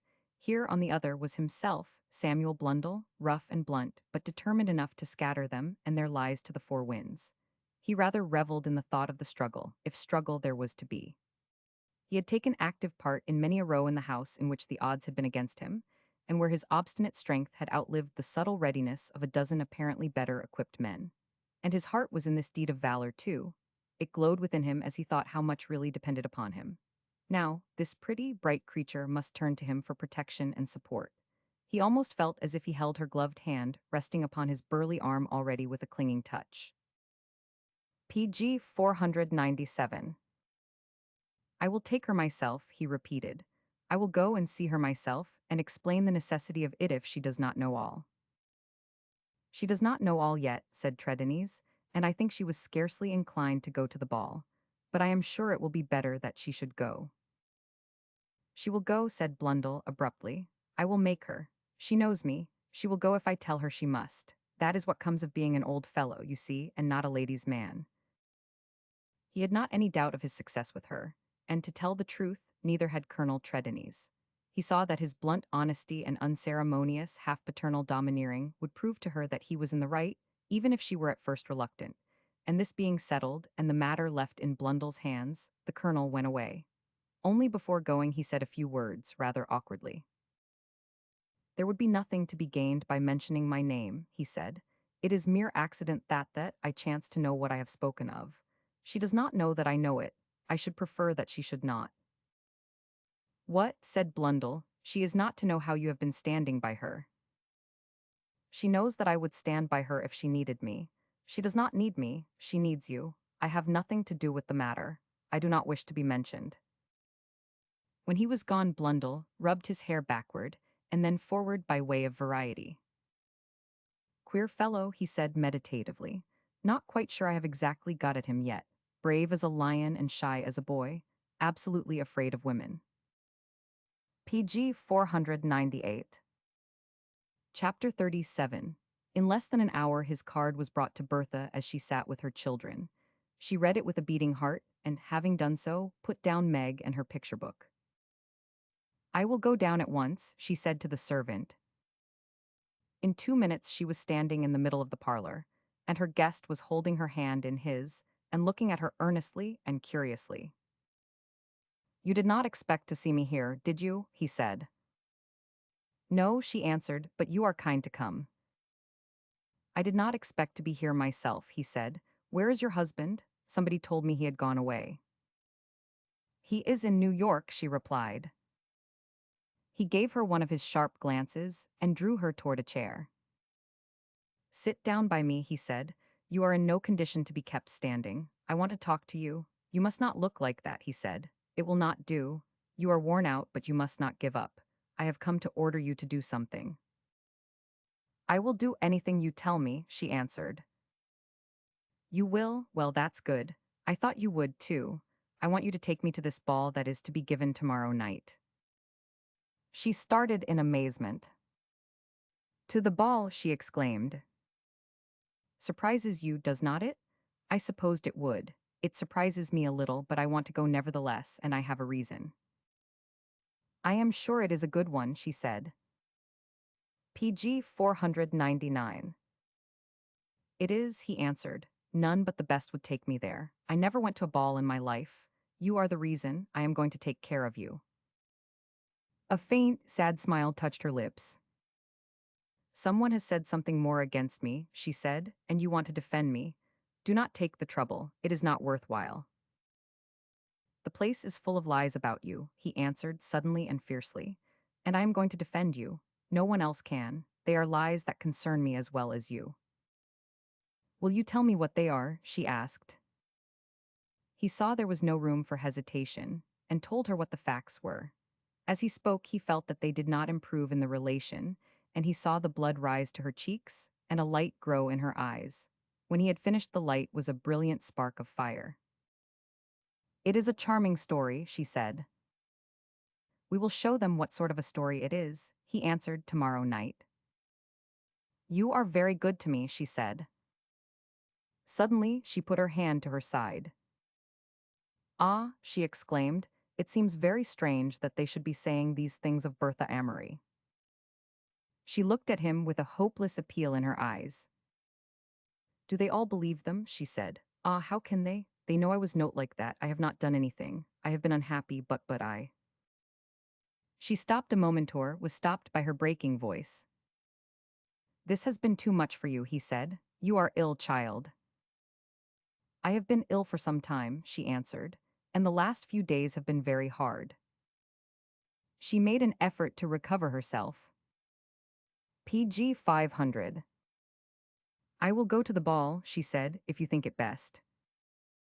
It is best, he replied, and you need not be afraid. I am not afraid, she interposed quickly, and the spark of fire showed itself in her eyes again. I might allow myself to be beaten if it were not for my children, but as it is, you will see that I will not be beaten. I will be well for tomorrow night at least. I will not look like a victim. They will see that I am not afraid. It is they who will be beaten, said Blundell, if anything depends on me. Confound it, I shall like to do it. PG 501. Chapter 38. He went home quite eager for the fray, and his eagerness was not allowed to flag. The favorite story came to his ears again and again. Men met him in the streets and stopped to speak of it. Others dropped into his rooms to hear the truth from himself. When he went to his hotel to dine, talkers standing in groups in the lobbies turned to look at him, and when he had passed them, returned to their conversation with renewed interest. To the first man who referred to the matter, he listened until he had said his say. Then he answered him. "You want to hear the truth about that," he said, "do not you?" "That, of course," was the reply. "And you want to be able to tell the truth about it when you are asked questions?" "Most certainly." "Well, then, the truth is that there is not a word of truth in it from beginning to end. And if you want to tell the truth, say it's a lie, and add that I said so. And I am prepared to say so to every man who wants to interview me. And, what is more, every man who tells another that it is a lie does me a favor that gives him a claim on me." He repeated the same thing in effect each time an opportunity presented itself. And as these opportunities were frequent, and each time he gained something of heat and lost something of temper and patience, he was somewhat tired, and by no means in the best of humors when he sat down to his dinner, in the big, glaring, crowded hotel dining room. Amid the rattle of knives, forks, and crockery, the rushing to and fro of excited waiters, and PG 502, the incoming and outgoing of hungry people. His calmness was not added to by observing that the diners at the tables near him discovered him as with one accord almost as soon as he entered, and cast glances of interest at him between the courses. "Perfectly dreadful scene," they say, he heard one lady remark, with an unconscious candor born of her confidence that the clatter of dishes would drown all sound, went down on her knees to him and wrung her hands, imploring him to have mercy on her. Husband disappeared next day. Quite society people, too. She has been a great deal admired. What further particulars the speaker might have entered into there is no knowing, as she was a communicative person, and plainly enjoyed her subject. But just at this juncture, the lady to whom she was confiding her knowledge of the topics of the hour uttered an uneasy exclamation. "Gracious, Maria," she said, "he has heard you, I am sure he has. He has turned quite redritter than he was, and he is looking at us. Oh, Maria," in accents sepulchral with fright, "he is getting up. He is coming to speak to us, oh, Mari." He was upon them at that very moment. He was accustomed to public speaking, and his experience led him to the point at once. He held his newspaper half folded in his hand, and, as had been said, he was a trifle redder than usual, but his manner was too direct to be entirely devoid of dignity. "I beg your pardon," he said, "but my name is Blundell." The most hopelessly terrified of the ladies found herself saying that he was very kind, and the one who had told the story gasped faintly, but with an evident desire to propitiate that she had heard so. "I take the liberty of mentioning it," he added, "because I have been sitting quite near to you and chanced to overhear what you were saying, and as you are PG 503 evidently laboring under an impression I am interested in correcting, I felt obliged to intrude on you with a view to correcting it. I have been denying that story all day. It is not true. Not a word of it. I never said an unkind word to the lady you mention, and I never had an unkind thought of her. No one has any right to speak ill of her. I am her friend. You will excuse my interrupting you. Here is my card." And he laid the card on the table, made a bow not so remarkable for grace, perhaps, as for perfect respectfulness, and marched back to his table. There were few people in the room who did not turn to look at him as he sat down again, and 9 out of 10 began to indulge in highly colored speculations as to why he had addressed the women and who they were. There had never been a more popular scandal than the Westoria land scheme. The magnitude of it, the element of romance connecting itself with it, the social position of the principal schemers, all endeared it to the public heart.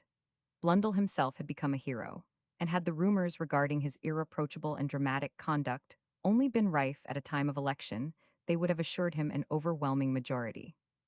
Perhaps as he approached the stranger's table, there had been a fond, flickering hope cherished that these two apparently harmless women were lobbyists themselves, and that their disguise was to be rent from them, and their iniquities to be proclaimed upon the spot. But the brief episode ended with apparent tameness, and the general temperature was much lowered, the two ladies sinking greatly in public opinion, and the interest in Blundell himself flagging a little. There was one person, however, who did not lose interest in him. This was a little, eager, bird-like woman who sat at some distance from him, at a small table, alone. She had seen his every movement since his entrance, and her bright, dark eyes followed him with an almost wistful interest. It was Miss Jessup, and Miss Jessup was full to the brim, and PG 504 pressed down and running over, with anecdotes of the great scandal, and her delicate little frame almost trembled with anxious excitement as she gazed upon him and thought of what might be done in an interview.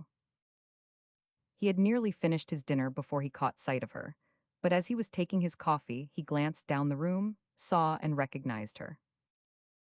The very woman, he exclaimed under his breath. Why did not I think of that before? And in 5 minutes Miss Jessup's heart was thrilled within her, for he had approached her, greeted her, and taken the seat she offered him. I have come, he said, to ask a favor of you. Of me, said Miss Jessup. That does not sound exactly natural. I have generally asked favors of you. I have just been looking at you and making up my mind to ask one. Wanted to interview me, he asked, did not you? She nodded her head, and her bright eyes brightened. Well, sturdily, I want you to interview me. Go ahead and do it. You want to be interviewed, she exclaimed, positively radiant with innocent joy. No, really. I am here for that purpose, he answered. She left her seat instantly. Come into the parlor, she said. It is quiet there at this time. We can sit where we shall not be disturbed at all. They went into the parlor and found at the far end of it the quiet corner they needed, and 2 chairs. Miss Jessup took one and Blundell the other, which enabled him to present his broad back to all who entered. Almost before he was seated, Miss Jessup had produced her neat notebook and a pencil. Now, she said, I am ready for anything, but I must say I do not see how I am favoring you. You are going to favor me by saving me the trouble PG 505 of contradicting a certain story every half-hour, he said. Ah, ejaculated Miss Jessup, her countenance falling a little, it is not true. Not a word of it. Humane little creature as she glanced down at her notebook, Miss Jessup felt that someone had been a trifle defrauded. And there was no scene. No. And you did not threaten to expose her. No. And you wish me to tell people that? Yes, as pointedly as possible, in as few words as possible, and without mentioning names if possible. Oh, it would not be necessary to mention names. Everybody would understand the slightest reference. Well, when you have done that, said Blundell, you have granted me my favor. And you want it to be brief, said Miss Jessup. See here, said Blundell, you are a woman. I want you to speak the truth for another woman as plainly, and as delicately as a woman can. A man would say too much or too little, that is why I come to you. She touched her book with her pencil, and evidently warmed at once. I always liked her, she said, with genuine good feeling, and I could not help hoping that the story was not true after all. As it was public property, it was my business to find out all about it if I could, but I could not help being sorry. I believe I can say the right thing, and I will do my best. At any rate, it will be altogether different from the other versions. There will not be any other versions if I can prevent it, returned Blundell. I shall have some interviews with newspaper men tonight, which will accomplish that end, I hope. PG 506. Ah, exclaimed Miss Jessup, then mine will be the only statement. I hope so, he answered. It will be if I have any influence. Oh, then, she said, you have done me a favor after all. It will not balance the favor you will have done me, he replied, if you do your best in this matter. You see, I know what your best is, and I depend on it. Well, she said, it is very kind of you to say so, and I will try to prove myself worth depending on, and she scribbled a little in her notebook. I do not mind telling you that the reason that is strongest in my mind is quite an unprofessional one. It is the one you spoke of just now. It is because I am a woman too. Then she is safe, he returned. Nothing could make her safer, and I am grateful to you beforehand, and I hope you will let me say so. And they shook hands and parted the best of friends, notwithstanding that the interview had dwindled down into proportions quite likely to be regarded by the public as entirely insignificant. PG 507. Chapter 39. It had certainly been expected by the public that the morning papers would contain some interesting reading matter, and in some respects these expectations were realized. The ignominious failure of the Westoria land scheme was discussed with freedom and vigor, light being cast upon it from all sides, but upon the subject which had promised most there was a marked silence. Only in one paper there appeared a paragraph scarcely more written, with much clearness, and with a combined reserve and directness which could not fail to carry weight. It was very well done, and said so much in little, and with such unmistakable faith in its own statements, and such suggestions of a foundation for that faith, that it was something of a shock to those who had delighted in the most elaborate ornamentation of the original story. In effect, it was a denial not only of the ornamentation, but of the story itself, and left the liberal commentator not a fact to stand upon, so that he became temporarily the prey of discouragement and spiritual gloom, which was not a little added to by the events of the day. There was, however, no sense of discouragement in the mind of Senator Blundell as he attired himself for the fray when night arrived. His mood was a fine combination of aggressiveness, generous kindliness, hot temper, and chivalric good feeling. He thought all day of the prospect before him, and in the afternoon went to the length of calling at a florist's and ordering a bouquet to be sent to Mrs. Amory, choosing it himself and feeling some pride in the good taste of his selection. He was so eager, indeed, that the day seemed quite long PG 508 to him, and he dressed so early after dinner that he had 2 or 3 hours to wait before his carriage arrived. But it did arrive at last, and he went down to it, drawing on with some difficulty an exceedingly tight pair of gloves, the obduracy of whose objections to being buttoned gave him something to combat with, and suited his frame of mind to a nicety. He was not called upon to wait very long after his entrance into the parlor. A few moments after his arrival, Bertha came down. She was superbly dressed in white. She carried his roses and violets, and there burned upon her cheeks a color at once so delicate and brilliant that he was surprised by it. He had, indeed, rather expected to see her paler. "Upon my soul," he said, "you do not look much frightened." "I am not frightened at all," she answered. "That is a good thing," he returned. "We shall get on all the better for it. I never saw you with a brighter color." She touched her cheek with her gloved finger. "It is not rouge," she said. "I have been thinking of other parties I have attended and of how these ladies will look at me tonight, of what they possibly said of me yesterday, and it has been good for me." It was not so good for them, however, he suggested, regarding her with new interest. Her spirit pleased him. He liked it that she was not ready to allow herself to be beaten down, that she held her head erect and confronted her enemies with resolute eyes. He had a suspicion that there were women enough who would have been timorous and pathetic. "I could not hurt them," she replied. "It would matter very little what I thought or said of them. It is only they who can harm me." "They shall none of them harm you," he said, stoutly. "PG 509, I will see to that, but I am glad you are looking your best." But she could not help seeing that he was a trifle anxious about her. His concern manifested itself in occasional touches of half-paternal kindliness, which were not lost upon her. He assisted her to put on her wrap, asked her if it was warm enough, ordered her to draw it closely about her, and tucked her under his arm as he led her out to the carriage with an air of determined protection, not to be mistaken. Perhaps his own views as to what form of oppression and opposition they were to encounter were rather vague. He was sufficiently accustomed to the opposition of men, but not to that of women. But, whatever aspect it assumed upon this occasion, he was valiantly determined not to be moved by it. "I cannot dance with you," he said. "That's true, I wish I could, but I will see that you have plenty of partners." "I do not think the difficulty will be in the partners," Bertha replied, with a faint smile. "The men will not be unkind to me, you will see." "They will not believe it, eh?" said Blundell. Her eyes met his, and the faint smile had a touch of bitterness. "Some of them will not believe it," she answered, "and some will not care."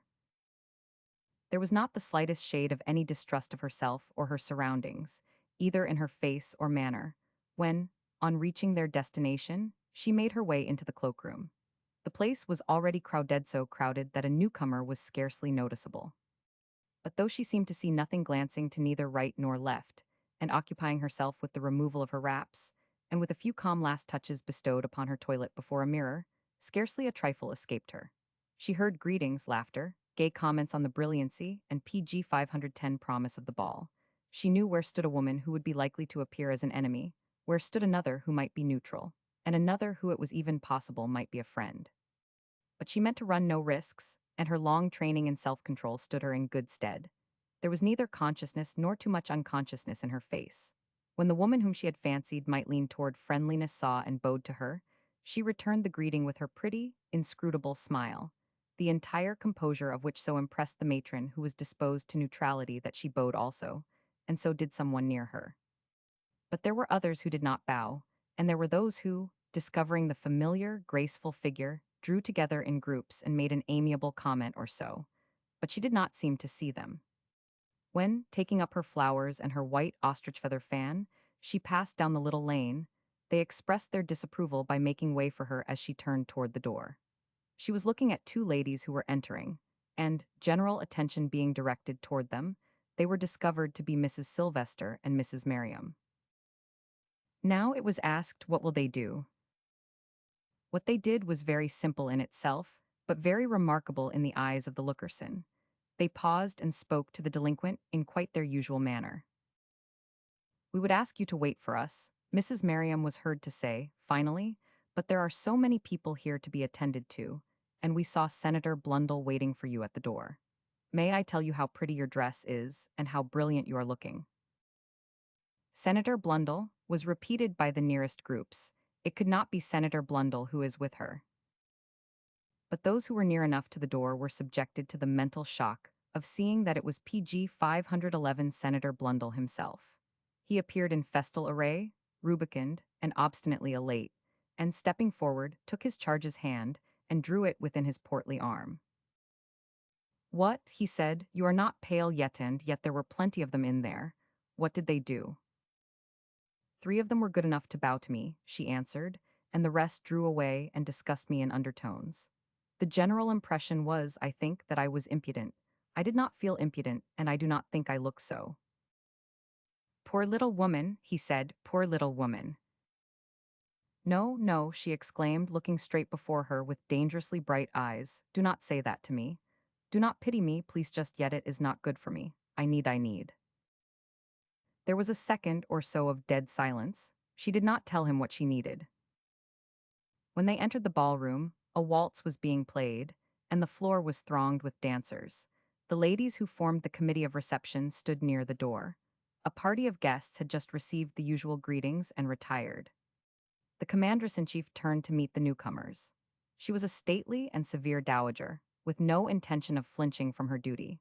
But her sudden recognition of the approaching senatorial figure was productive of a bewilderment almost too great for her experience to cope with.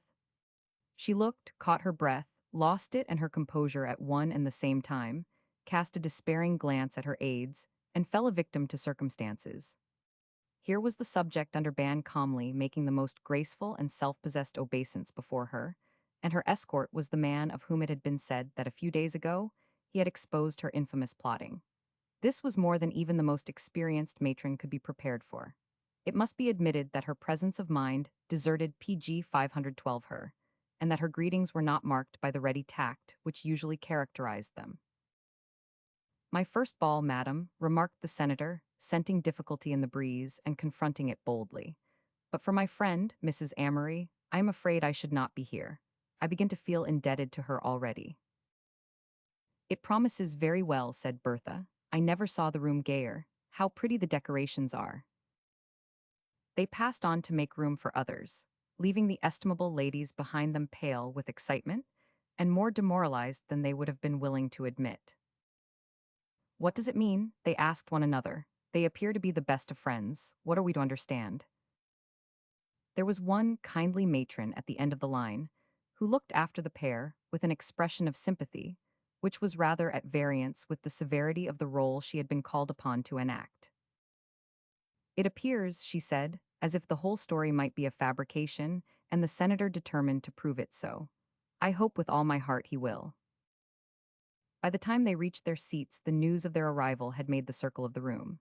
Bertha herself, while she had listened with a smile to her escort's remarks, had seen amazement and recognition flash out upon a score of faces, but she had preserved her smile intact and still wore it when she took her chair.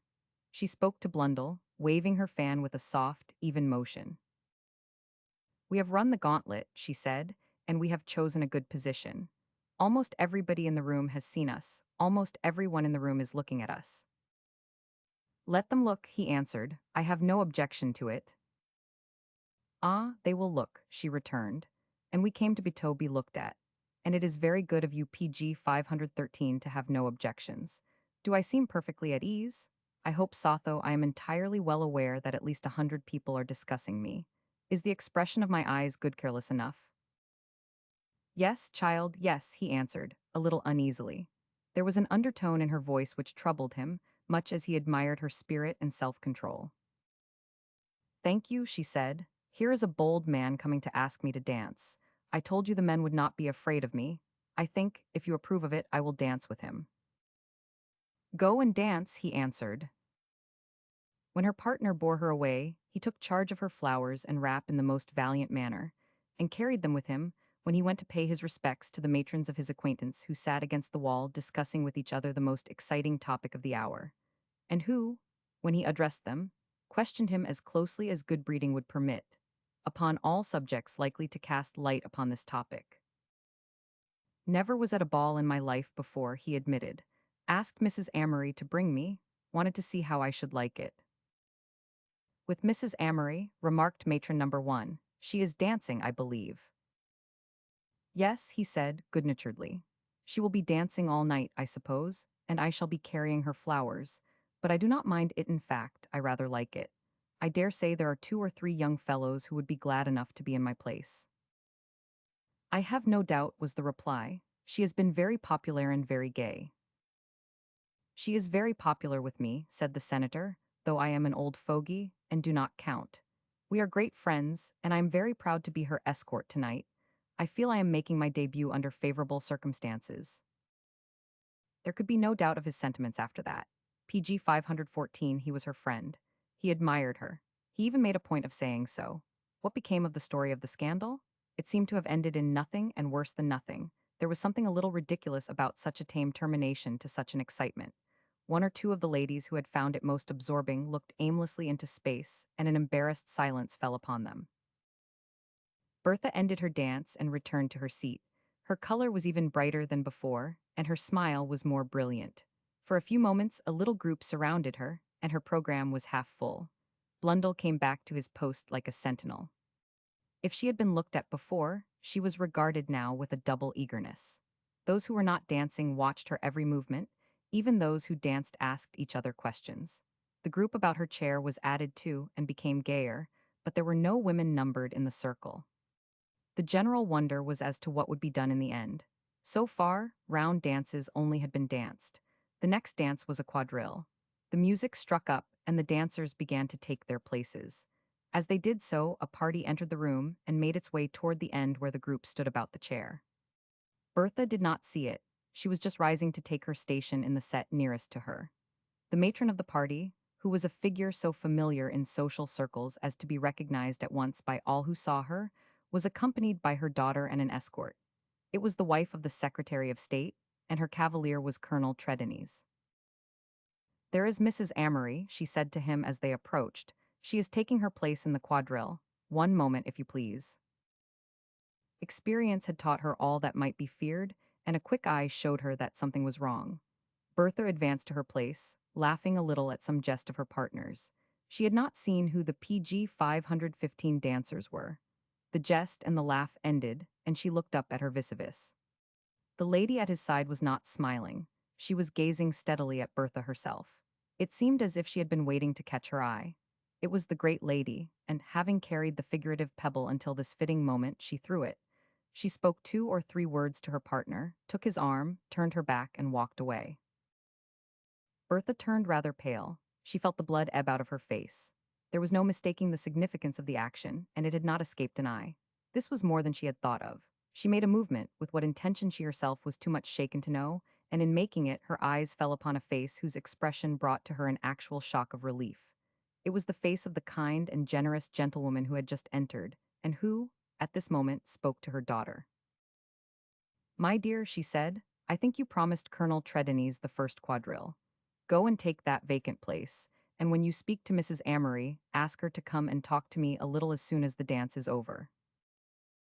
There was a tone of gentle decision in her voice, and a light in her eye which were not lost upon the bystanders. She gave Bertha a bow and smile and sat down. The most fastidious woman in Washington, the woman who drew her lines so delicately that she had even been called almost too rigorous. The woman whose well-known good taste and good feeling had given her a power mere social position was powerless to bestow had taken the subject of the hour's scandal under her protection and plainly believed nothing to her discredit. In 5 minutes the whole room was aware of it. She had greeted Mrs. Amory cordially, she had openly checkmated an antagonist, she had sent her own daughter to fill the place left vacant in the dance. PG 516. She would not have done that if she had not had the best of reasons, it was said. And Senator Blundell would scarcely be here if the story had been true. He has told several of his friends that he is here to prove that it is not true. He denied it again and again yesterday. It was denied in one of the morning papers, and they say he kept it out of the rest because he was determined she should not be more publicly discussed. She is not one of the women who have been in the habit of giving rise to discussion. She is a pretty, feminine-looking little creature. Poor girl, it must have been bitter enough for her. Rather fine of old Blundell to stand by her in this way. He would not do it if there was not something rather fine in her. He is not a ladies' man, old Sam Blundell. Look at him, how he looms up behind his bouquet. The tide of public opinion had taken a turn. Before the dance had ended 2 or 3 practical matrons, who were intimately known to Colonel Trelawney's friendly supporter, had made their way to her and asked her opinion and intentions frankly, and had received information calculated to set every doubt at rest. It is scarcely necessary for me to speak of my opinion of the matter, the lady said, when we have the evidence of Senator Blundell's presence here with Mrs. Amory tonight. I should feel myself unpardonably in the wrong if I did not take the most open measures in the defense of the daughter of my old friend, who has been treated most unjustly, and I cannot help hoping that she will have other defenders than myself. Several of the matrons so addressed were seated within speaking range when Bertha came to her friend at the close of the dance, and she recognized at once on PG 517, approaching them, that she need fear them no longer. But she could not say much in response to their greetings. She answered them briefly, bowed slightly, and sat down in the chair near the woman who had protected her. She could even say but little to her. The color had died out of her face at last. The strain she had borne so long had reached its highest tension tonight, and the shock of the moment, received through an envious woman's trivial spite, slight as it might have been in itself, represented too much to her. As he had passed her in the dance and touched her hand, Trelawney's had felt it as cold as ice, and the look of her quiet, white face had been almost more than he could bear to see. Bertha, he had said to her once, for God's sake, take courage. But she had not answered him. A few months ago she would have given him a light, flippant reply, if her very soul had been wrung within her, but now she was past that. As she sat, afterwards, by the wife of the Secretary of State, her hand shook as she held her fan. You were very kind to me just now, she said, in a low voice. I cannot express my thanks as I wish. My dear, was the reply, do not speak of it. I came to take care of you. I think you will have no more trouble, but I am afraid this has been too much for you. You are shivering a little. I am cold, Bertha answered. I feel as if something strange had happened to me. It was not so before. I seem to have lost courage. But you must not lose courage yet, she said, with a manner at once soft and firm. A great many people are looking at you. They will be very curious to know how you feel. It is best that you should not let them see. She spoke rather rapidly, but in a low voice. No one near could hear. She was smiling, as if the subject PG 518 of the conversation was the least important in the world. Listen to me, she said, in the same manner, and try to look as if we were speaking of ordinary topics. I dare say you feel as if you would prefer to go away, but I think you must remain. Everybody here must understand that you have friends who entirely disbelieve all that has been said against you, and also that they wish to make their confidence in you public. I should advise you to appear to enjoy yourself moderately well. I think I wish you to dance several times again. I think there will be no difficulty in arranging the next square dance. When the presidential party arrives, the president will, I have no doubt, be pleased to talk to you a little. It would be Republican to say that it is absurd to consider that such a thing can be of consequence, but there are people with whom it will have weight. As soon as possible, I shall send you down to the Superum with Senator Blundell. A glass of wine will do you good. Here is Senator Blundell now. Do you think you can talk to him in your usual manner?" "I will try," said Bertha, "and if I do not, I think he will understand." He did understand. The little incident had been no more lost upon him than upon others. He was glowing with repressed wrath and sympathy and the desire to do something which should express his feeling. He saw at once the change which had come upon her, and realized to the full all that it denoted. When he bore her off to the Superum, he fairly bristled with defiance of the lookerson who made way for them. "Confound the woman," he said, "if it had only been a man." He found her the most desirable corner in the Superum, and devoted himself to her service with an assiduity which touched her to the heart. "You have lost your color," he said. "That will not do, we must bring it back." PG 519. "I am afraid it will not come back," she answered. And it did not, even though the tide had turned, and that it had done so became more manifest every moment. They were joined shortly by Colonel Trelawney's and his party, and by Mrs. Merriam and hers. It was plain that Mrs. Amory was to be alone no more. People who had been unconscious of her existence in the ballroom suddenly recognized it as she sat surrounded by her friends. The revulsion of feeling which had taken place in her favor expressed itself in 100 trifles. But her color was gone, and returned no more, though she bore herself with outward calmness. It was Colonel Trelawney's who was her first partner when they returned to the ballroom. He had taken a seat near her at the supportable and spoken a few words to her. "Will you give me a place on your card, Bertha?" he had said, and she had handed it to him in silence. He was not fond of dancing, and they had rarely danced together, but he wished to be near her until she had had time to recover herself. Better he than another man who might not understand so well, he knew how to be silent at least. So they went through their dance together, exchanging but few words, and interested spectators looked on, and one or two remarked to each other that, upon the whole, it appeared that Mrs. Amory was rather well supported, and that there had evidently been a mistake somewhere. And then the colonel took her back to her seat, and there were new partners, and between the dances one matron after another found the way to her, and, influenced by the general revulsion of feeling, exhibited a cordiality and interest in marked contrast with the general bearing at the outset of the evening. Perhaps there were those who were rather glad to be relieved of the responsibility laid upon them.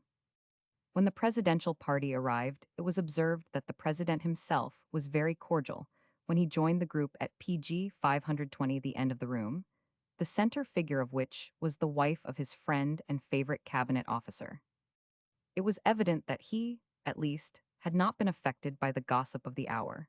His greeting of Mrs. Amory was marked in its kindness, and before he went away, it was whispered about that he also had felt an interest in the matter when it had reached his ears, and was not sorry to have an opportunity of indirectly expressing his opinion. The great lady took her departure in bitterness of spirit. The dances went on, Bertha went through one after another, and between her waltzes held her small court, and was glanced at askance no more. Any slight opposition which might have remained would have been overpowered by the mere force of changed circumstances. Before the evening was at an end, it had become plain that the attempt to repress and overwhelm little Mrs. Amory had been a complete failure, and had left her better defended than it had found her. "But she has lost something," Senator Blundell said to himself as he watched her dancing. "Confound it, I can see itch is not what she was 3 months ago. She is not what she was when she came into the room." Trelawney's also recognized the change which had come upon her, and before long knew also that she had seen his recognition of it, and that she made no effort to conceal it from him. He felt that he could almost have better borne to see her old, careless gaiety, which he had been wont to resent in secret bitterness of heart. Once, when they chanced to stand alone together for a moment, she spoke to him quickly. "Is it late?" she asked. "We seem to have been here so long, I have danced so much. Will it not soon be time to go home?" "Do you want to go home?" he asked. "Yes," she answered, almost breathlessly. "The music seems so loud it bewilders me a little. How PG 521 gay it is, how the people dance. The sound and motion make me blind and dizzy. Philip." The tone in which she uttered his name was so low and tense that he was startled by it. "What is it?" he asked. "If there are many more dances, I am afraid I cannot go through them. I think I am breaking down, and I must not, I must not. Tell me what to do." He made a movement so that he stood directly before her and shielded her from the observation of those near them. He realized the danger of the moment. "Look up at me," he said. "Try to fix your eyes on me steadily. This feeling will pass away directly. You will go soon and you must not break down. Do not let yourself be afraid that you will." She obeyed him like a child, trying to look at him steadily. "Tell me one more dance will be enough," she said, "and say you will dance it with me if you can." "I will," he answered, "and you need not speak a word." When the senator found himself alone in the carriage with her, his sense of the triumph achieved found its expression in words. "Well," he said, "I think we have put an end to that story." "Yes," Bertha answered, "they will not say anything more about me. You have saved me from that." She leaned forward and looked out of the window. Carriages blocked the street and were driving up and driving away. Policemen were opening and shutting doors and calling names loudly. A few street Arabs stood on the pavement and looked with envious eyes at the bright dresses and luxurious wraps of the party passing under the awning. The glare of gaslight fell upon a pretty face upturned to its companions, and a PG 522 girl's laugh rang out on the night air. Bertha turned away. She looked at Senator Blundell. Her own face had no color. "I think," she said, "I think I have been to my last ball." "No," he answered, "that's nonsense. You will dance at many a one." "I think," she said, "I think this is the last." Senator Blundell did not accompany her into the house when they reached it. He left her at the door, almost wringing her small, cold hand in his stout, warm one. "Come," he said, "you are tired now, and no wonder, but tomorrow you will be better. You want sleep and you must have it. Go in, child, and go to bed. Good night. God bless you. You will better tomorrow." She went through the hall slowly, intending to go to her room, but when she reached the parlor she saw that it was lighted. She had given orders that the servants should not sit up for her, and the house was silent with the stillness of sleep. She turned at the parlor door and looked in. A fire still burned in the grate, her own chair was drawn up before it, and in the chair sat a figure, the sight of which caused her to start forward with an exclamation. A tall, slender old figure, his gray head bowed upon his hand. "Papa," she cried, "can it be you, Papa? What has happened?" He rose rather slowly and looked at her. It was evident that he had been plunged in deep thought. His eyes were heavy, and he looked aged and worn. He put out his hand, took hers, and drew her to him. "My dear," he said, "my dear child." She stood quite still for a moment, looking up at him. "You have come to tell me something," she said at length in a low, almost monotonous voice. "And it is something about Richard. It is something wretched." PG 523. A slight flush mounted to his cheek, a flush of shame. "Yes," he answered, "it is something wretched." She began to shake like a leaf, but it was not from fear. "Then do not be afraid," she said. "There is no need. Richard has not spared me." It was the first time through all she had borne and hidden, through all the years holding, for her, suffering and bitterness and disenchantment which had blighted all her youth. It was the first time she had permitted her husband's name to escape her lips when she could not compel herself to utter it gently. And that, at last, he himself had forced such speech from her, was the bitterest indignity of all. And if she felt this, the professor felt it keenly, too. He had marked her silence and self-control at many a time when he had felt that the fire that burned in her must make her speak. But she had never spoken, and the dignity of her reserve had touched him often. "What is it that Richard has done now, Papa?" she said. He put a tremulous hand into his pocket and drew forth a letter. "Richard," he said, "Richard has gone abroad." She had felt that she was to receive some blow, but she had scarcely been prepared for this. She repeated his words in bewilderment. "Richard has gone abroad." The professor put his hand on her shoulder. "Sit down, my dear," he said. "You must sit down." There was a chair near her. It stood by the table on which the professor had been wont to take his cup of tea. She turned and sat down in this chair, and resting her elbows on the table, dropped her forehead upon her hands. The professor drew near to her side. His gentle, refined old face flushed and paled alternately. His PG 524 hands were tremulous. He spoke in a low, agitated voice. My dear, he said, I find it very hard to tell you all I have discovered. It is very bitter to stand here upon your husband's hearth and tell Yaomi child and his wife that the shadow of dishonor and disgrace rests upon him. He has not been truthful, we have been deceived. She did not utter a word. For some time I have been anxious, he went on, but I blame myself that I was not anxious sooner. I am not a businessman. I have not been practical in my methods of dealing with him. The fault was in a great measure mine. His nature was not a strong one. It was almost impossible for him to resist temptation. I knew that and should have remembered it.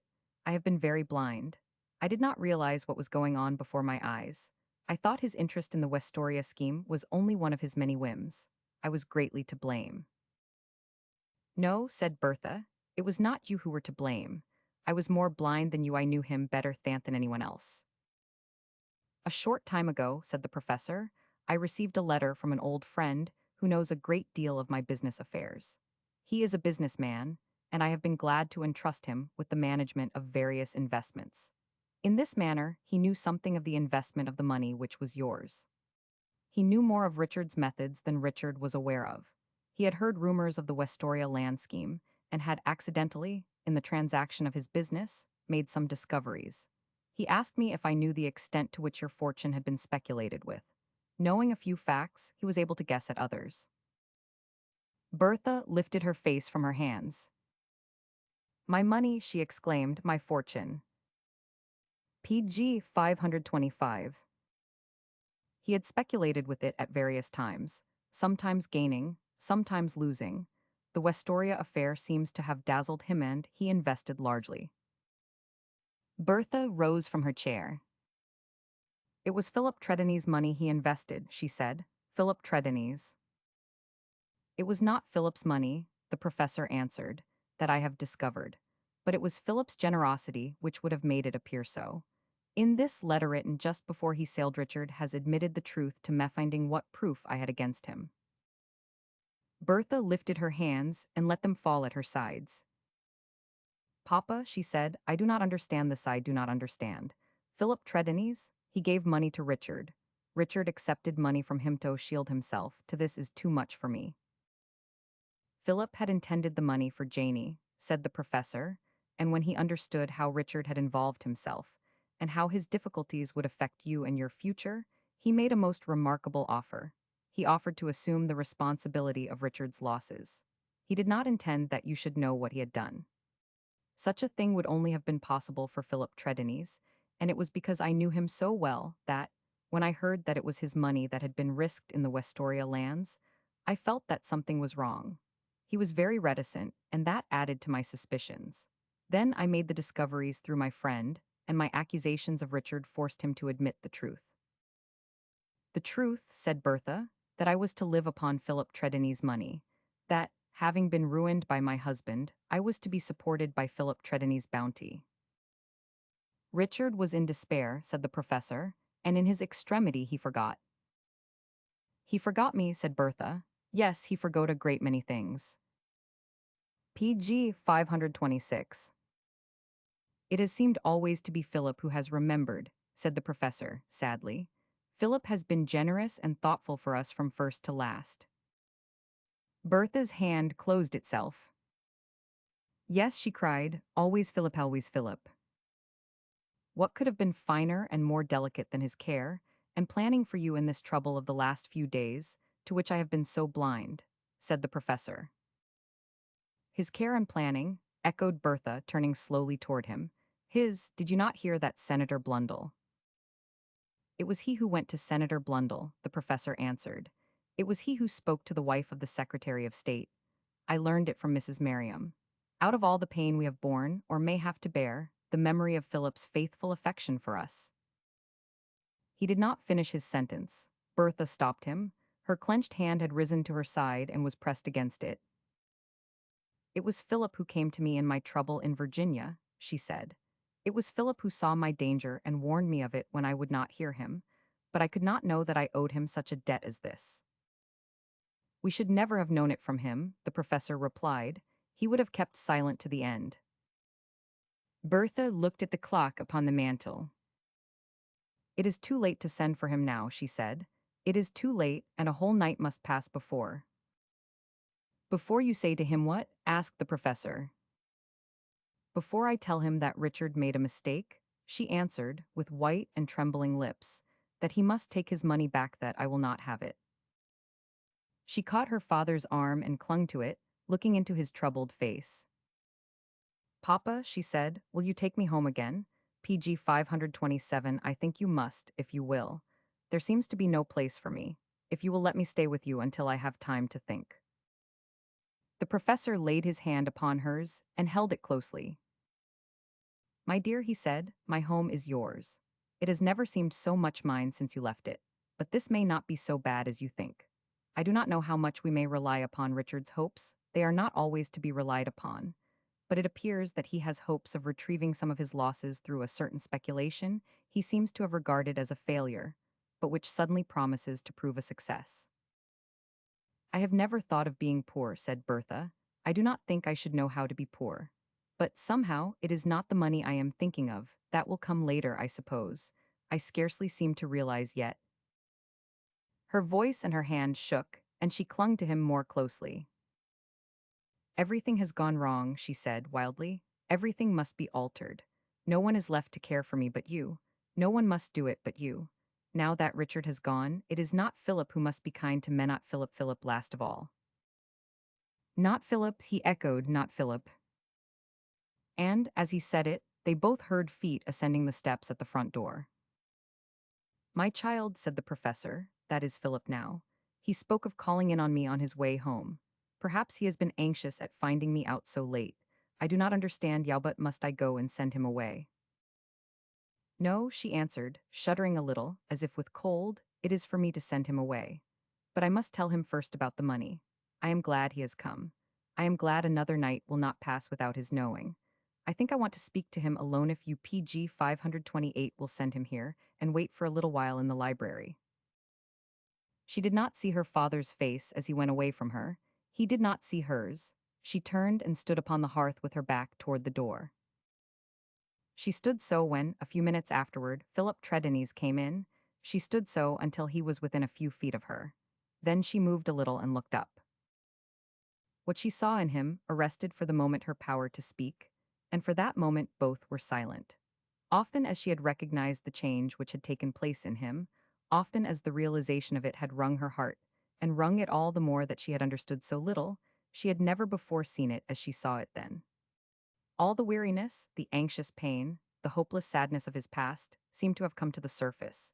He could endure no more. He had borne the strain too long, and he knew too well that the end had come.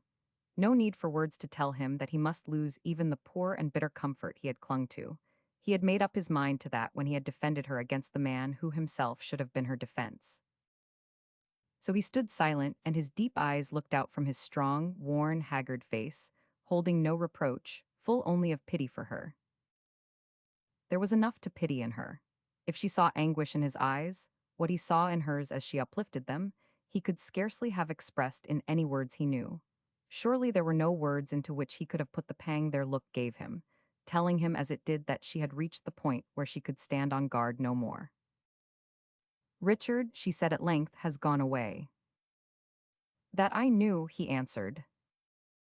When, she asked. I had a letter from him this morning, he said. PG 529. You did not wish to tell me, she returned. I thought, he began, that perhaps and stopped. You thought that he would write to me too, she said, headed not. He did not speak, and she went on. When I returned tonight, she said, Papa was waiting for me. He had received a letter, too, and it told him something he suspected before, something I had not suspected, something I could not know. Her voice broke, and when she began again, there was a ring of desperate appeal to it. When I was a girl, she said, when you knew me long ago, what was there of good in me that you should have remembered it through all that you have known of me since then? There must have been something good, or touching something more than the goodness in yourself that made you pitiful of me, and generous to me, and anxious for my sake. Tell me what it was. It was, he said, and his own voice was low and broken too, and his deep and sad eyes wore a look she had never seen before, the look that, in the eyes of a woman, would have spoken of welling tears. It was yourself. Myself, she cried. Oh, if it was myself, and there were goodness and truth, and what was worth remembering in me, why did it not save me from what I have been and from what I am today? I do not think I meant to live my life so badly then. I was only careless and happy in a girlish way. I had so much faith and hope, and believed so much in all good things, and yet my life has all been wrong, and I seem to believe no more, and everything is lost to me. And since the days when I looked forward, there is a gulf that I can never, never pass again. She came nearer to him, and a sob broke from her. What am I to say to you, she said, now that I know all that you have done for me, while Iwal Ipk 530, why should you have cared to protect me? I was not kind to you, I was not careful of your feelings. No, he answered, yeah, we're not. I used to think that you despised me, she went on once I told you so. I even tried to give you the reason. I showed my worst self to you. I was unjust and bitter. I hurt you many a time.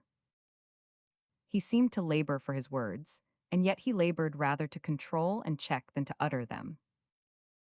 I am going away, he said. When I made the arrangement with Richard, of which you know, I meant to go away. I gathered from what your father said that you mean to render useless my poor effort to be of use to you. I cannot, she began, but she could go no farther.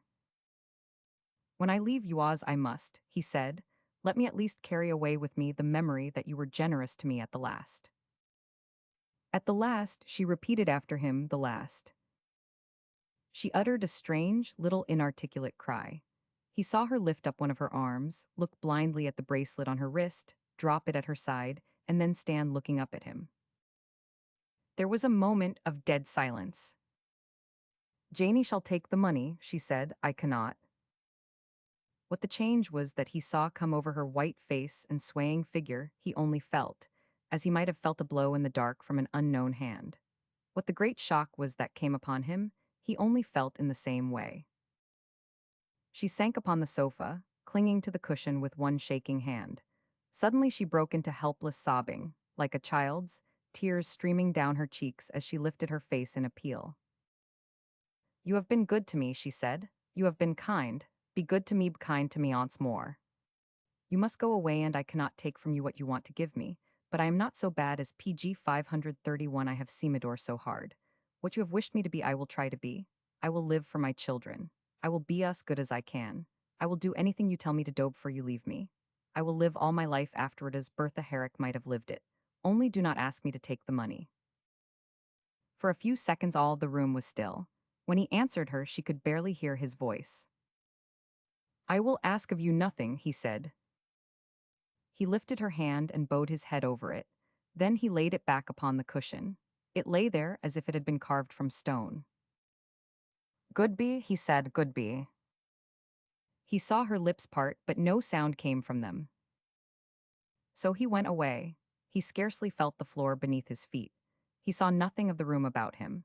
It seemed as if there was an endless journey between himself and the door through which he was to pass. The extremity of his mortal agony was like drunkenness. When he was gone, she fell with a shudder and lay still with her cheek against the crimson cushion. The professor was sitting at her bedside when she opened her eyes again. Her first recognition was of his figure, sitting, the head bowed upon the hand, as she had seen it when she came first into the house.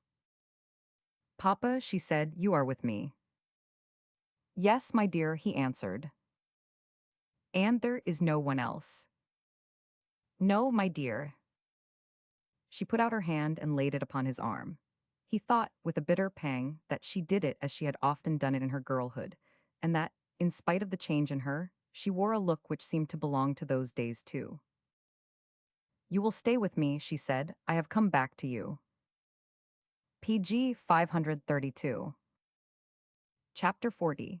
Miss Jessup was very eloquent in the paragraph which she devoted to the announcement of the departure of Colonel Tredennies, the well-known hero of the plains, whose fine, bronzed face and soldierly figure have become so familiar to us during the past 3 seasons. She could scarcely express the regret felt by the many friends he had made, on losing him, and indeed there ran throughout the flowers of speech a suggestion of kindly, admiring sympathy and womanly good feeling which quite went to the colonel's heart, and made him wonder at his own good fortune when he read the paragraph in question. He was far away from Washington when the paper reached him. He had become tired of life at the capital, it was said, and had been glad to exchange with a man who found its gaieties better suited to him. It is true, he said to himself when he heard of this report, that they were not suited to me, nor I to them.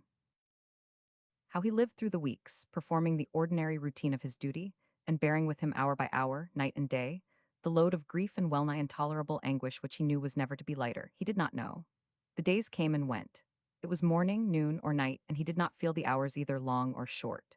There were nights when, his work being done, he returned to his quarters and staggered to his seat, falling upon it blind and sick with the heavy horror of the day.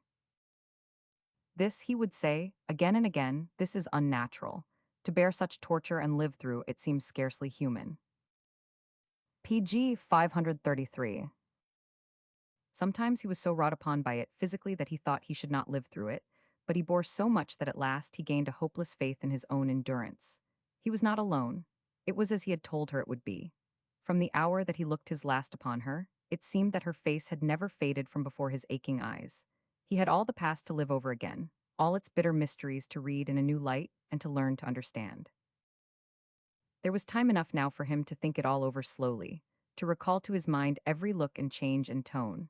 Her caprices, her coldness, the wounds she had given him, he bore them all again, and each time he came back with a pang more terrible to that last memento, that last look, to her last, broken words. "Oh God," he cried, "does she bear this too?" He knew nothing of her save what he gained at rare intervals from Miss Jessup's society column, which he read deliberately from beginning to end as each paper reached him. The friends of Mrs. Amory, Miss Jessup's first statement announced, would regret to learn that the health of that charming young wife and mother was so far from being what was to be desired, that it necessitated a temporary absence from those social circles of which she was so bright and graceful an ornament. For a while her name was missing from the lists of those who appeared at the various entertainments, and then he began occasionally to see it again, and found a little sad comfort in the thought that she must be stronger. His kind, brown face changed greatly in these days. It grew lean and haggard and hopeless, and here and there a gray thread showed itself in his close, soldier-cropped hair. He planned out heavy work for himself, and kept close in his quarters, and those of his friends who had known him before his stay in Washington began to ask each other what had so broken Philip Tredenny's. The first time that Mrs. Amory appeared in society, PG 534 after her indisposition, was at the house of her friend, Mrs. Sylvester. During her temporary seclusion, she had seen Mrs. Sylvester frequently. There had been few days when Agnes had not spent some hours with her. When she had been denied to everyone else, Agnes was admitted. "It is only fatigue this," Bertha had said, "but other people tire me so. You never tire me." She was not confined to her bed. She had changed her room, taking possession of the pretty pink and blue chamber, and lay upon the sofa through the days, sometimes looking at the fire, often with her eyes closed. The two conversed but little. Frequently there was silence between them for some time, but Agnes knew that she was doing as Bertha wished when she came and sat with her. At the end of a week, Mrs. Sylvester came in one morning and found Bertha dressed and sitting in a chair. "I am going downstairs," she said. "Do you think you are strong enough?" Agnes asked. She did not look so. "I must begin to try to do something," was the indirect reply. "One must always begin. I want to lie still and not speak or move, but I must not do that. I will go downstairs, and I think I should like to see Lawrence." As she went down the staircase she moved very slowly, and Agnes saw that she clung to the balustrade for support. When she reached the parlor door she paused for a moment, then crossed the threshold a little hurriedly, and went to the sofa and sat down. She was tremulous, and tears had risen to her eyes from very weakness. "I thought I was stronger," she said. But she said nothing more until, a few moments later, she began to speak of Tom and Kitty, in whom she had been much interested. It had been at her suggestion that, after divers fruitless efforts, the struggle to obtain Tom a PG 535 place had been abandoned, and finally there had been procured for him a position, likely to prove permanent, in a house of business, where principles might be of value. Tom's lungs were still a trifle delicate, but he was rapturously happy in the small home, to purchase which Mrs. Sylvester had advanced the means, and his simple bliss was greatly added to by the advent of Kitty's baby. So they talked of Tom and Kitty and the baby, and of Arbuthnot and his friendship for them, and the oddities of it, and his way of making his efforts and kindness seem more than half a jest. No one can be kinder than Lawrence, Bertha said. No one could be a truer friend. I think so now, Agnes answered quietly. He is not so light, after all, said Bertha. Perhaps few of us are quite as light as we seem. I did him injustice at first, Agnes replied. I understand him better now. If he should go away, you would miss him a little, said Bertha. He is a person one misses when he is absent. Does he? Agnes began. I have not heard him speak of going away. There is just a likelihood of it, Bertha returned. Papa has been making an effort for him with the Secretary of State. He might be sent abroad. I have not heard him refer to the possibility, said Agnes. Her manner was still quiet, but she had made a slight involuntary movement, which closed the book she held. I do not think Papa has spoken to him for some time, Bertha replied. And when he first referred to his plan, Lawrence thought it out of the question, and did not appear to regard it seriously. For a few moments Mrs. Sylvester did not speak. Then she said, Certainly, it would be much better for him than to remain here.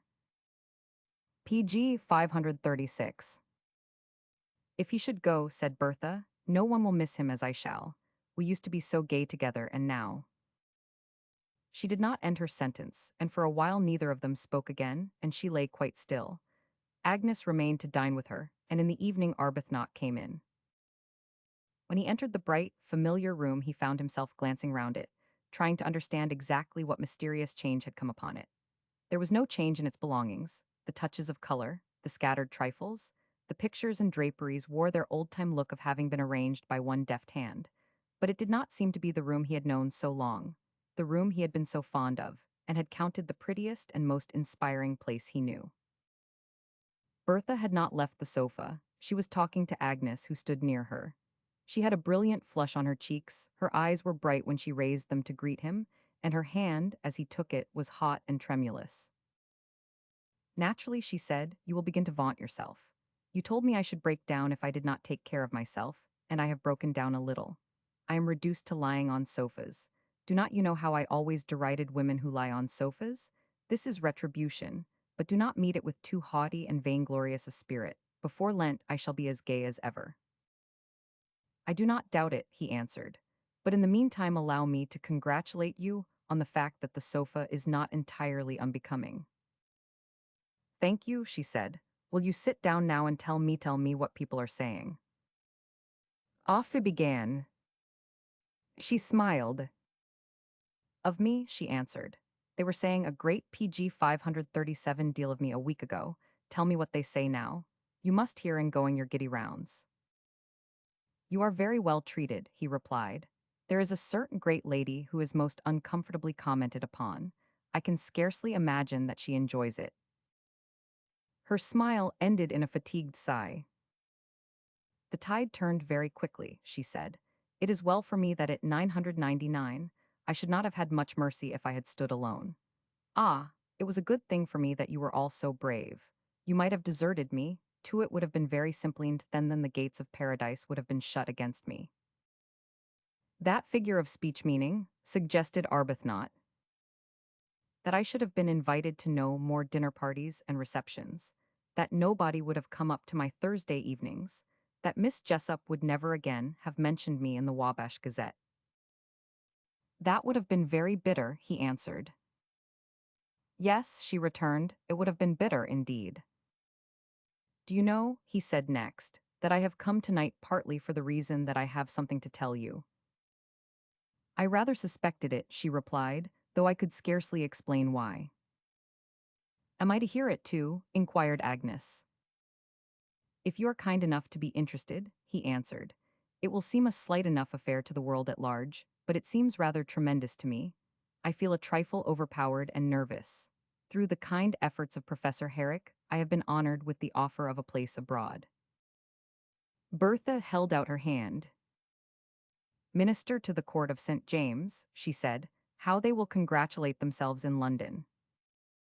PG 538. They would, he replied, if an ill-adjusted and singularly unappreciative government had not particularized a modest corner of Germany as standing in greater need of my special abilities. But he took her offered hand. When he glanced at Mrs. Silvestretruth, to say he had taken some precautions against seeing her at all, as he made his announcement found her bestowing upon him one of the calmest of her soft, reflective looks. I used to like some of those quiet places in Germany, she said, but you will find it a change from Washington. I think, he answered, that I should like a change from Washington, and as soon as he had spoken, he detected the touch of acrid feeling in his words. I should fancy myself, she said, her soft look entirely undisturbed, that it might be agreeable after one had been here some time. He had always admired beyond expression that touch of half-forgetful, pensive calmness in her voice and eyes, but he did not enjoy it just now. It is a matter of temperament, I suppose, was his thought, but after all we have been friends. Neither could it be said that he enjoyed the pretty and picturesque stories of German life, she told afterward. They were told so well that they brought very near the life he might expect to lead, and he was not exactly in the mood to care to stand face to face with it. But he controlled himself sufficiently to make an excellent audience, and never had been outwardly in better spirits than he was after the stories were told. He was cool and vivacious. He told a story or two himself. He was in good voice when he went to the piano and sang. They were all laughing when Agnes left the room to put on her wraps to return home. When she was gone, the laugh died down with odd suddenness. Larry, said Bertha, do you really want to go? PG 539. No, he answered, turning sharply, I do not want to go. I loathe and abhor the thought of it. You want, she said, to stay here. Yes, I do, was his reply, and that decides me. To go? She asked, watching his pale, disturbed face. Yes, to go. There is nothing to stay here for. I need the change. I have been here long and not too long. Yes, she returned, I think you have been here too long. You had better go away if you think there is nothing to stay for. When a man has nothing to offer, broke off and flushed up hotly. If I had a shadow of a right to a reason for staying, he exclaimed, do you suppose I should not hold on to it and fight for it, and demand what belonged to me? There might be a struggle, there would be, but no other man should have one jot or tittle that persistence and effort might win in time for me. A man who gives up is a fool. I have nothing to give up. I have not even the right to surrender. I had not the right to enter the field and take my wounds like a man. It is pleasant to reflect that it is my own fault. I trifled with my life, now I want it and I cannot get it back. Ah, she said, that is an old story. And then Agnes returned, and he took her home. On their way there, they talked principally of Tom and Kitty. They will miss you greatly, Agnes said.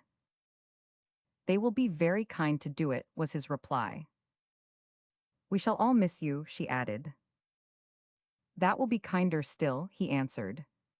Might I be permitted to quote the ancient anecdote of the colored warrior, who, on running away in battle, was reproached and told that a single life counted as nothing on such great occasions, and that if he had fallen he would not have been missed, his reply to this heroic statement, PG 540 of the case being, that he should have been likely to miss himself. I shall miss myself, and already a gentle melancholy begins to steal over me. I am not the gleesome creature I was before good luck befell me. But despite this lightness of tone, their walk was not a very cheerful one. Indeed, after this speech they were rather quiet, and they parted with few words at the door, Arbuthnot declining to go into the house. When Agnes entered alone, Mrs. Merriam looked up from her novel in some surprise. I thought I heard Mr. Arbuthnot, she said. He left me at the door, Mrs. Sylvester answered. What? Said Mrs. Merriam, without coming to say good night to me. I wanted to tell him what a dissipated evening I have been spending with my new book. He has been telling us good news, said Agnes, standing before the fire and loosening her furs. He has been offered a consulship. Mrs. Merriam closed her book and laid it on the table. Will he accept it? She asked. He could scarcely refuse it, Agnes replied. It is a decided advance. He likes the life abroad, and it might even lead to something better in the future. At least one rather fancies such things are an opening. It is true, reflected Mrs. Merriam, that he seems to have no particular ties to hold him in one place rather than another. None, said Agnes. I do not know whether that is his fortune or his misfortune. His fortune, said Mrs. Merriam. He is of the nature to know how to value them. Perhaps, after all, he may form them if he goes abroad. It is not too late. Perhaps so, said Agnes. That would be another reason why it would be better for him to go. Still, remarked Mrs. Merriam, for my own part, I do not call it good news that he is going. PG 541. I meant, said Agnes, good news for him. It is bad news for us, Mrs. Merriam replied. He will leave a gap. I have grown inconveniently fond of him myself. But Agnes made no response, and soon afterward went to her room in silence. She was rather silent the next day when she made her visit to Bertha. Mrs. Merriam observed that she was rather silent at home, but having seen her retire within herself before, she was too just to assign a definite reason for her quiet mood. Still she watched her with great interest, which had a fashion of deepening when Lawrence Arbuthnot appeared upon the scene. But there was no change in her manner toward Arbuthnot. She was glad to see him. She was interested in his plans. Her gentle pleasure in his society seemed neither greater nor less than usual. Her gentle regret at his approaching absence from their circle said absolutely nothing. In the gaieties of the closing season, they saw even more of each other than usual. It will be generous of you to allow me a few additional privileges, Arbuthnot said. An extra dance or so, for instance, on occasion. A few more calls that I am entitled to. Will you kindly, if you please, regard me in the light of a condemned criminal and be lenient with me in my last moments? She did not refuse to be lenient with him.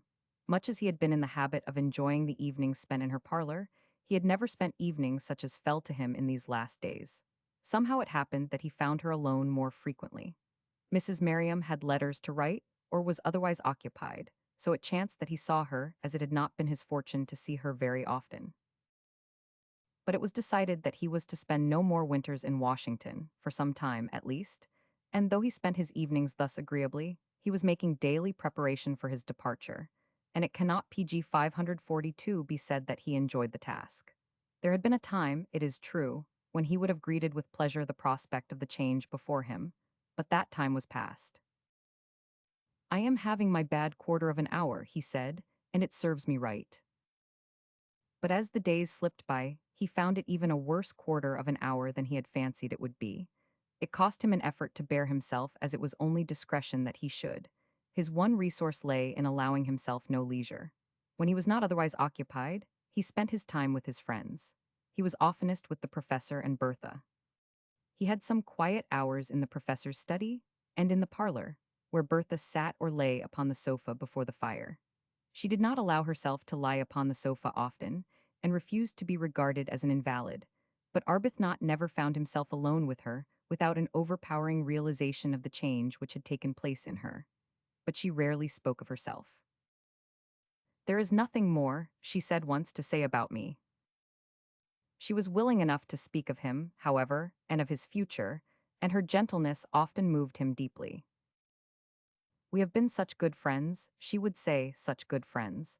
It is not often that a man is as true a friend to a woman as you have been to me. I wish you might be happy. It is too late, he would reply, but I shall not waste time in complaining. I will even try not to waste it in regretting.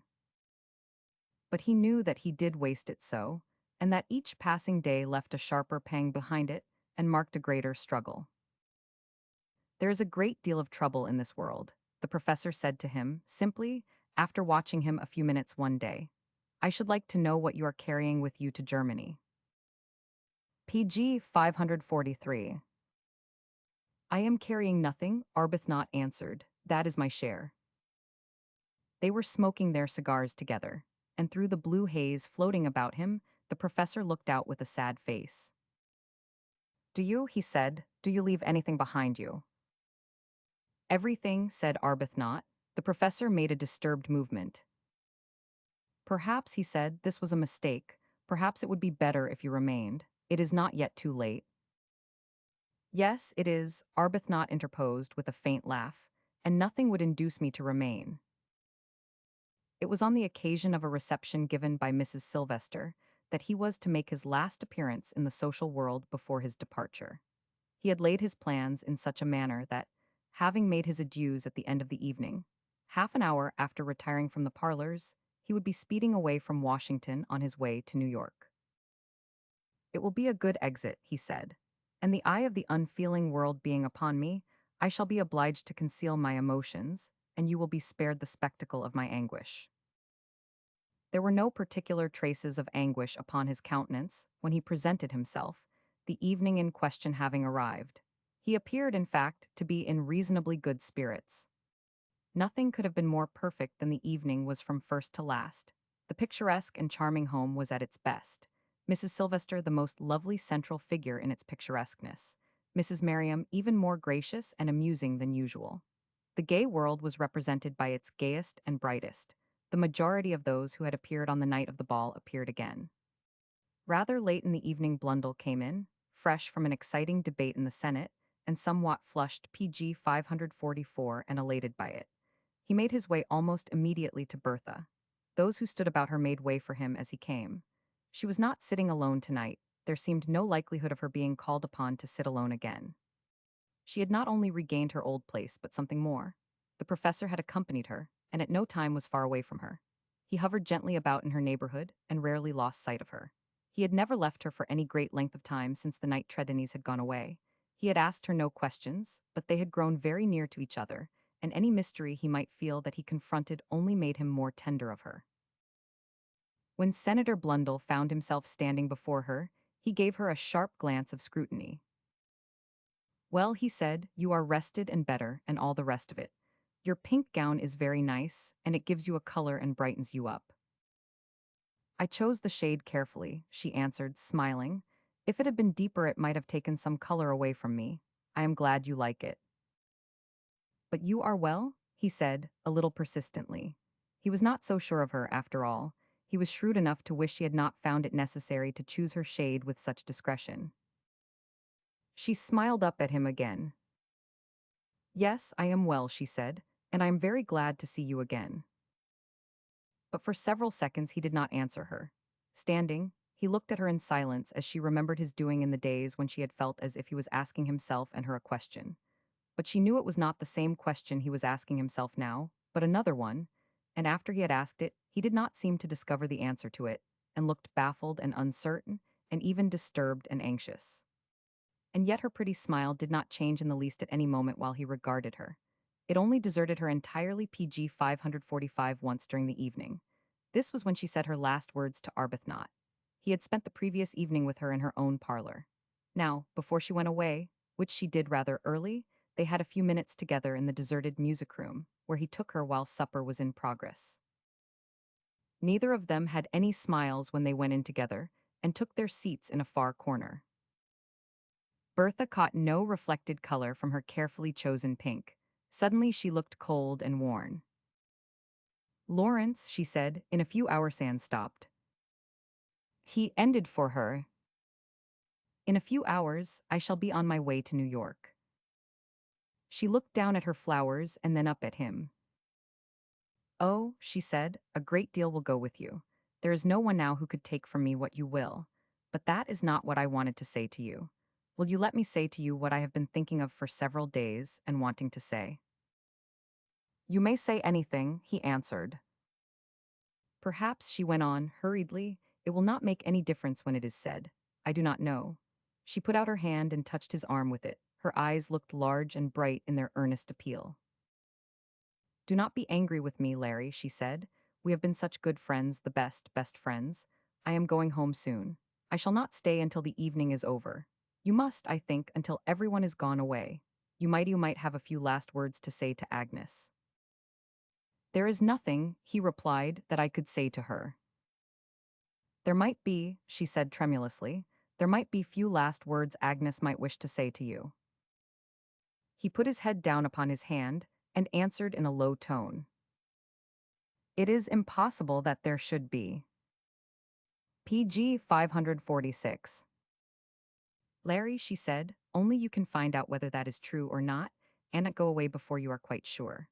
Oh, do you remember what I told you once? There is only one thing in all the world when all the rest are tried and done with. So many miss it, and then everything is wrong. Do not be too proud, Larry. Do not reason too much. If people are true to each other and content, what does the rest matter?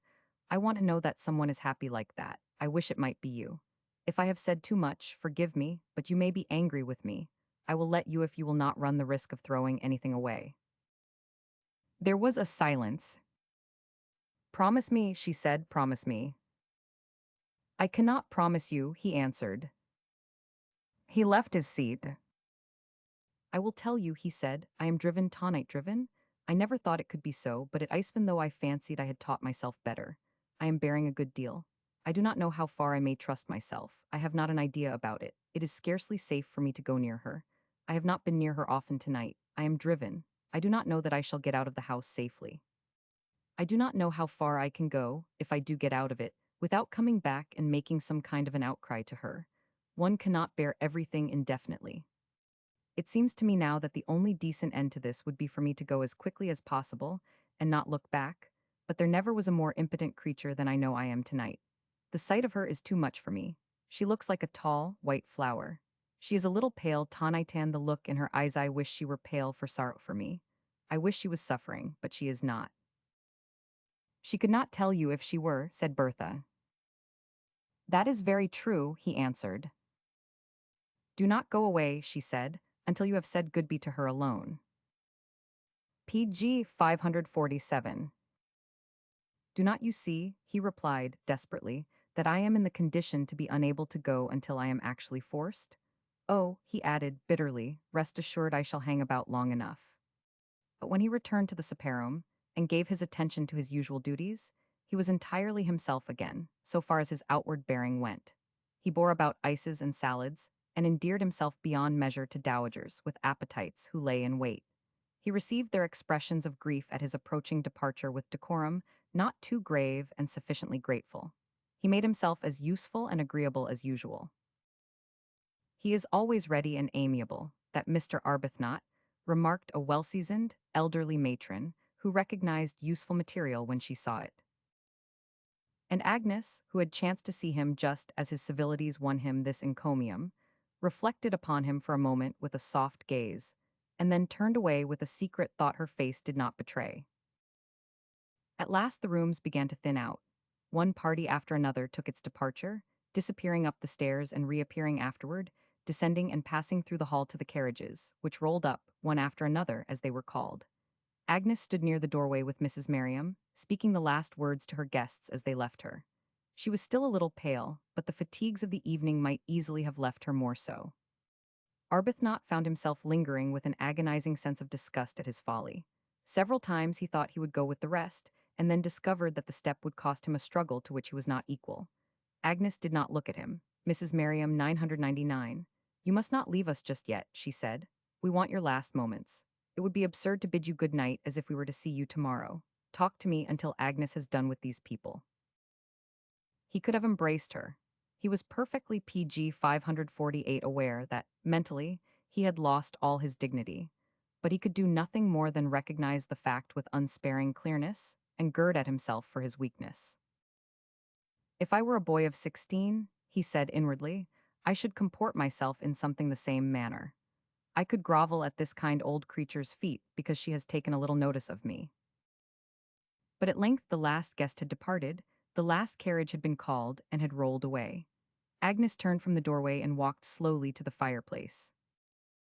How empty the rooms look, she said. You should have a glass of wine, Mrs. Merriam suggested.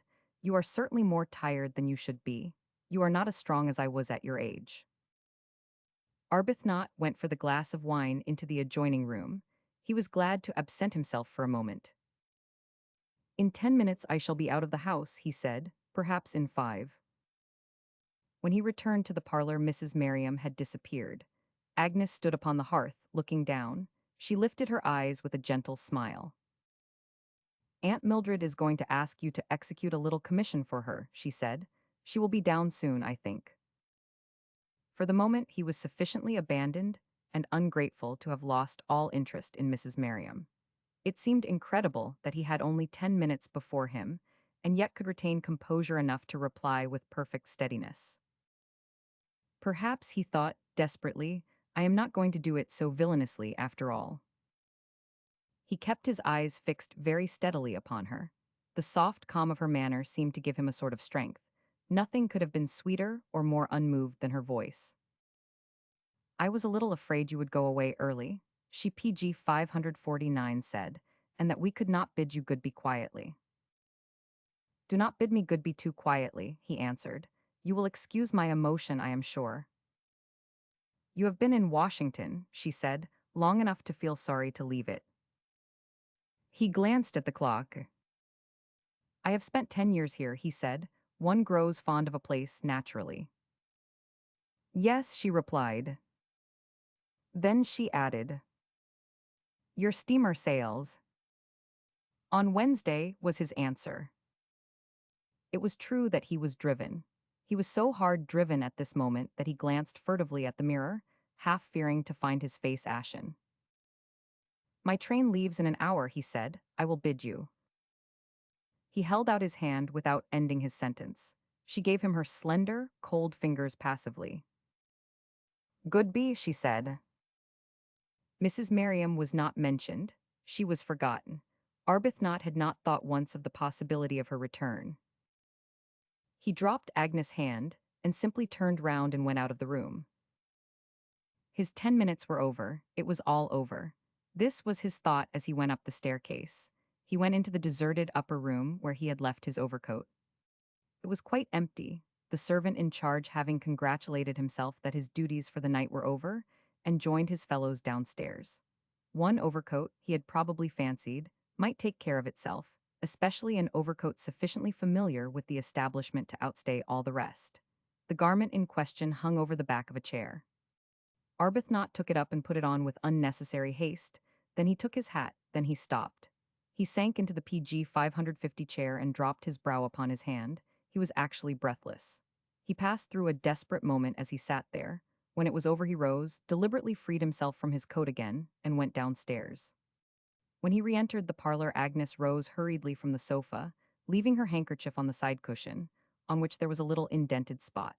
She made a rapid step toward him, her head held erect, her eyes at once telling their own story and commanding him to disbelieve it. Her face so inexpressibly sweet in its sadness that his heart leaped in his side. You have left something, she said. Yes, he answered, I left you. She sat down upon the sofa without a word. He saw the large tears well up into her eyes, and they helped him to go on as nothing else would have done. I could not go away, he said. There was no use trying. I could not leave you in that cold way, as if our parting were only an ordinary, conventional one. There is nothing conventional about my side of it. I am helpless with misery. I have lost my last shred of self-respect. I had to come back and ask you to be a little kinder to me. I do not think you know how cold you were. It was like death to drop your hand and turn away like that. Such a thing must be unendurable to a man who loves a woman. He came nearer. Beggars should be humble, he said. I am humble enough. I only ask you to say goodby a little more kindly. Her eyes were full and more beautiful than ever. She put out her hand and touched the sofa at her side. Will you sit here? She said. What? He cried. I. Yes, she answered, scarcely above her breath, no one else. He took the place and her slender hand. I have no right to this, he said. No one knows that so well as one. I am doing a terrible, daring thing. PG 551. It is a daring thing for us both, she said. I have always been afraid, but it cost me too much when you went out of the door. Did it? He said, and folded her hand close against his breast. Oh, he whispered, I will be very tender to you. She lifted her soft eyes. I think, she said, that is what I need. PG 552. Chapter 41. The next 6 months Lawrence Arbuthnot spent in his quiet corner of Germany. devoting all his leisure moments to the study of certain legal terms to which he had given some attention at a previous time, when, partly as a whim, partly as the result of a spasm of prudence, he had woven himself a strand of thread to cling to in the vague future by taking a course of law. His plan now was to strengthen this thread until it might be depended upon, and he spared no determined and persistent effort which might assist him to the attainment of this object.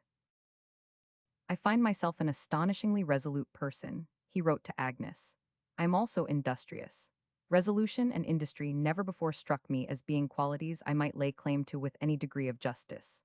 Dr. Watts himself, with his entirely objectionable bee, could not improve each shining hour with more vigor than I do, but I have an object, and the hours are shining.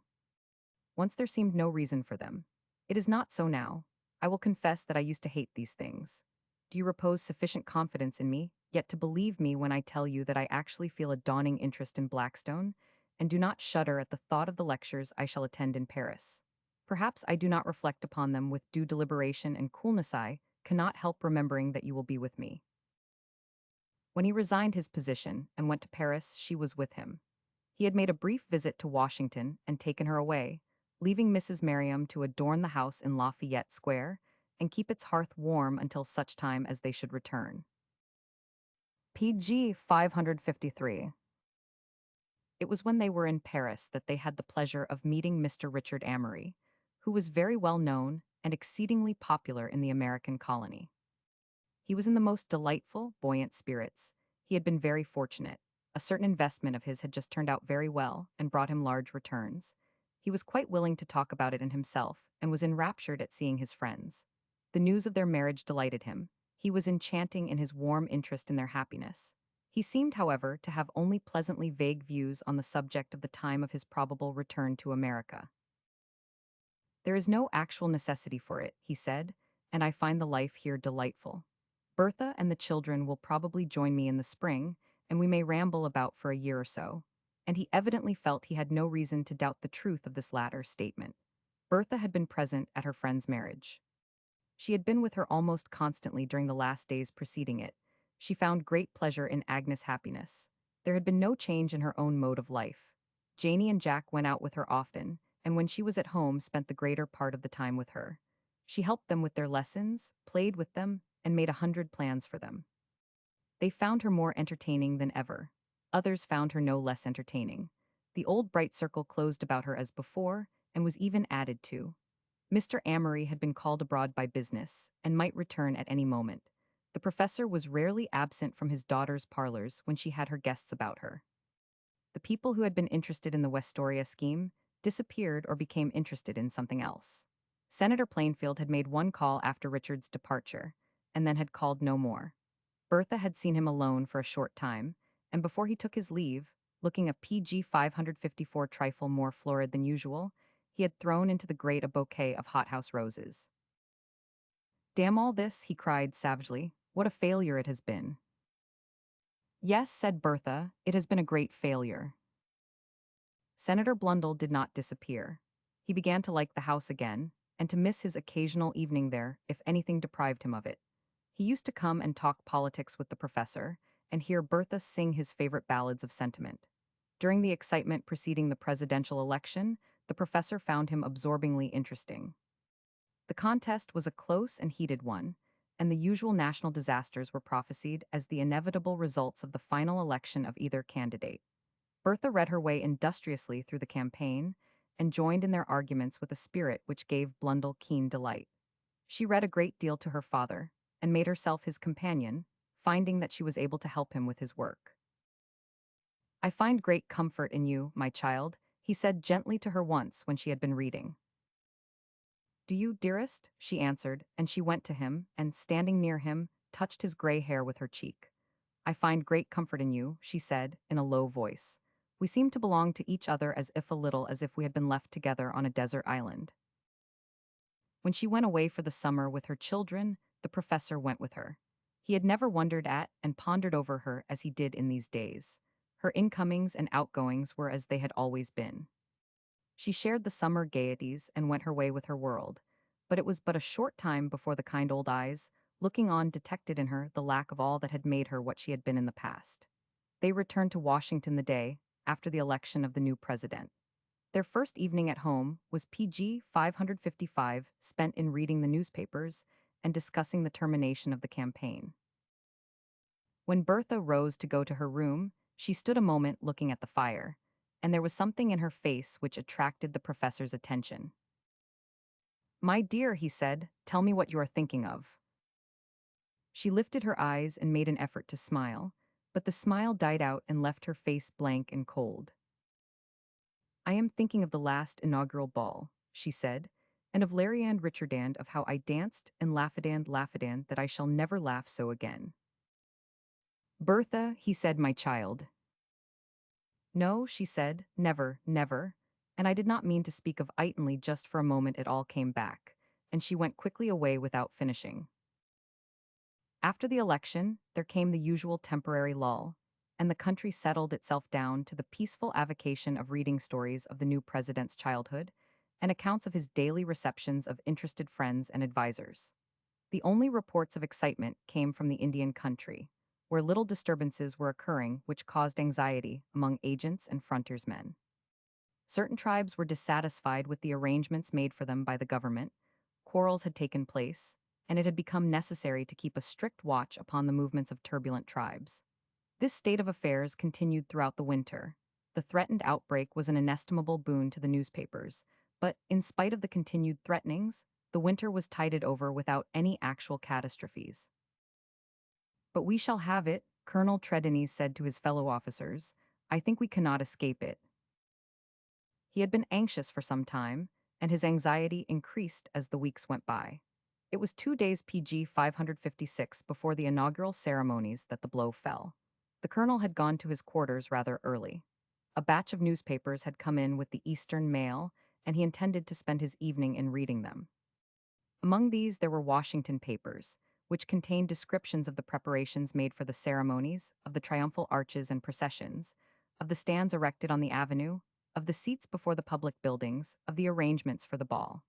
He remembered the belated flags and pennants of 4 years before, the strollers in the streets, his own feelings as he had driven past the decorations, and at last his words. "I came in with the administration. I wonder if I shall go out with it, and what will have happened between now and then." He laid his paper down with a heavy sigh, even though he had caught a glimpse of Miss Jessup's letter on the first sheet. He could not read any more, he had had enough. The bitter loneliness of the moment overpowered him, and he bowed his face upon his arms, leaning upon the pile of papers and letters on the table. He had made, even mentally, no complaint in the last month. His hair had grown grizzled and his youth had left him. Only happiness could have brought it back, and happiness was not for him. Every hour of his life was filled with yearning sadness for the suffering another than himself might be bearing. Sometimes it became intolerable anguish. It was so tonight. "I have no part to play," he thought. "Everyone is used to my grim face, but shepherd child, poor child, they will not let her rest. She has worn her smile too well." Once, during the first winter of his stay in Washington, he had found among a number of others a little picture of herself, and had asked her for it. It was a poor little thing, evidently lightly valued, but he had often recalled her look and words as she gave it to him. PG 557. "Nobody ever wanted it before," she had said. "They say it is too sad to be like me. I do not mind that so much, I think. I had rather a fancy for it. Yes, you may have it if you wish. I have been gay so long, let me be sad for a little while, if it is only in a picture." He had carried it with him ever since. He had no other relic of her. He took it from his breast pocket now, and looked at it with aching eyes. "So long," he said, "so long," and then again, "Poor child, poor child." The next instant he sprang to his feet. There was a sound of hurried feet, a loud knocking at his door, which was thrown open violently. One of his fellow officers stood before him, pale with excitement. "Tredennies," he said, "the Indians have attacked the next settlement. The devils have gone mad. You are wanted." Tredennies did not speak. He gave one glance round the room, with its blazing fire and lonely, soldierly look. Then he put the little picture into his pocket and went out into the night. PG 558. Chapter 42. In all her honest, hard-worked little life, Miss Jessup had never done more honest, hard work than she was called upon to do on the day of the inauguration. She had written into the small hours the night before. She had described bunting and arches, evergreens and grandstands, the visiting regiments, club uniforms, bands, banners, torchlights, and speeches, and on the eventful day she was up with the dawn, arranging in the most practicable manner her plans for the day, with letters containing a full and dramatic description of the ceremonies to be written to 4 Western papers, and with extra work upon the Washington Weekly and Daily. There was no time to be lost. Miss Jessup lost none. Each hour of the day was portioned off each minute almost. Now she was to take a glance at the procession from the steps of the Treasury. Now she was to spend a few moments in a balcony overlooking another point. She was to see the oath administered, hear the president's address, and form an estimate of his appreciation of the solemnity of the moment. She was to take his temperature during the afternoon and be ready to greet him at the ball and describe dresses, uniforms, decorations, flags, and evergreens again. Even as she took her hasty breakfast, she was jotting down appropriate items and had already begun an article opening with the sentence, "Rarely has Washington witnessed a more brilliant spectacle," etc. It could scarcely be said that she missed anything when she went her rounds later. No familiar face escaped her. She recognized people at windows, in PG 559 carriages, on platforms. Among others, she caught a glimpse of Mrs. Amory, who drove by on her way to the Capitol with her father and Jack and Janie. She looks a little tired about the eyes, thought Miss Jessup. She has looked a little that way all the season, though she keeps going steadily enough. They work as hard as the rest of us, in their way, these society women. She will be at the ball tonight, I dare say. Bertha herself had wondered if she would find herself there. Even as she drove past Miss Jessup, she was thinking that it seemed almost impossible. But she had thought things impossible often during the winter which had gone by, and had found them come to pass and leave her almost as before. Gradually, however, people had begun to miss something in her. There was no denying, they said, that she had lost some of her vivacity and spirit, some tone had gone from her voice, something of color from her manner. Perhaps she would get over it. Amory had not behaved well in the Westoria land affair, and she naturally felt his absence and the shadow under which he rested. Very gradually, she said to the professor once, "I think I am retiring from the world. I never was really very clever or pretty. I do not hide it so well as I used to, and people are finding me out. Often I am a little dull, and it is not likely they will forgive me that." But she was not dull at home, or the professor never thought so. She was not dull now, as she pointed out objects of interest to Jack and Janie. "I wish Uncle Philip were here," cried Jack. "He would have his sword on and be in uniform, and he would look taller than all the rest, taller than the president." The day was very brilliant to the children. They were as indefatigable as Miss Jessup, and missed as little as if they had been in search of items. The blare of PG 560 brazen instruments, the tramp of soldiers, the rattle of arms, the rushing crowds, the noise and color and excitement filled them with rapture. When they finally reached home, they were worn out with their delights. Bertha was not less fatigued, but after the nursery was quiet and the children were asleep, she came down to dine with the professor. "And we will go to the ball for an hour," she said. "We cannot submit to having it described to us for the next 2 weeks by people who were there." The truth was that she could not sit at home and listen to the carriages rolling by, and watch the dragging hours with such memories as must fill them. So at 10:30, she stood in her room, putting the last touches to her toilet, and shortly afterward she was driving with the professor toward the scene of the night's gaieties. She had seen the same scene on each like occasion since her 18th year. There was nothing new about it tonight. There was some change in dances and music, but the same types of people crowded against each other, looking on at the dancing, pointing out the president, asking the old questions, and making the old comments. Young people whirled together in the center of the ballroom, and older ones watched them with some slight wonder at the interest they evinced in the exercise. Bertha danced only a few quadrilles. As she went through them, she felt again what she had felt on each such occasion since the night of the ball of the last year. The music seemed too loud, the people too vivacious, the gaiety about her too tumultuous, though, judged by ordinary standards, there could have been no complaint against it. But notwithstanding this feeling, she lingered longer than she had intended, trying to hide from herself her dread of returning home. No one but herself knew. Even the professor did not suspect how empty the house seemed to her, and how its loneliness grew and grew. PG 561, until sometimes it overpowered her and became a sort of deadly presence. Richard's empty rooms were a terror to her. She never passed their closed doors without a shock. At 12:30, however, she decided to go home. She had just ended a dance with a young attaché of one of the legations. He was a brilliantly hued and graceful young butterfly, and danced and talked well. There had been a time when she had liked to hear his sharp, slightly satirical nonsense, and had enjoyed a dance with him. She had listened tonight, and had used her pretty smile at opportune moments, but she was glad to sit down again. Now, she said to him, "Will you be so good as to find my father for me, and tell him I will go home?" "I will if I must," he answered, "but otherwise—" "You will if you are amiable," she said. "I blush to own that I am tired. I have assisted in the inaugural ceremonies without flinching from their first step until their last, and I begin to feel that His Excellency is safe and I may retire." He found her a quiet corner and went to do her bidding. She was partly shielded by some tall plants, and was glad of the retreat they afforded her. She sat and let her eyes rest upon the moving crowd promenading the room between the dances. The music had ceased, and she could catch snatches of conversation as people passed her. Among the rest were a pretty, sparkling-eyed girl and a young army officer who attracted her. She watched them on their way round the circle twice, and they were just nearing her for the second time when her attention was drawn from them by the sound of voices near her. "Indian outbreak," she heard. "Trethany's news just came in." She rose from her seat. The speakers were on the other side of the plants. One of them was little Miss PG 562 Jessup, the other a stranger, and Miss Jessup was pale with agitation and professional interest, and her notebook trembled in her little bird-like hand. "Colonel Trethany's," she said. "Oh, I knew him. I like Timevery one Diedvery one. What are the particulars? Are they really authenticated? Oh, what a terrible thing." "We know very few particulars," was the answer, "but those we know are only too well authenticated.